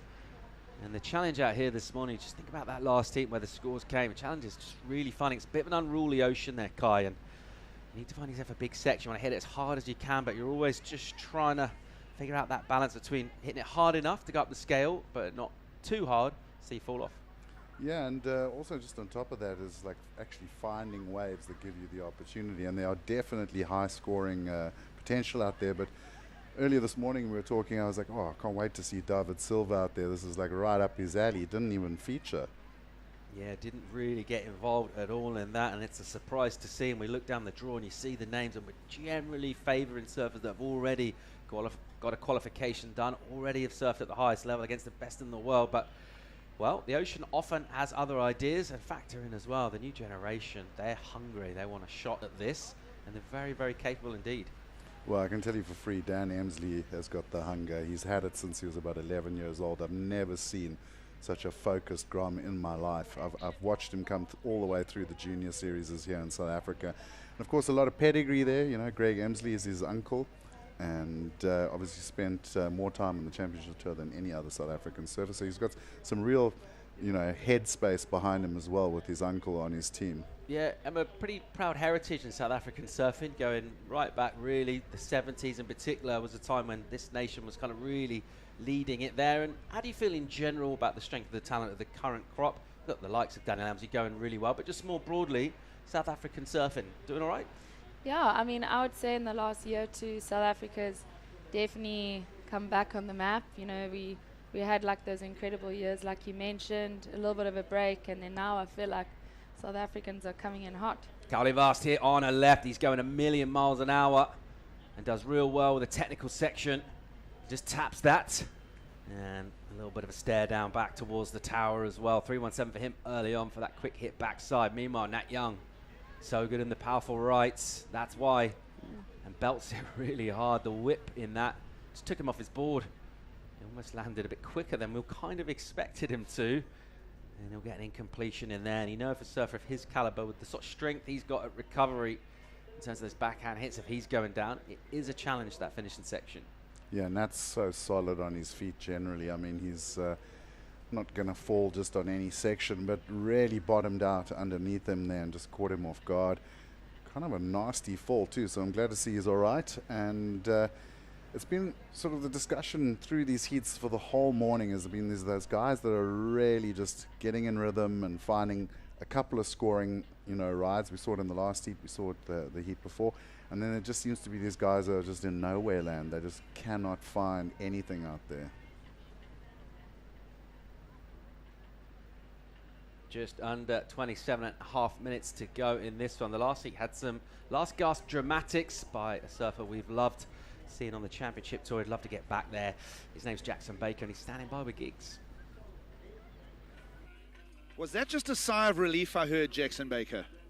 Oh, that's just one of those ones that nothing goes your way and you just got to keep fighting to turn it around. I think it all started with that first one I got bucked off on, and it probably was, I couldn't really see the wave because I was underwater when it hit me in the back, but it looked like a really good wave, and then I was just out of priority, out of loop, out of everything, and then I don't know, there's always that self-belief, but I guess those doubts come in. But I mean, I've been doing this for a whole long time and having heats like that on the tour, and I guess I just had to channel that, and yeah, it wasn't pretty, same as the other heat the other day, so to sneak through two like that, I'll take it. Well, 10 minutes to go, you had the entire Nova Castrian squad sweating there. Oh mate, he had me sweating as well. I didn't even know if I was going to get another opportunity, but yeah, like I said, been doing this for a long time, and it's good that I know that I can turn it around. And like I said, it wasn't pretty. So for me, going into these next few rounds, I really want to show up. That for me is barely surfing at all. I was just kind of getting it there and getting it done.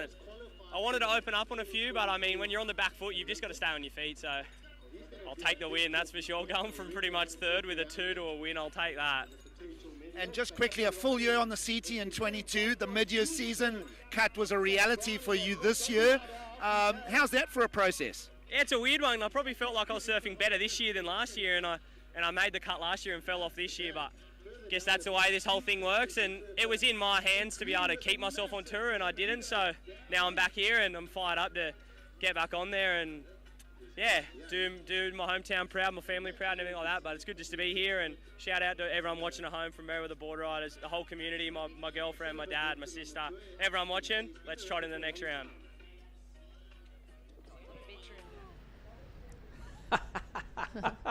Love that head there from Jacko Baker. An honest and interesting debrief as well there with Giggs.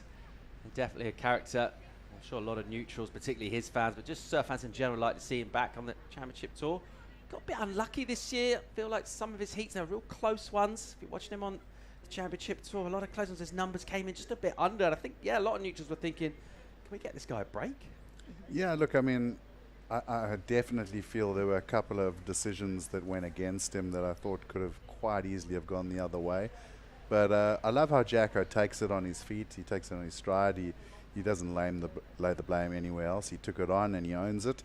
And the turn needs characters like that too. You know, this is not a boring sport. You know, we're a sport that comes from quite a vibrant culture, and a lot of humor is always good. And definitely want to see him back on tour. I think he certainly deserves to be there. The Americans watching on there. There's 3 from their country out in the water. Of course, 4th of July yesterday, Independence Day. Over in the States right now, it's a new day, a new dawn. It's a little gloomy overhead. There's plenty of power out in the water. Well, one of their 3 will be going through, that's for sure. Possibly 2. Cowley Vast had something to say about that already, though. Dropping a 6 on the left, Emma. Yeah, Carly Vast, I've been watching him all year and I've just been pretty blown away. I mean, he's young and, you know, I've obviously seen him charging in the big stuff too, but to see him doing so well in the onshore slop too, it's pretty exciting. Well, this was during the break. Cole Hodgman got a 7.0. Lovely little fin blast to start things off. Goes over the bums. Big bottom turn. Absolutely laid into that second section. So 2 very critical turns, and the judges throwing out the 7. Yeah, think about the rhythm to his surfing as well. He just looks to be just completely picking up from last time we saw him in his last heat. It's not really changed anything at all. It's a winning formula. It's working all right so far. Picking up live action of Nat Young, who heaves a little bit of a raspberry of relief on the end of that wave as he gets a finish, and he'll be feeling that physical exertion as well. Live action behind the Tahitian. Cowley Vast whipping up high and tight in the pocket. Thought about another maneuver, realized it wasn't on. He'll just prod the ship back out the back, but Cowley starting off strong with the 6. Hushman with that 7. It's going to feel really, really good for Cole, Emma. Yeah, that was amazing. And I think, you know, it's like, as we see the replay now. Well, Nat took off on this one. You can just see him loading up that bottom turn. Wow, that was a really nice first turn. Doing really well to get up for the second maneuver as well. He could have quite easily just straightened out there, but nice big power whip, lots of speed, classic Nat. Yeah, had to adjust his approach to that, didn't he? Got the quick 2 in. There's Chloe Andino on the inside, so he's ridden away real quiet early on in this. Let's see what Chloe Andino is able to do here. Well, brother finding a nice looking bowl here. Starts off with a little hack off the top. Now waiting for the inside section and also doing really well. He loved it, so we're going to have to see where the judges go if they agree with brother. But it's looking like a good heat already. I mean, we had a few heats early on, Paul, that were like really slow starters. Just revisiting that chat from Jacko Baker as well and his kind of fortunes or misfortunes on the championship tour. Chloe Andino just could not, it felt like, get a break. Just sometimes that energy just doesn't seem to be with you. And we just watched him and kind of almost suffered along with him in a way, because sometimes it was painful to watch and he really did struggle, particularly considering some of his former heights, and he'd love to just to come back here and rebuild, and just a winning feeling is the surfer's love, right? He just wants to make heats. Yeah, and I mean, we all know how good he is, but sometimes things just don't go your way, and you've just got to reset. As we see Cole, he's got no need for resets, this guy. He's surfing so good. Holschman belting it there. Couple, again, of really strong from the bottom into the top, so the amplitude in the turn is vertical. Judges have stressed that. You don't really want to see side to side. And Hauschman going ham there. Into the lip a couple of times, already got the 7 in. It's going to be another healthy number. And Dino, 5.77 for him, decent. Gets himself in the convo in this heat with his opening ride, a 5 for Nat Young as well. Let's get another look here at Cole's wave.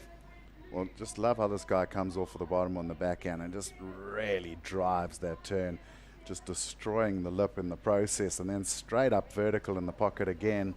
And he was like, I think I've done enough. I don't need to risk my ankles on the next section. Hauschman's going from strength to strength in this heat already with that 7 locked in. He'll get a little bit buzzed here, and he'll just kind of wait patiently. Looks like he's either thinking of doing the runaround, possibly an equipment change. He seems to have rode out pretty well out of that wave, but the lightweight equipment these surfers ride, even on completed turns, you can just do a mischief with your board. Let's have a look at Cowley's last wave. 4.17 for him. I like the first turn, and hopefully he can, yeah, and he does. Yeah, I think it It wasn't as solid as we saw Cole's wave, but I think it was a good backup for now. A little frothy, wasn't it, on the face as well. Generally, that doesn't hurt. I mean, you don't get scored for the colour of your wave, but when you got a bit of that white water on the face, it is harder to get that speed up, really engage that rail on the bottom turn. Cowley will prod his way back out and trying to get out of these 3 surfers. A heat with 3 of them all staying together and surfing together. I don't think Cowley will mind that, too, what he's really up for competitor. You mentioned some of the charging that he does. We saw him tow into about an 80-foot barrel 4 years ago, maybe 3 years ago, that September session that he had at home in Tahiti. But he's really good at competing as well, and seems to be able to always find a little bit of that intensity. Here goes the runaround, and he's getting a little drink as well. I don't mind that at all. Let's get another look at the 7-point ride from Cole. Well, he's just surfing so solid and has been since the beginning of the year, feeling his rhythm just super well to get over the bumps on that second bottom turn as well. And again, just eye on the prize. I love that first turn, just absolutely mows it and then goes in for the big crack. And 2 solid rides. He's got a pair of 7s. He's looking good up and top of the heat. I'm going to say, Paul, in the middle of this round, it seemed to like slow down a bit. I think it was like the dead low. Guys were really struggling to find scoring rides. It does seem to be improving with the pushing tide. There seem to be a lot more bowls out there for the guys to attack. Yeah, definitely. We talked about that energy sweeping, and right now it does feel like there's more peeling waves as well. Over that middle part of the wave, there isn't that gap between the two, and surfers able, well, in Cole's case in particular, to really tee off on the lip. Yeah, I think we've definitely seen an influx in waves in this heat, but I think what's come with that is a bit of a current. As you can see, the guys are paddling pretty hard and having to do the runaround. Do you like this tactic, the runarounds? What do you think? Is this a good call? It's gone both ways for me. Sometimes I do the runaround and then I'm so exhausted by the time I paddle back that, you can waste a bit of time. But couple of heats ago, Joan Duru surfed himself all the way down into the next bay, basically. Yeah, he was at sunrise. Kind of lurking down there a bit, and he's actually told, you know what, you're outside the contest area, he won't be scored down there. Had to paddle his way back up. It just goes to show the power in the ocean out here, and I think Cole's thinking he knew it was a decent score. Turns out to be even better than his 7. That's 7.33. He's got good numbers. He can afford just to come in. Doesn't necessarily need to burn energy trying to paddle out and get flogged on the sandbar. And now he can take that measured approach, get back in the lineup. I reckon he's still going to be in the lead. Yeah, well, he's carrying 2 solid scores already. And I mean, if we look at the heat totals for the winners in the round so far, 14.33, that's a pretty high heat total already. 16 minutes on the clock. He's going to come around the bricks and have the inside line. And because the other guys are also working so hard up the bank, they might actually be down on the second peak. And even under priority, he might sneak a nice runner. We've really been seeing a couple of waves run off the top of the rocks. So it's a good plan. It's hard to stay there. So if you can just time it and swing around the rocks straight into a set, he might just score a big break. Cowley with priority right now in this one. He's found his position where he wants to be. We're looking at the back of Timothy Bissot out of Guadeloupe, and part of that strong contingent of French surfers. 9 out of 10 from the QS in Europe that qualified for the Challenger Series were flying the French tricolor. Just the one Basque, Adour Amatreyin. But otherwise, pretty dominant stuff at the moment, certainly at qualifying level for the French surfers in the men's side in Europe. And Tim Bissot smashed out a big 8 in a previous heat. A low backup was still enough to get him through. And he'll be looking at these conditions and thinking about going big into the lip. But as well, 3 other surfers will be out in the water as well. These heats will remain stacked throughout this round, throughout the event. This is the penultimate heat of the round of 32. There's still plenty of swell in the water. This is pretty much exactly after every day. I mean, surf forecast, there's always a little bit of jeopardy involved. It's been pretty much exactly what it said on the tin throughout the week so far, Kai. Yeah, and talking about jeopardy there, Cole threw the dice on the runaround and he caught a big break. Absolutely clean run, just ripped out next to the rocks, and he's out top of the lineup already. So yeah, it's like last year we had big holes in the sand and stuff, and the year before we had like 1 or 2 magic moments, but we didn't have that nice consistency through the week. It was a little bit more difficult. And I mean, through the juniors last week, it's just been swell after swell after swell. It's been really crazy. I feel that really plays into Dan Emsley's hands too, because he's had a week prior to this event surfing heavy Ballito, so he feels really comfortable right now out there. and the forecast looks great. I mean, I think Sunday will definitely be a write-off. It looks like a major storm and swell coming, so pretty much look towards finishing up on Saturday on a lovely day in Ballito. Just over 14.5 remaining in this one. One of 3 Americans, Cole Hauschman at the moment. He's looking real solid with big total on the board. Kauli Vast of Tahiti is going through to the next round with him at the moment. Still the back half of the heat to come. More live action from the Ballito Pro right after the break.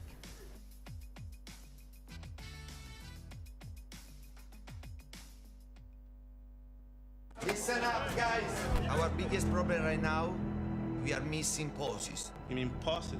No, pauses. The secret to winning is to pause. Time out! Let's take a break. In through the bunny hole. Down the big tree. You like it, Tom? Now you're talking. Gorgeous work, Antonia. I'm taking a step back. Sometimes you gotta stop to be an actual human.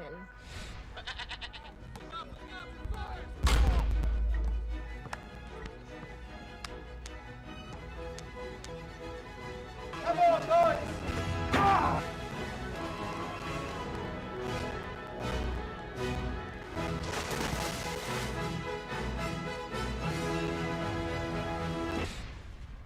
Hey, you'll get it tomorrow.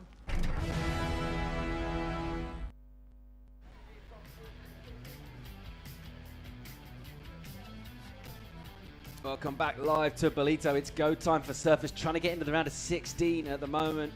It is Hauschman and Vast looking pretty good so far in this one. Decent numbers in for them. Real quiet. Chloe Andino, just the one way for him. 5.77. He's back and forth right now. It's not a big requirement though to attack the young Tahitian Vast. Nat Young, the veteran, also looking for a number. It's not a huge one.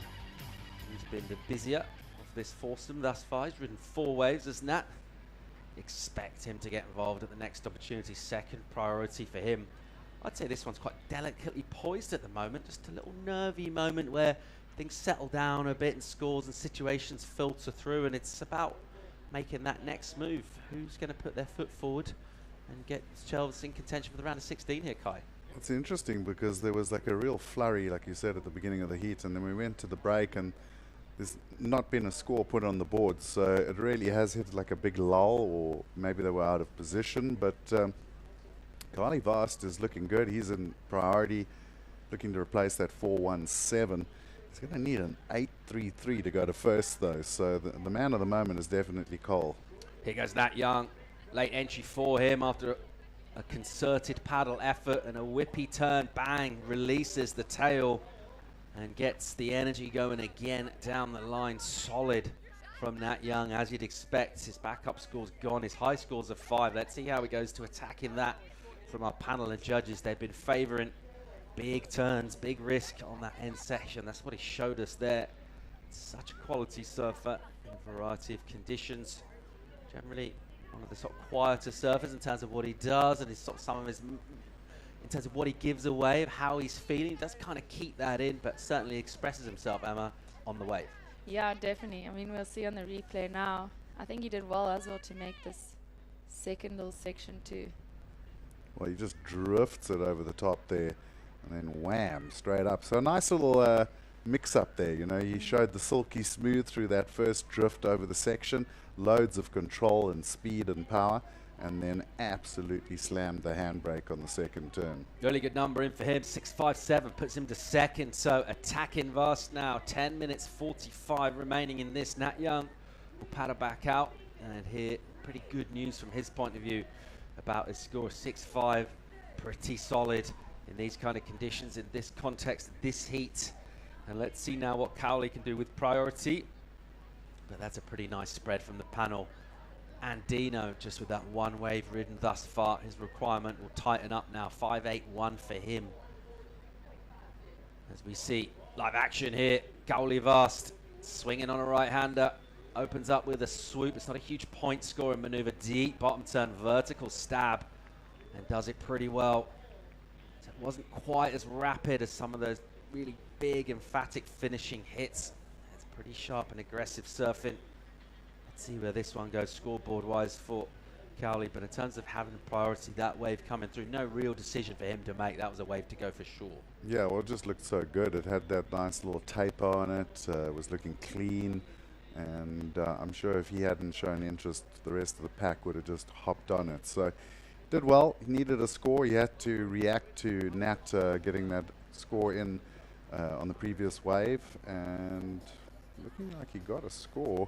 No, we're still waiting for that score. But watch this. He takes off, just waits for it off the bottom. Nice little power drive into the pocket. And now starting to look for that big lip line. Throws it up. Really good second turn. Yeah, this is quite a heat. I don't know if I'd feel too stoked to be in it. I feel like it's just going to keep changing. How do you think the judges are going to like that finishing turn? They're really comparing it to quite a lot of quite similar turns, particularly think of the other goofy foot in the water that's been hitting that lip up. Well, there are two of them, but Cole with the big sevens as well. Let's see where this one goes. I'll tell you the numbers in as we speak. 727, good score for Cowley. So threatened by Young on the scoreboard. And not wasting much time at all to answer back. Answers pretty emphatically. So his numbers are good with that 727 and the 6. And now those requirements are getting much stiffer. Young, 671. Andino, 7.5. Where's Kolohe? Yeah, he's been quiet. One wave ridden. I mean, he's in priority now, so he's going to have opportunity. But only 8 minutes on the clock out of a 35-minute heat. He's really not been busy at all.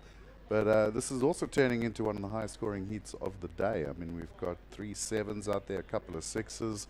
So it's really looking good. Just about 8 minutes remaining in this heat out in the water. This heat number 7 of our round of 32. So one more heat to come in this round. We're looking at Cowley Vast right now. He looks like he's seen a left here. Big lump coming at him.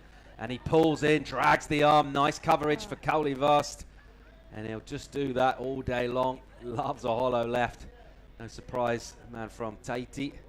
And getting some solid coverage on inside there. That'll bring us down to around about 7.5 minutes. But Cowley Vast, he's hitting lips hard backhand. He's getting barreled. Yeah, it looks like he's back in Tahiti.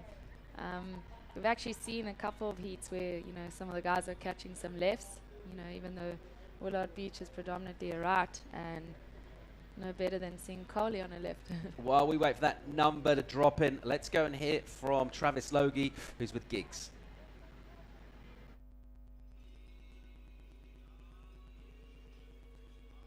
Yeah, guys, thanks. Down here for a situation and conditions update. Of course, a couple of mental conditions right now on the low tide, but we've got to look ahead to the rest of the day's program here with Travis Logie, Tours and Competition.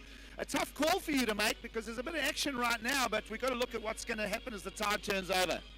Yeah, no, it's all good. Like, if we reverse engineer everything back from finals day, we're in a really good spot to take advantage of all the best conditions left in the window. Looking like a Saturday finals day, so we've done the heats. We're very happy with these 8 heats. It's been super entertaining.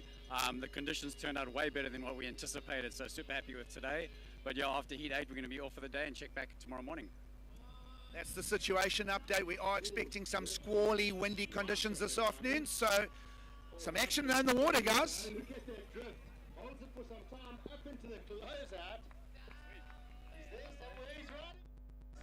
And he just goes from strength to strength in this one. Smashed out a couple of 7s, did a run around, have a little swig of rehydration from his crew as he was jogging around. Managed to get good timing, getting back out on the other side of the rocks at Bathers, and didn't really take too much on the head.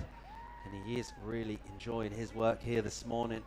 He'll look again to bring this into the inside. Probably a decent call in the position he's in of the heat. Let's see if he gets an improvement on that. But just that decision from Travis there. It's looking pretty good out there in terms of scores, but thinking ahead of what we might get, and it could get a bit tricky this afternoon, Kai. The other one's going to get a bit more gusty. We've already seen it pick up. There's been a little drop off for the last heat, so they've got unlucky really, but it could turn at any minute. And of course, if you go into another round, you're going to be looking at a lot of those surfers in the back end of that round getting the higher tide. So I think it's a great call. Look at this guy though. He is a man on fire. Lively bottom turn, just absolutely drifts the fins off the back of that first turn. Then just had to really fight through 2 different directions of whitewater off the back of the one. Look at the size of those quads. Cole could drop kick a Boeing with those things. Solid surfing from this guy right here. He'll do another run around here, and you can see very relaxed, really. Sometimes you get a close look at surfers doing the run around, and they're really feeling the kind of burden of pressure. He looks pretty happy with life right now. Andino needs to get going here. Projection move out the back, deals with some chatter. He's got some speed built up, and a big hit out of the lip as well on a troublesome section. Gets some nice release, and that's exactly the wave he needed. He's been too quiet in this, just ridden a single wave. That's going to count for him, of course. He's going to feel a lot better as well when the score comes in. Well, it's nice to see some life in Kaloe. Like, did an interview with him the other day, and he was just so Steely Dan, like really, really like quiet, and it's nice to see a little bit of flair, a little bit of fire in the gut. I like his interviews. I think he's a real honest guy. He's Yeah, like yeah. one of the, sports people, a lot of the time there is that kind of barrier, and you understand why, because they don't want to give too much of themselves away. But it's one of the things I think a lot of people respect about Kaloe is he kind of calls it like he sees it. Yeah, 100%. But I think back to sort of like his junior days, like he got quite aggressive at one point, and that's when I feel like he did his best competing, because he had that fire and he really wanted to. Things change. You're getting married, you're having a kid, you're doing things. I think we've seen a lot of surfers go through that dip as they move on with sort of their adult life. But it's also how they come back and come back into competing. And some guys have really utilized that to become better competitors and to refuel the fire. I think about Mick Fanning, Joel Parker, especially. Like those guys came back from starting a family and that, and just did their best surfing ever. So I think I like what I saw there. Really good surfing, and to see the emotion at the end of the wave, that's something I'd like to see more from Kaloe. Well, the second coming of Chloe Andino will need a bit more where that came from. He's chasing a big number, 7.5. It's a 6.6 for him. It's a decent score. He'll need more. The requirement comes down, 6.71. Just the second wave ridden. And at this stage, whether it was a tactic or whether just the way things worked out, it's catching so few waves in this heat so far. It's cost him right now. Probably get back to the lineup with time for a wave. Let's see if we can get physical separation from surfers with priority over him. Spread from our panel there. Got that score really on that final turn. A good number, but if he got that at the halfway point of the heat, kind of like he would have felt in the rotation a bit more, but the heat's just got away from him a little bit here, Emma. Yeah, I feel like he's maybe been a bit slow, but a bit maybe picky with his wave choice. But when he's been on a wave, he's been super fired up, as we've seen on the two he's ridden. Yeah, I think he just slightly more than his last one, he could be up in the top. I gotta say, looking at those haircuts for the Californian youngsters, I think there's a bit of grom abuse happening in that house. Tell you what, whatever Cole's doing, it's certainly working well from here. Leading that American charge, coming off the back of a win, goes excellent with the 8-1 on his previous wave out here, and once again, he's posting mammoth totals in this round, 15.43, and you feel like he's got loads more where that came from. Here goes Nat Young. He needs a number right now. He's looking for a 6.71. Just floats with loads of speed. So much spring in his step as he comes out of that maneuver with a ton of speed, and then goes up into try and float the lip line on a lip which is already kind of cascading down towards him, and gets flung down towards the flats. Won't get a completion there. And with a minute to go, and with Whitewater bearing down on his head, that could be it for Nat Young. Let's have a look. Well, he cruised into this thing, going absolutely Mach 1 on the backhand. Little float over the section was nice, nothing major though. Had to tap it through, and then this section just goes mutant, and got to say that was an IG clip worthy attempt at going for that lip. That thing was absolutely horrendous. So getting down, final 40 now. Hausman looking really good indeed. Just going from strength to strength through the rounds here at Ballito. And these bigger, more muscular conditions have provoked a strong response from that guy. Never really looked in doubt so far in this heat at the moment. Another Guthi in the form of Kauli Vast, the Frenchman out of Tahiti, holding down second position. It's a big number for first. He won't be too worried about that right now. We're going to get down to 10. And Dino will still be looking for a number, as will Nat Young, as we'll count down. But Cole Hausman coming with that form. It's always interesting to see how people react, whether they maybe start celebrating after their, just kind of take maybe that concentration. just kind of release a little bit in terms of that? Absolutely not. He looks fire here in Ballito. Yeah, and like I said, he started the year off with an absolute cracker. Got the wild card to go surf against the best at Kelly's wave pool. So he's having a great year, and it looks like he's going to continue. All right, Hausman and Vast advance to the round of 16. We've got a final heat of the round coming up. It's pumping in Ballito. Join us for more live from the Challenger Series after the break.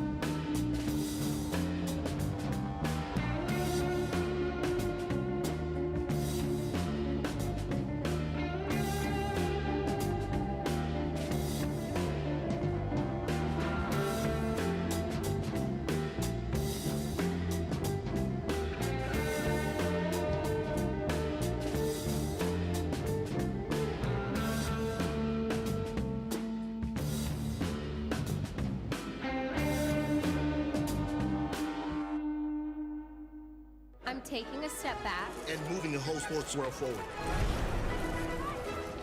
Sometimes you gotta stop to be an actual human. Pause is power.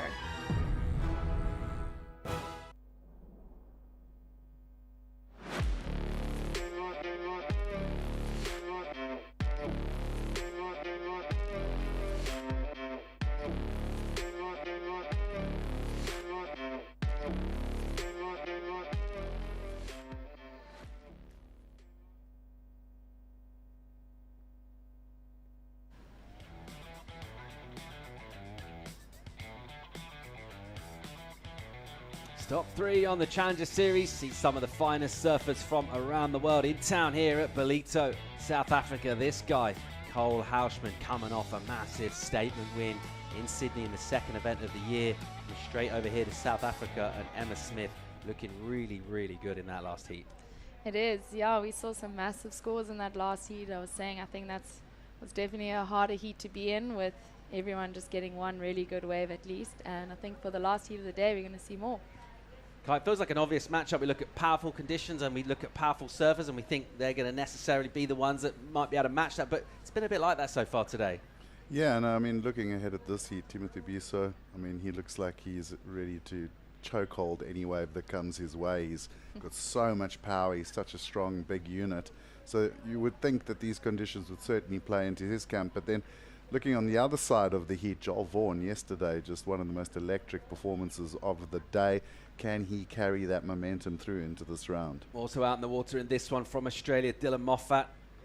And we're seeing the American Dimitri Poulos as well, who, for my money, has been one of the kind of outstanding sort of surprise performers, one of those kind of sleeper units that we've seen his name before. I don't know loads what he's done in terms of previous Challenger Series exploits, but he's looked really, really good so far in this one. He's always found an extra gear. Let's see what he does in bigger conditions. We're checking him out right now, Emma. Nice little gouge out of a pretty bumpy wave. And if he had landed that, I think we would have seen a good score. Well, this is Joel Vaughan, and we were just saying he was on fire yesterday, starting off with a big old crack up into the lip. So looks like he's carrying that momentum, Paul, and going to have another go getting through the round. Yeah, he does. He's got his tail up, hasn't he? He's just absolutely full of confidence, as you would be, throwing down nines in huge numbers on the Challenger Series. But we know all about his pedigree. There's been a lot of chat about this guy for a couple of seasons now. And this Challenger Series is the platform in order to step up, stake your claim, get yourself one of 10 coveted spots to join the Championship Tour next season. Of course, 6 events on the Challengers this year, 4 scores counting. And this stop number 3. By the time we conclude here, that will be midway on the Challenger Series already. Surfers that have been able to put points on the board will be feeling a lot happier than those needing to chase things down. At this stage, we're getting close to what you might call a result, just the way the points work on the Challenger Series. Round of 16, no one wants to end in the round of 16, but you're getting towards that where that could prove crucial come the end of the year. Yeah, well, look, you definitely want to be getting sort of in the points. 9th place. I spoke to Matthias Hurdy this morning after his heat, and he was pretty down. You know, he was injured for the first part of the year, so he missed the first 2 events. And he was just saying, you know, like he was really disappointed in himself because he needed to make this round. He said he would have felt better about life if he had gotten a 9th. But as he said, he's just got to reset. He's looking forward to getting barreled tomorrow, and life's not all bad.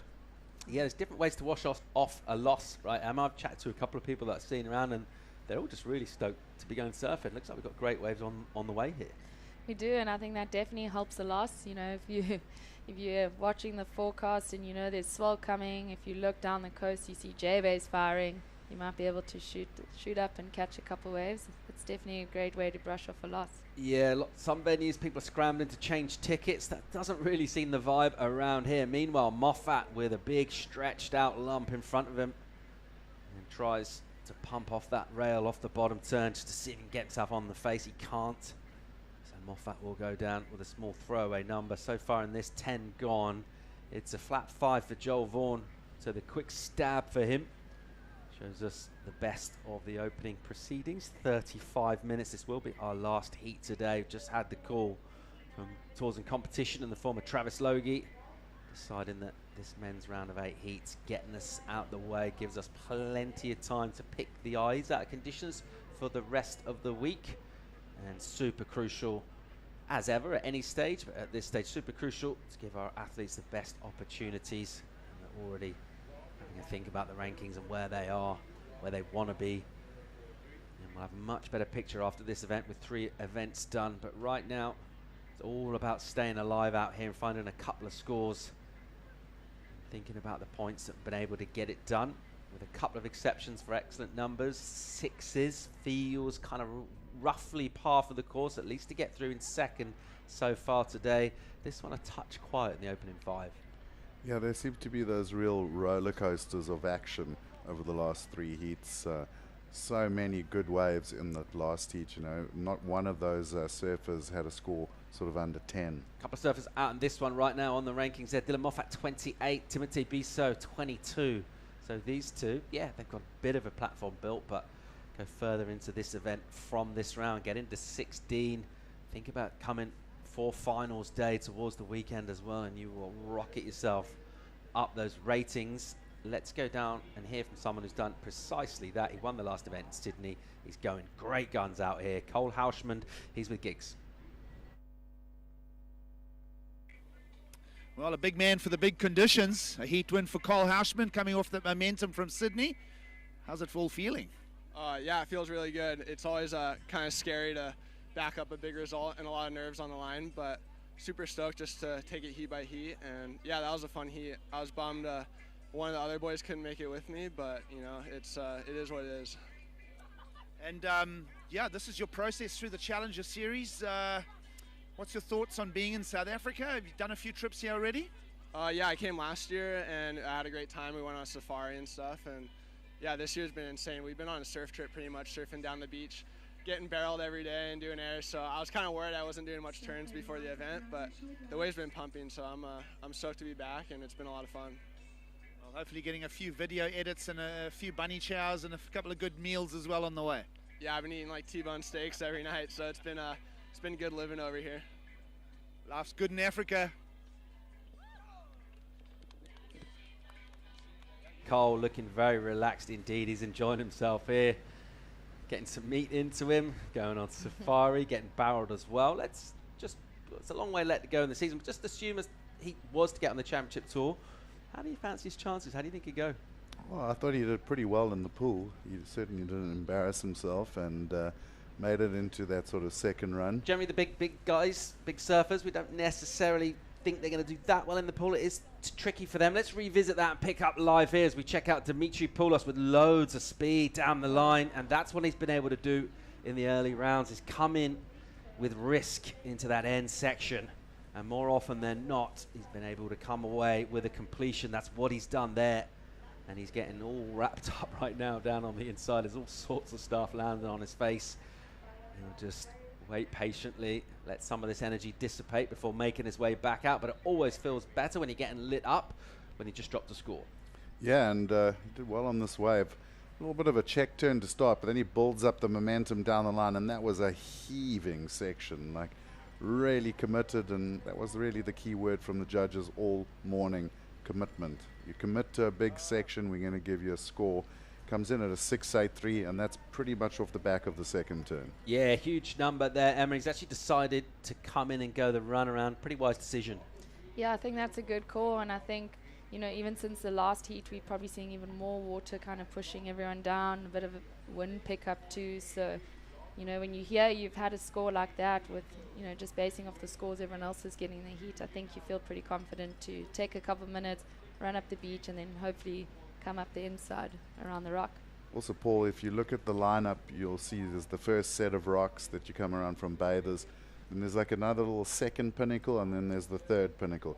If you get past that third pinnacle, there's like a big hole down there and a really shallow bank in front of it, and it is one of the worst paddles in the bay if you get stuck there. So pretty much I think most of the guys have spent enough time in the lineup now to sort of put that one together. I think John Dury was the only man brave enough to take on that paddle, but the run around from there is probably the wisest choice. All right, here he goes. Poulos, more of a canter than a full-blown jog. He's got a nice cadence to the stride pattern as well, as he'll head slightly to the south down the beach here, to the right of your shot, and look to get around that next set of rocks down there.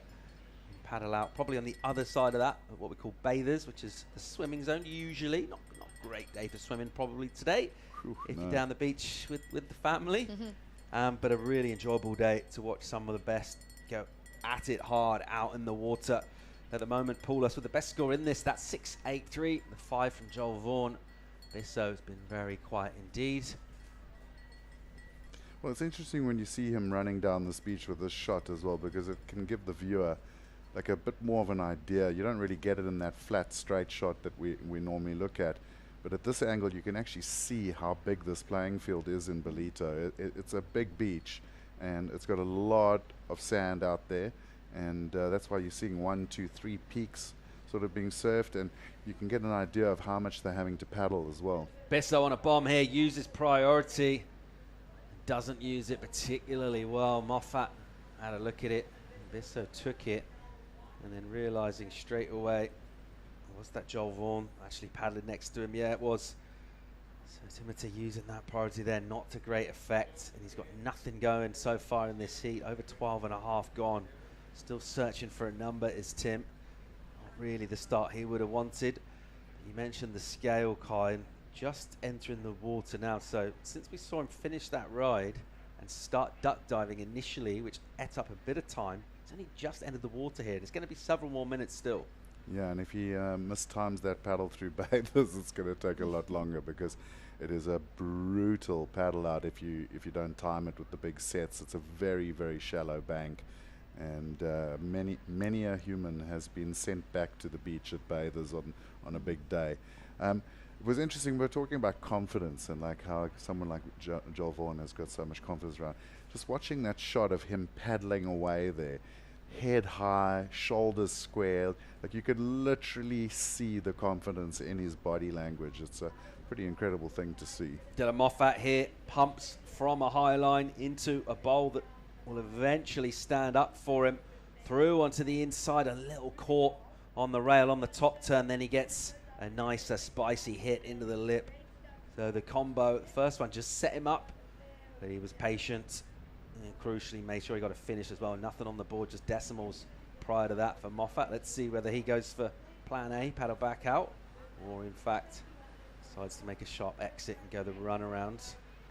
Probably depend on whether sets are coming through and whether he can just punch through this initial bit. Meanwhile, out the back, here goes Joel Vaughan, the picture of confidence and composure as he bides his time through a bit of a crease with a setup turn and a really heavy section coming at him.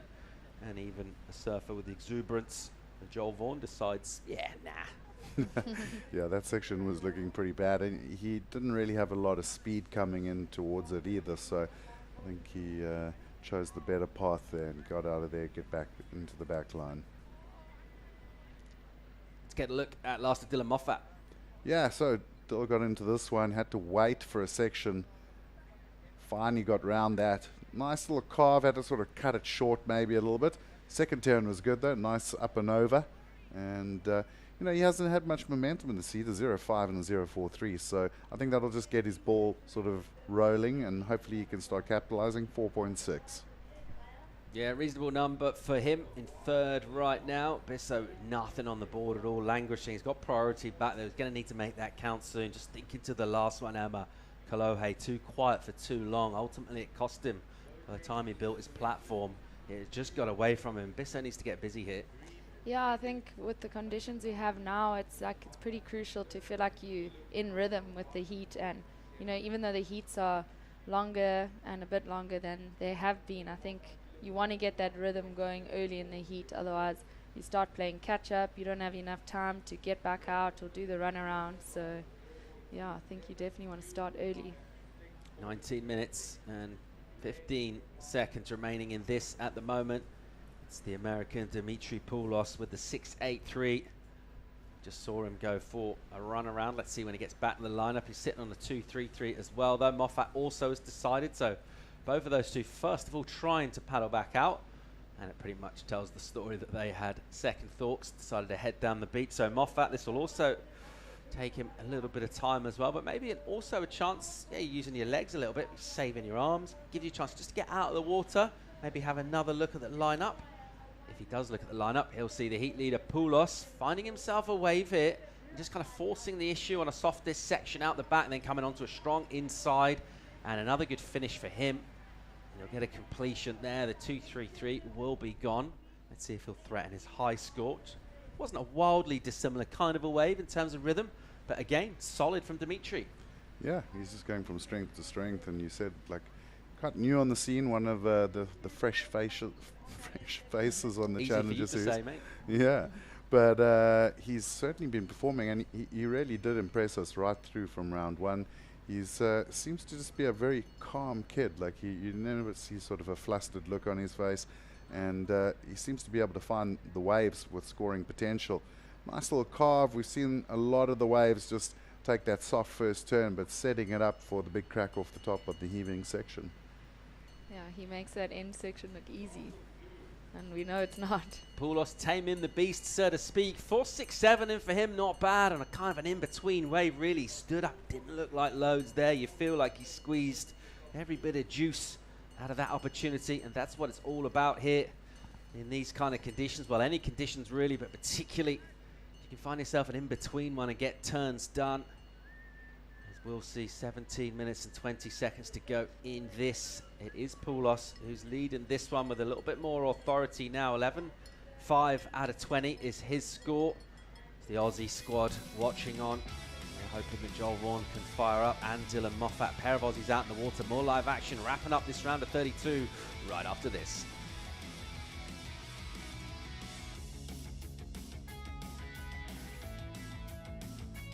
Looks for the wrap. It's a huge one and stomps it. Yes, that time again. Leveling up, doing my thing. Yes, that time again. Defending the title, king of the ring. It's that time again. Don't wanna win, I'm cutting you off, cause it's that time again. Yeah, it's that time again. Yeah, it's that time again. Leveling up, doing my thing. Yes, that time again. Defending the title, king of the ring. It's that time again. And Gilmore getting busy.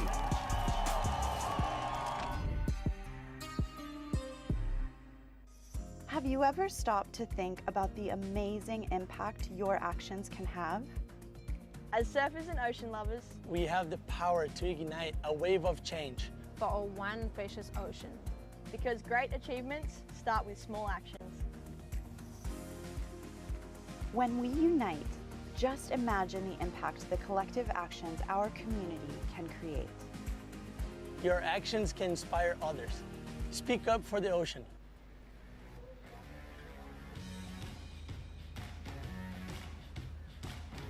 Live action from Ballito, where there's plenty of energy in the water, and something of an energized Aussie contingent as well. As one of their two surfers out in the water drops a number, it's an important one, 5 for him, so 2 5s for the young Joel Vaughan. Good enough right now for second. Moffat, the other Aussie in the water, chasing numbers right now, and his requirement, the 5-4. Tim Bisso has dropped the score as well. As you can see, it's an improvement from him. He had nothing going at all in the early stages of this, a 4.57. So he's got himself in the conversation, but it's crunch time here in terms of getting yourself through to man on man, the round of 16. And right now, Dimitri Poulos able to carry over the form. Pretty different kind of conditions to what he surfed earlier rounds in. Essentially a lot bigger and more powerful as we see a set stack up here. And here's Joel Vaughan off the bottom, making room for himself. A little swoop high in the pocket again off the bottom. Clips it, really nicely done. And it's smooth and in control. And he seems, when you watch him in flow like that, kind of like a bit of a contest machine. He seems like he's got a turn for every kind of section. Never looks rattled. Seems to arrive early with plenty of time for his maneuvers. And another good wave there for Joel. Yeah, he's really found his rhythm, and he's looking really good. I love how he surfs. And that second turn was so aggressive on a pretty heavy section, one of the better turns we've seen today. And he's a real character too. I mean, I loved him yesterday. You know, how did you feel in the air on that big 9-point run? Oh, I can't remember. I had my eyes closed. 14 on the clock in this. We're going to get a number in for Joel Vaughan shortly. Let's check out what happened during the break and get caught up with replays. Here's Joel Vaughan. Yeah, so he got this one during the break. Bit of a smaller wave. Oh, hacked that turn a little bit, but recovered well and got the second turn out. Nice little ride along on the tail there as he went across the lip, but that was already thrown. This is during the break. We're waiting for Biso to fire up. Gets a nice big crack off the top, but it was just the one turn. He's definitely going to need more than that to get out of the hole he's sitting in fourth place. And then pretty much straight off the back of that 5.0, Joel Vaughan, a 7.4. Yeah, massive, wasn't it? Really, really big. A huge number for him. Up into first place now. Back in control of this one. He's back on the beach too. And a slightly more elongated stride for him. A bit more urgency in the run. Nothing sedate about that one. No, don't want to trip up on your leash there, do you? Let's get another look at the 7.4, Emma. Yeah, it was a nice size wave. We hadn't seen any of the guys on a bigger wave like that. And he wrapped it well to stay in the white water. And then, yeah, it just went into that closeout turn with such control and power. And I think that's exactly what the judges are looking for. Times it really sweetly, carrying in loads of speed as well into that maneuver. And absolutely belting it. As we see our Brazilian contingent. Mateus making a new style of hat there with the plastic chair. They don't look too stoked. What are they upset about? I'm not too sure. Maybe they're in Timothy Bisu's corner. Big Bisso fans? Yeah. Interesting. Joel Vaughan, the spread from the panel there. One judge going as high as 8. You see him with that pintail equipment, so deciding that the power available in Ballito, probably something of a step up there, or maybe just the same size board but different outline for stronger conditions. Yeah, I've been chatting to a few guys because I'm always very interested in surfboards and what the guys are riding. So this is what they got upset about. Let's watch this. Dylan Moffat. Nice first turn, comes off the bottom, another big hack and then just goes down. So clearly the Brazilians are Dylan Moffat fans. Moffat unable to add to his total there. He's going to need to do that now. See him on your screen, 6.9 the requirement for this Australian. And as the time ticks down, that will seem like a taller order. 11.5, plenty of time at the moment in order to get there. Vaughan dropping the 7.4 on a sharp inside section turn. Also Poulos earlier on the 6.83. So these high 6s and 7s are available really for what for these guys is relatively standard surfing. For most mortals, it's pretty incredible. But plenty of power from the ocean. If you get your timing right, you get the speed coming in. The wave's going to do a lot of the work. So it's all about basically finding opportunities, Kai. Yeah, opportunities, timing, and commitment. When that big lip's coming your way on this bank today, you better be committed, because if you hold back, you're going to get absolutely punished. And to get back to the surfboard thing, I mean, I am definitely a fan of the surfboard. I'm a fanboy to see what the guys are riding. Obviously, I do my own reviews and stuff, so I'm always really fascinated to see what the guys are riding. Just have a look here, because we're waiting on a score for Biso, so he needs this one. Yeah, here goes Tim off the bottom hard and uses the rail. Beautiful looking stand-up section here for him, and he clouts it. And it'll be interesting to see whether that gets scored as a completion. What are we thinking, Emma? Putting you on the spot. Oh, I mean, it was a really impressive turn. He looked like he was holding his arms up, maybe for a claim or maybe for balance, but either way, he did get rocked off. He does need a big score. I felt like to me, he landed that, but then he kind of, the wave But then exploded, he didn't. innit? Yeah. So, I don't know. It's hard to say because I'm impressed with the turn, but I'm not quite sure it was ridden out. Kai, you like that for a make? Phew, I'm like on the 50-50 bench. You two are fun, aren't you? Glad you came. He's having to run up the bricks now too, so he's given himself a nice difficult run up the beach as well. So let's see what the scores come in at. Just looking at Bisu there, we're talking about boards. That does not look like a step up, especially for a man his size. And it's interesting these days is most of these guys on the modern surfboard are going to ride their standard shortboard well into sort of the 8 to 10 foot range. You might see them going a half an inch longer, but if you go back in time to sort of our age group, Paul, the guys would have had a step up of like going from a 5'11 up to a 6'4", 6'6", even a 6'10 back in the day. I even saw some guys paddling out of J-Bay back in the day as a Grom on 7.0s for a contest, which is, I mean, you're only going to see that in Hawaii, maybe.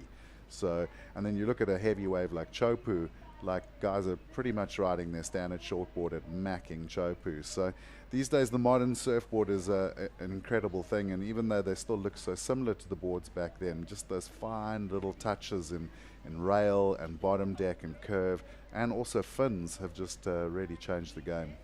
Yeah, well, Tim Bissow's going to need to get back on that pretty short and wide, flat-looking board. Definitely not really step-up kind of features, and he's going to need to think on because he got a 3.57. So Judge is certainly not feeling that turn was complete.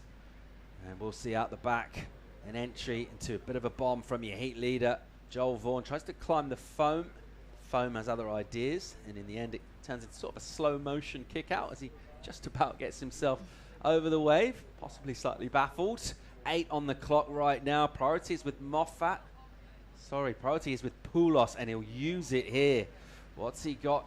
Currently in second position in this one. And that one just ran away from him a bit. Took him a little while to get in. By the time he got there, had to accelerate. And by the time he accelerated, well, he was kind of done. So timing slightly off there, Emma. Yeah, I think timing's slightly off. And you can see the guys are all well aware of the dreaded run around or paddle out. So you can see they're kind of pulling out before, you know, they're in front of that foam and have to make the decision of, do we run around or can we make it back out? 7.5 to go in this, our final heat of the round of 32, our final heat of the day as well.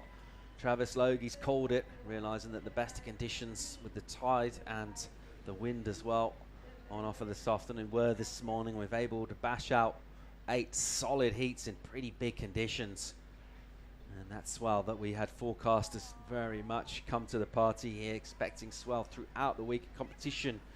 We got to the weekend to finish, and we have got quite a bit of surfing done, so able just to pick those better moments right now, which is what we like. Put these surfers out in the best possible conditions, put in a solid foot forward into the round of 16 is Joel Vaughan, who's shone in different ways so far in this. Big backhand rotation, flaring up, going up into the high 9s earlier on in bright skies and sunshine, and then coming back today with a little gloom, a little more ominous feel, a big powerful sweep, taking surfers out of position, some big meaty sections. He's looked great out here too, Kai.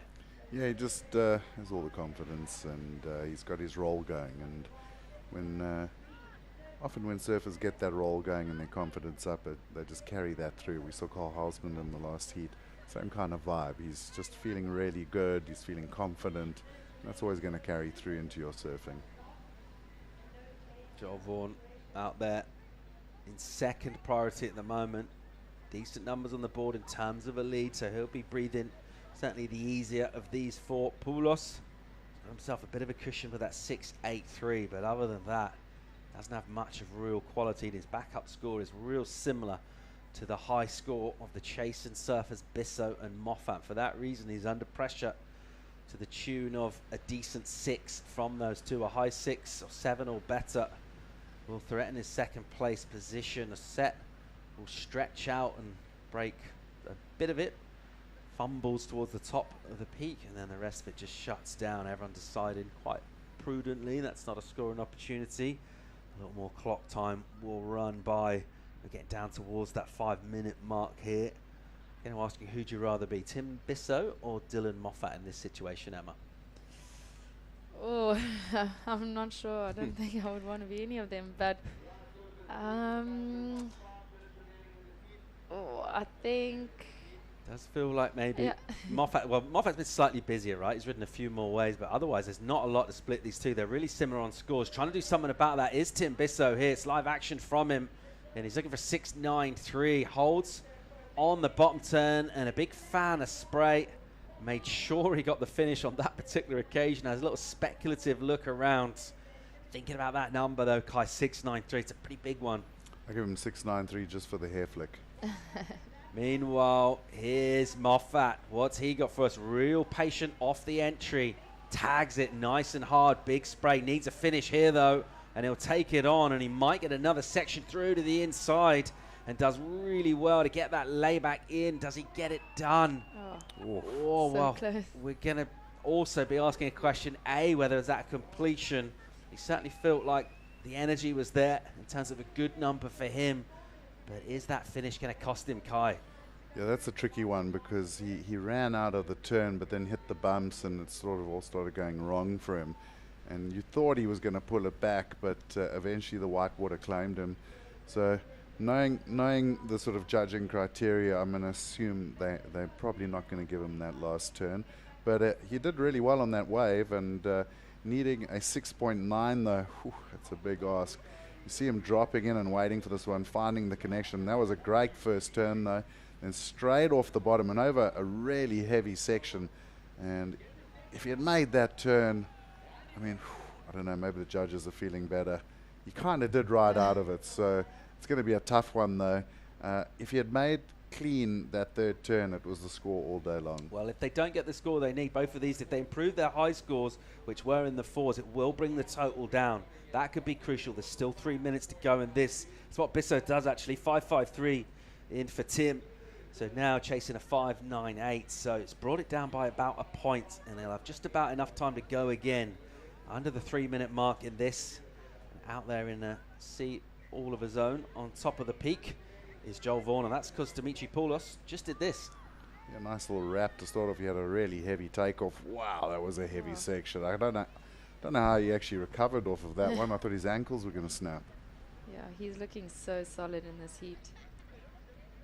Moffat's number's going to drop, and it'll be pretty similar to Bissell's, really. The 5.4 doesn't get deemed complete, you would think, for the final turn. That's why it's the 5.4 for the earlier work done on the wave, which was pretty decent.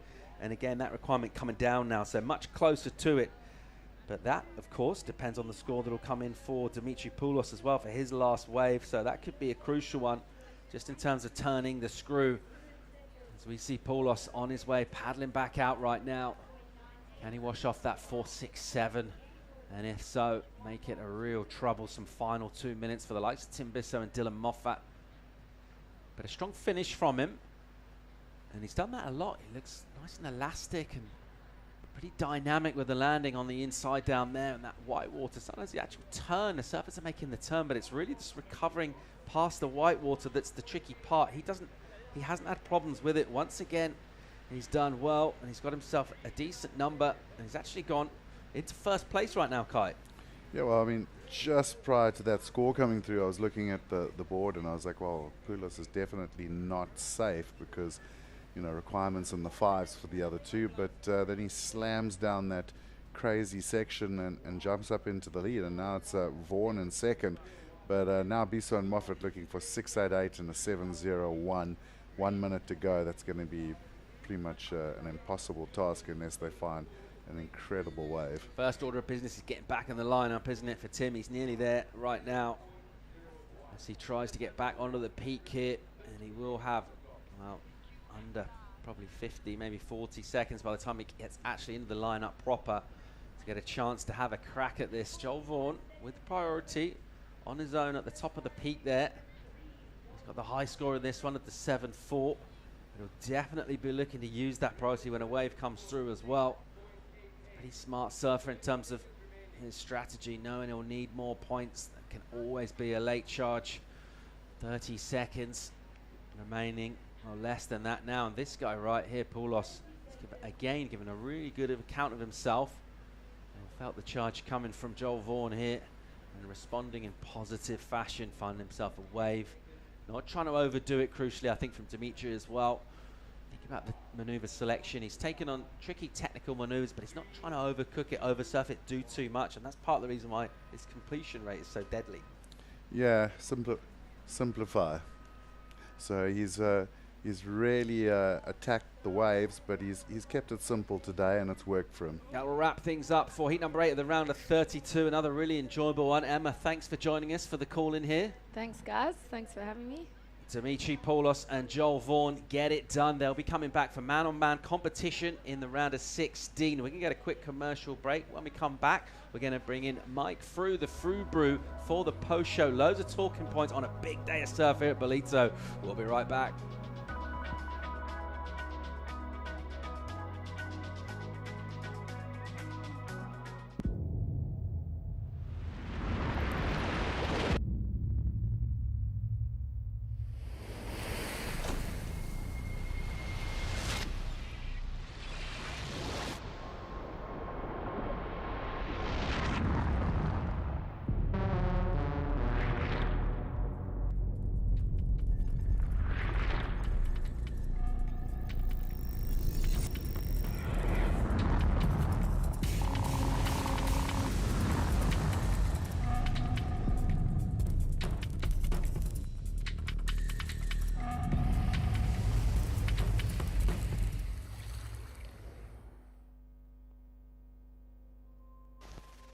Welcome to our planet Earth, which is a crazy name for a planet mostly covered in water, you know? Planet Ocean would have made more sense. But hey, I didn't come up with it. Some other human did. A few decades ago, a pioneer named Jack O'Neill invented this second skin as protection from the ocean. But now it's the ocean that needs our protection. Because underneath the depth of planet Ocean, a global threat is lurking. We call it plastic, and it's more dangerous than it looks. Inspired by one visionary man, our ocean mission was born. The objective? Doing our part in making planet Ocean a more sustainable place to live on. O'Neill Blue is our promise to use more sustainable materials. We're on our way towards a 100% O'Neill Blue collection by 2025. Join our ocean mission. O'Neill.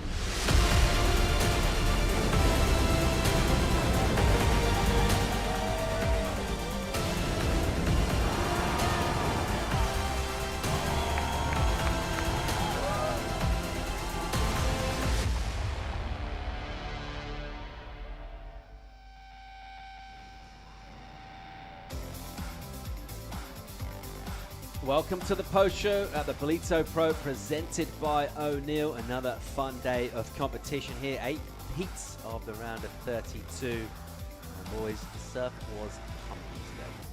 I'm so glad we had the opportunity for these guys to surf some of the grunt and the groundswell and the power that the north coast of KZN is renowned for around the world. Yeah, and that word power, Kai, no airs today, right? Because we're looking at power turns, hitting big sections, crucially getting completions.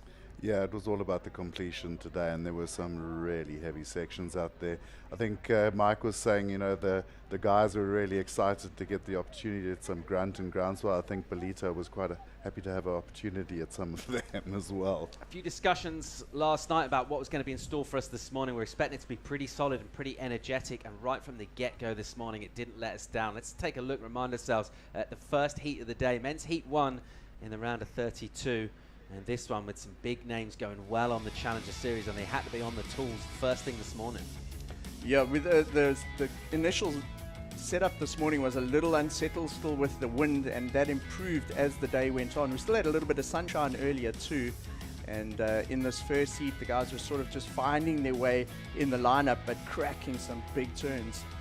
Yeah, the West Australian was looking very comfortable out there, and Walker, of course, is on top of the rankings, and he's not looking like he's going to relinquish that position for anyone. It's a great turn there for Luca Messinas.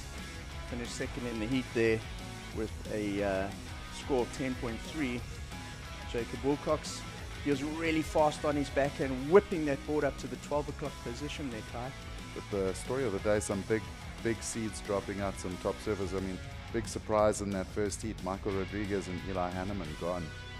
Yeah, Rodriguez will be disappointed not to get out of that heat. Would have badly loved a result here and go and highlight real stuff. Big airs early on, coming in with loads of confidence. Also, Eli Hanneman, who just lit this place up, didn't he, the youngster, with big airs of his own. And they'll be disappointed coming up in a really tough heat. The leader on the Challenger Series, though, we talk about the way people react to being under pressure. Feels like sometimes always a bit easier to be slipping in the slipstream and trying to come up as a contender on the outside. But Jacob Wilcox, so far, so good in terms of defending that top position. Of course, a lot of surfing yet to come. Other standout heats from this round that we've seen today. The penultimate heat of the round, heat number 7 of this round of 32, and some big names out in the water. And this one, it's always going to require big performances. And this guy, Cowley Vast, looked solid, boys. This was my favorite heat of the day, and the surfer from Tahiti showing what he can do in real power out here at Ballito. Yeah, but this is the man of the moment at the moment, Carl Hausman. He's really beyond fire. Winning in Sydney and just keeping that roll going now. You could see the confidence in him, and also just a really powerful surfer. It was a great battle between Carly and Cole. Two goofy footers really putting their authority down in the water. Well, that chat about veterans of the CT struggling here, a couple of them today, Kalohe Andino, an outstanding surfer over the last decade or more on the championship tour, going down. Nat Young as well. Well, Carly Bass was hitting lips and getting barreled. Yeah, and bringing some of his Tahiti experience from Chopu, a little bit of Chopu right here at Ballito. And up there, Cole Hauschman, the San Clemente crew, on the beach going crazy, and they were really excited with his result in this heat. Yeah, and for good reason. He's surfing so good, and he's quite a unit as well, Paul. You looked at him, we spoke about it during the heat. You can see that he's just like a big solid man, but he doesn't look like it on some of his surfing, just flaring the fins, getting some nice drifts over the lip, and continues like this, he's looking at a CT spot for sure. Yeah, big, heavy guy, but pretty light on his feet. Able to do that decompress and compress as well. Able to take on some big sections and come off with some massive numbers as well. Let's go and hear from the winner of the last heat, standing by with Emma Smith. Yeah, Dimitri, you made that dreaded Ballito end section, which we all know is really hard, look really easy. Was that something you were focusing on going into this heat? A little bit, yeah. I kind of fell off on a few of my heat prior and a little irritating. I was like, oh, I got to nail that. So that's kind of one thing I was trying to think about a little bit more in this one. And it seems like a lot of people are getting big scores on just those like lip line hangers. So it's kind of what I was looking for. Nice. And first time in Ballito, you mentioned you were sick the first few days, but you seem strong and healthy again doing the run around. What do you think of Ballito? Yeah, I love it. It's super nice here. Waves are a lot better than home, so it feels like a surf trip right now, which I'm psyched on. And yeah. Nice. All the best for the next round. Thank you. Yeah, delighted there Dimitri, and another strong showing for him. And we talk about surfers, you know, maybe that we're uncovering on Challenger Series, and he's putting his hand up here in the pot with some really big, heavy names. He's not lacking confidence, and for good reason. We'll be keeping an eye on him throughout the later rounds in this, but strong performances so far. Thinking of a big day and some of the highlights we've had, we picked out some moments for you, our top 5 moments of the day. And really it was about surfers taking risk, right? And if you take risk, you can get rewards. That's what the panel basically reiterated first thing this morning, and one of the first people to do that, our 5th moment, it was in heat number 5, Nolan Raposa, the American. Yeah, well, this guy's also just been one of the most electric surfers of the event so far for me. Fast, loose, I call him the rock star, and you can see why. He just absolutely blazes down the line on the backhand. Love how he just really activates his rail at speed as well, and just drifting the fins on that last turn. Jacob Wilcox, the series leader coming into this event, carried his momentum through the last couple of heats, and he continued in this one. It was a dominant performance. He led throughout the heat, and look at that lovely hook. He surfed with confidence and didn't catch a lot of waves in the heat, but the ones that he did catch counted, and he used the experience. Kahali coming out of Tahiti, and he just has also been looking so solid through the first few rounds. He's got so much power on tap and not struggling at all with the power in the lineup either. Love that big turn out of the lip, and also just can't believe how easily he was finding the lefts. Not many other people going left today. He found 2 crackers hitting that big heavy section turn. Wow, that was a big drop off the top of that turn, and also obviously found the barrel. George Patel in Heat 3. This is his best result so far on the 2023 Challenger Series. He's gone through a couple of rounds here in Ballito. He was so stoked in his interview that he made it through the heat, and his best results of the year so far, and on a tear here after the 2 Australian leg events that he's been through already. Well, Cole, for me, very much the standout of the day. Just such a polished performance. Love that fin drift off the back, and just not scared to attack the lip line on a big heavy day at Ballito. He's got a win behind the back already. Got to feel like if he can carry this momentum through to finals day and get into the finals, he's pretty much guaranteed then a slot on the CT. You get 2 10,000s, you're going to the top.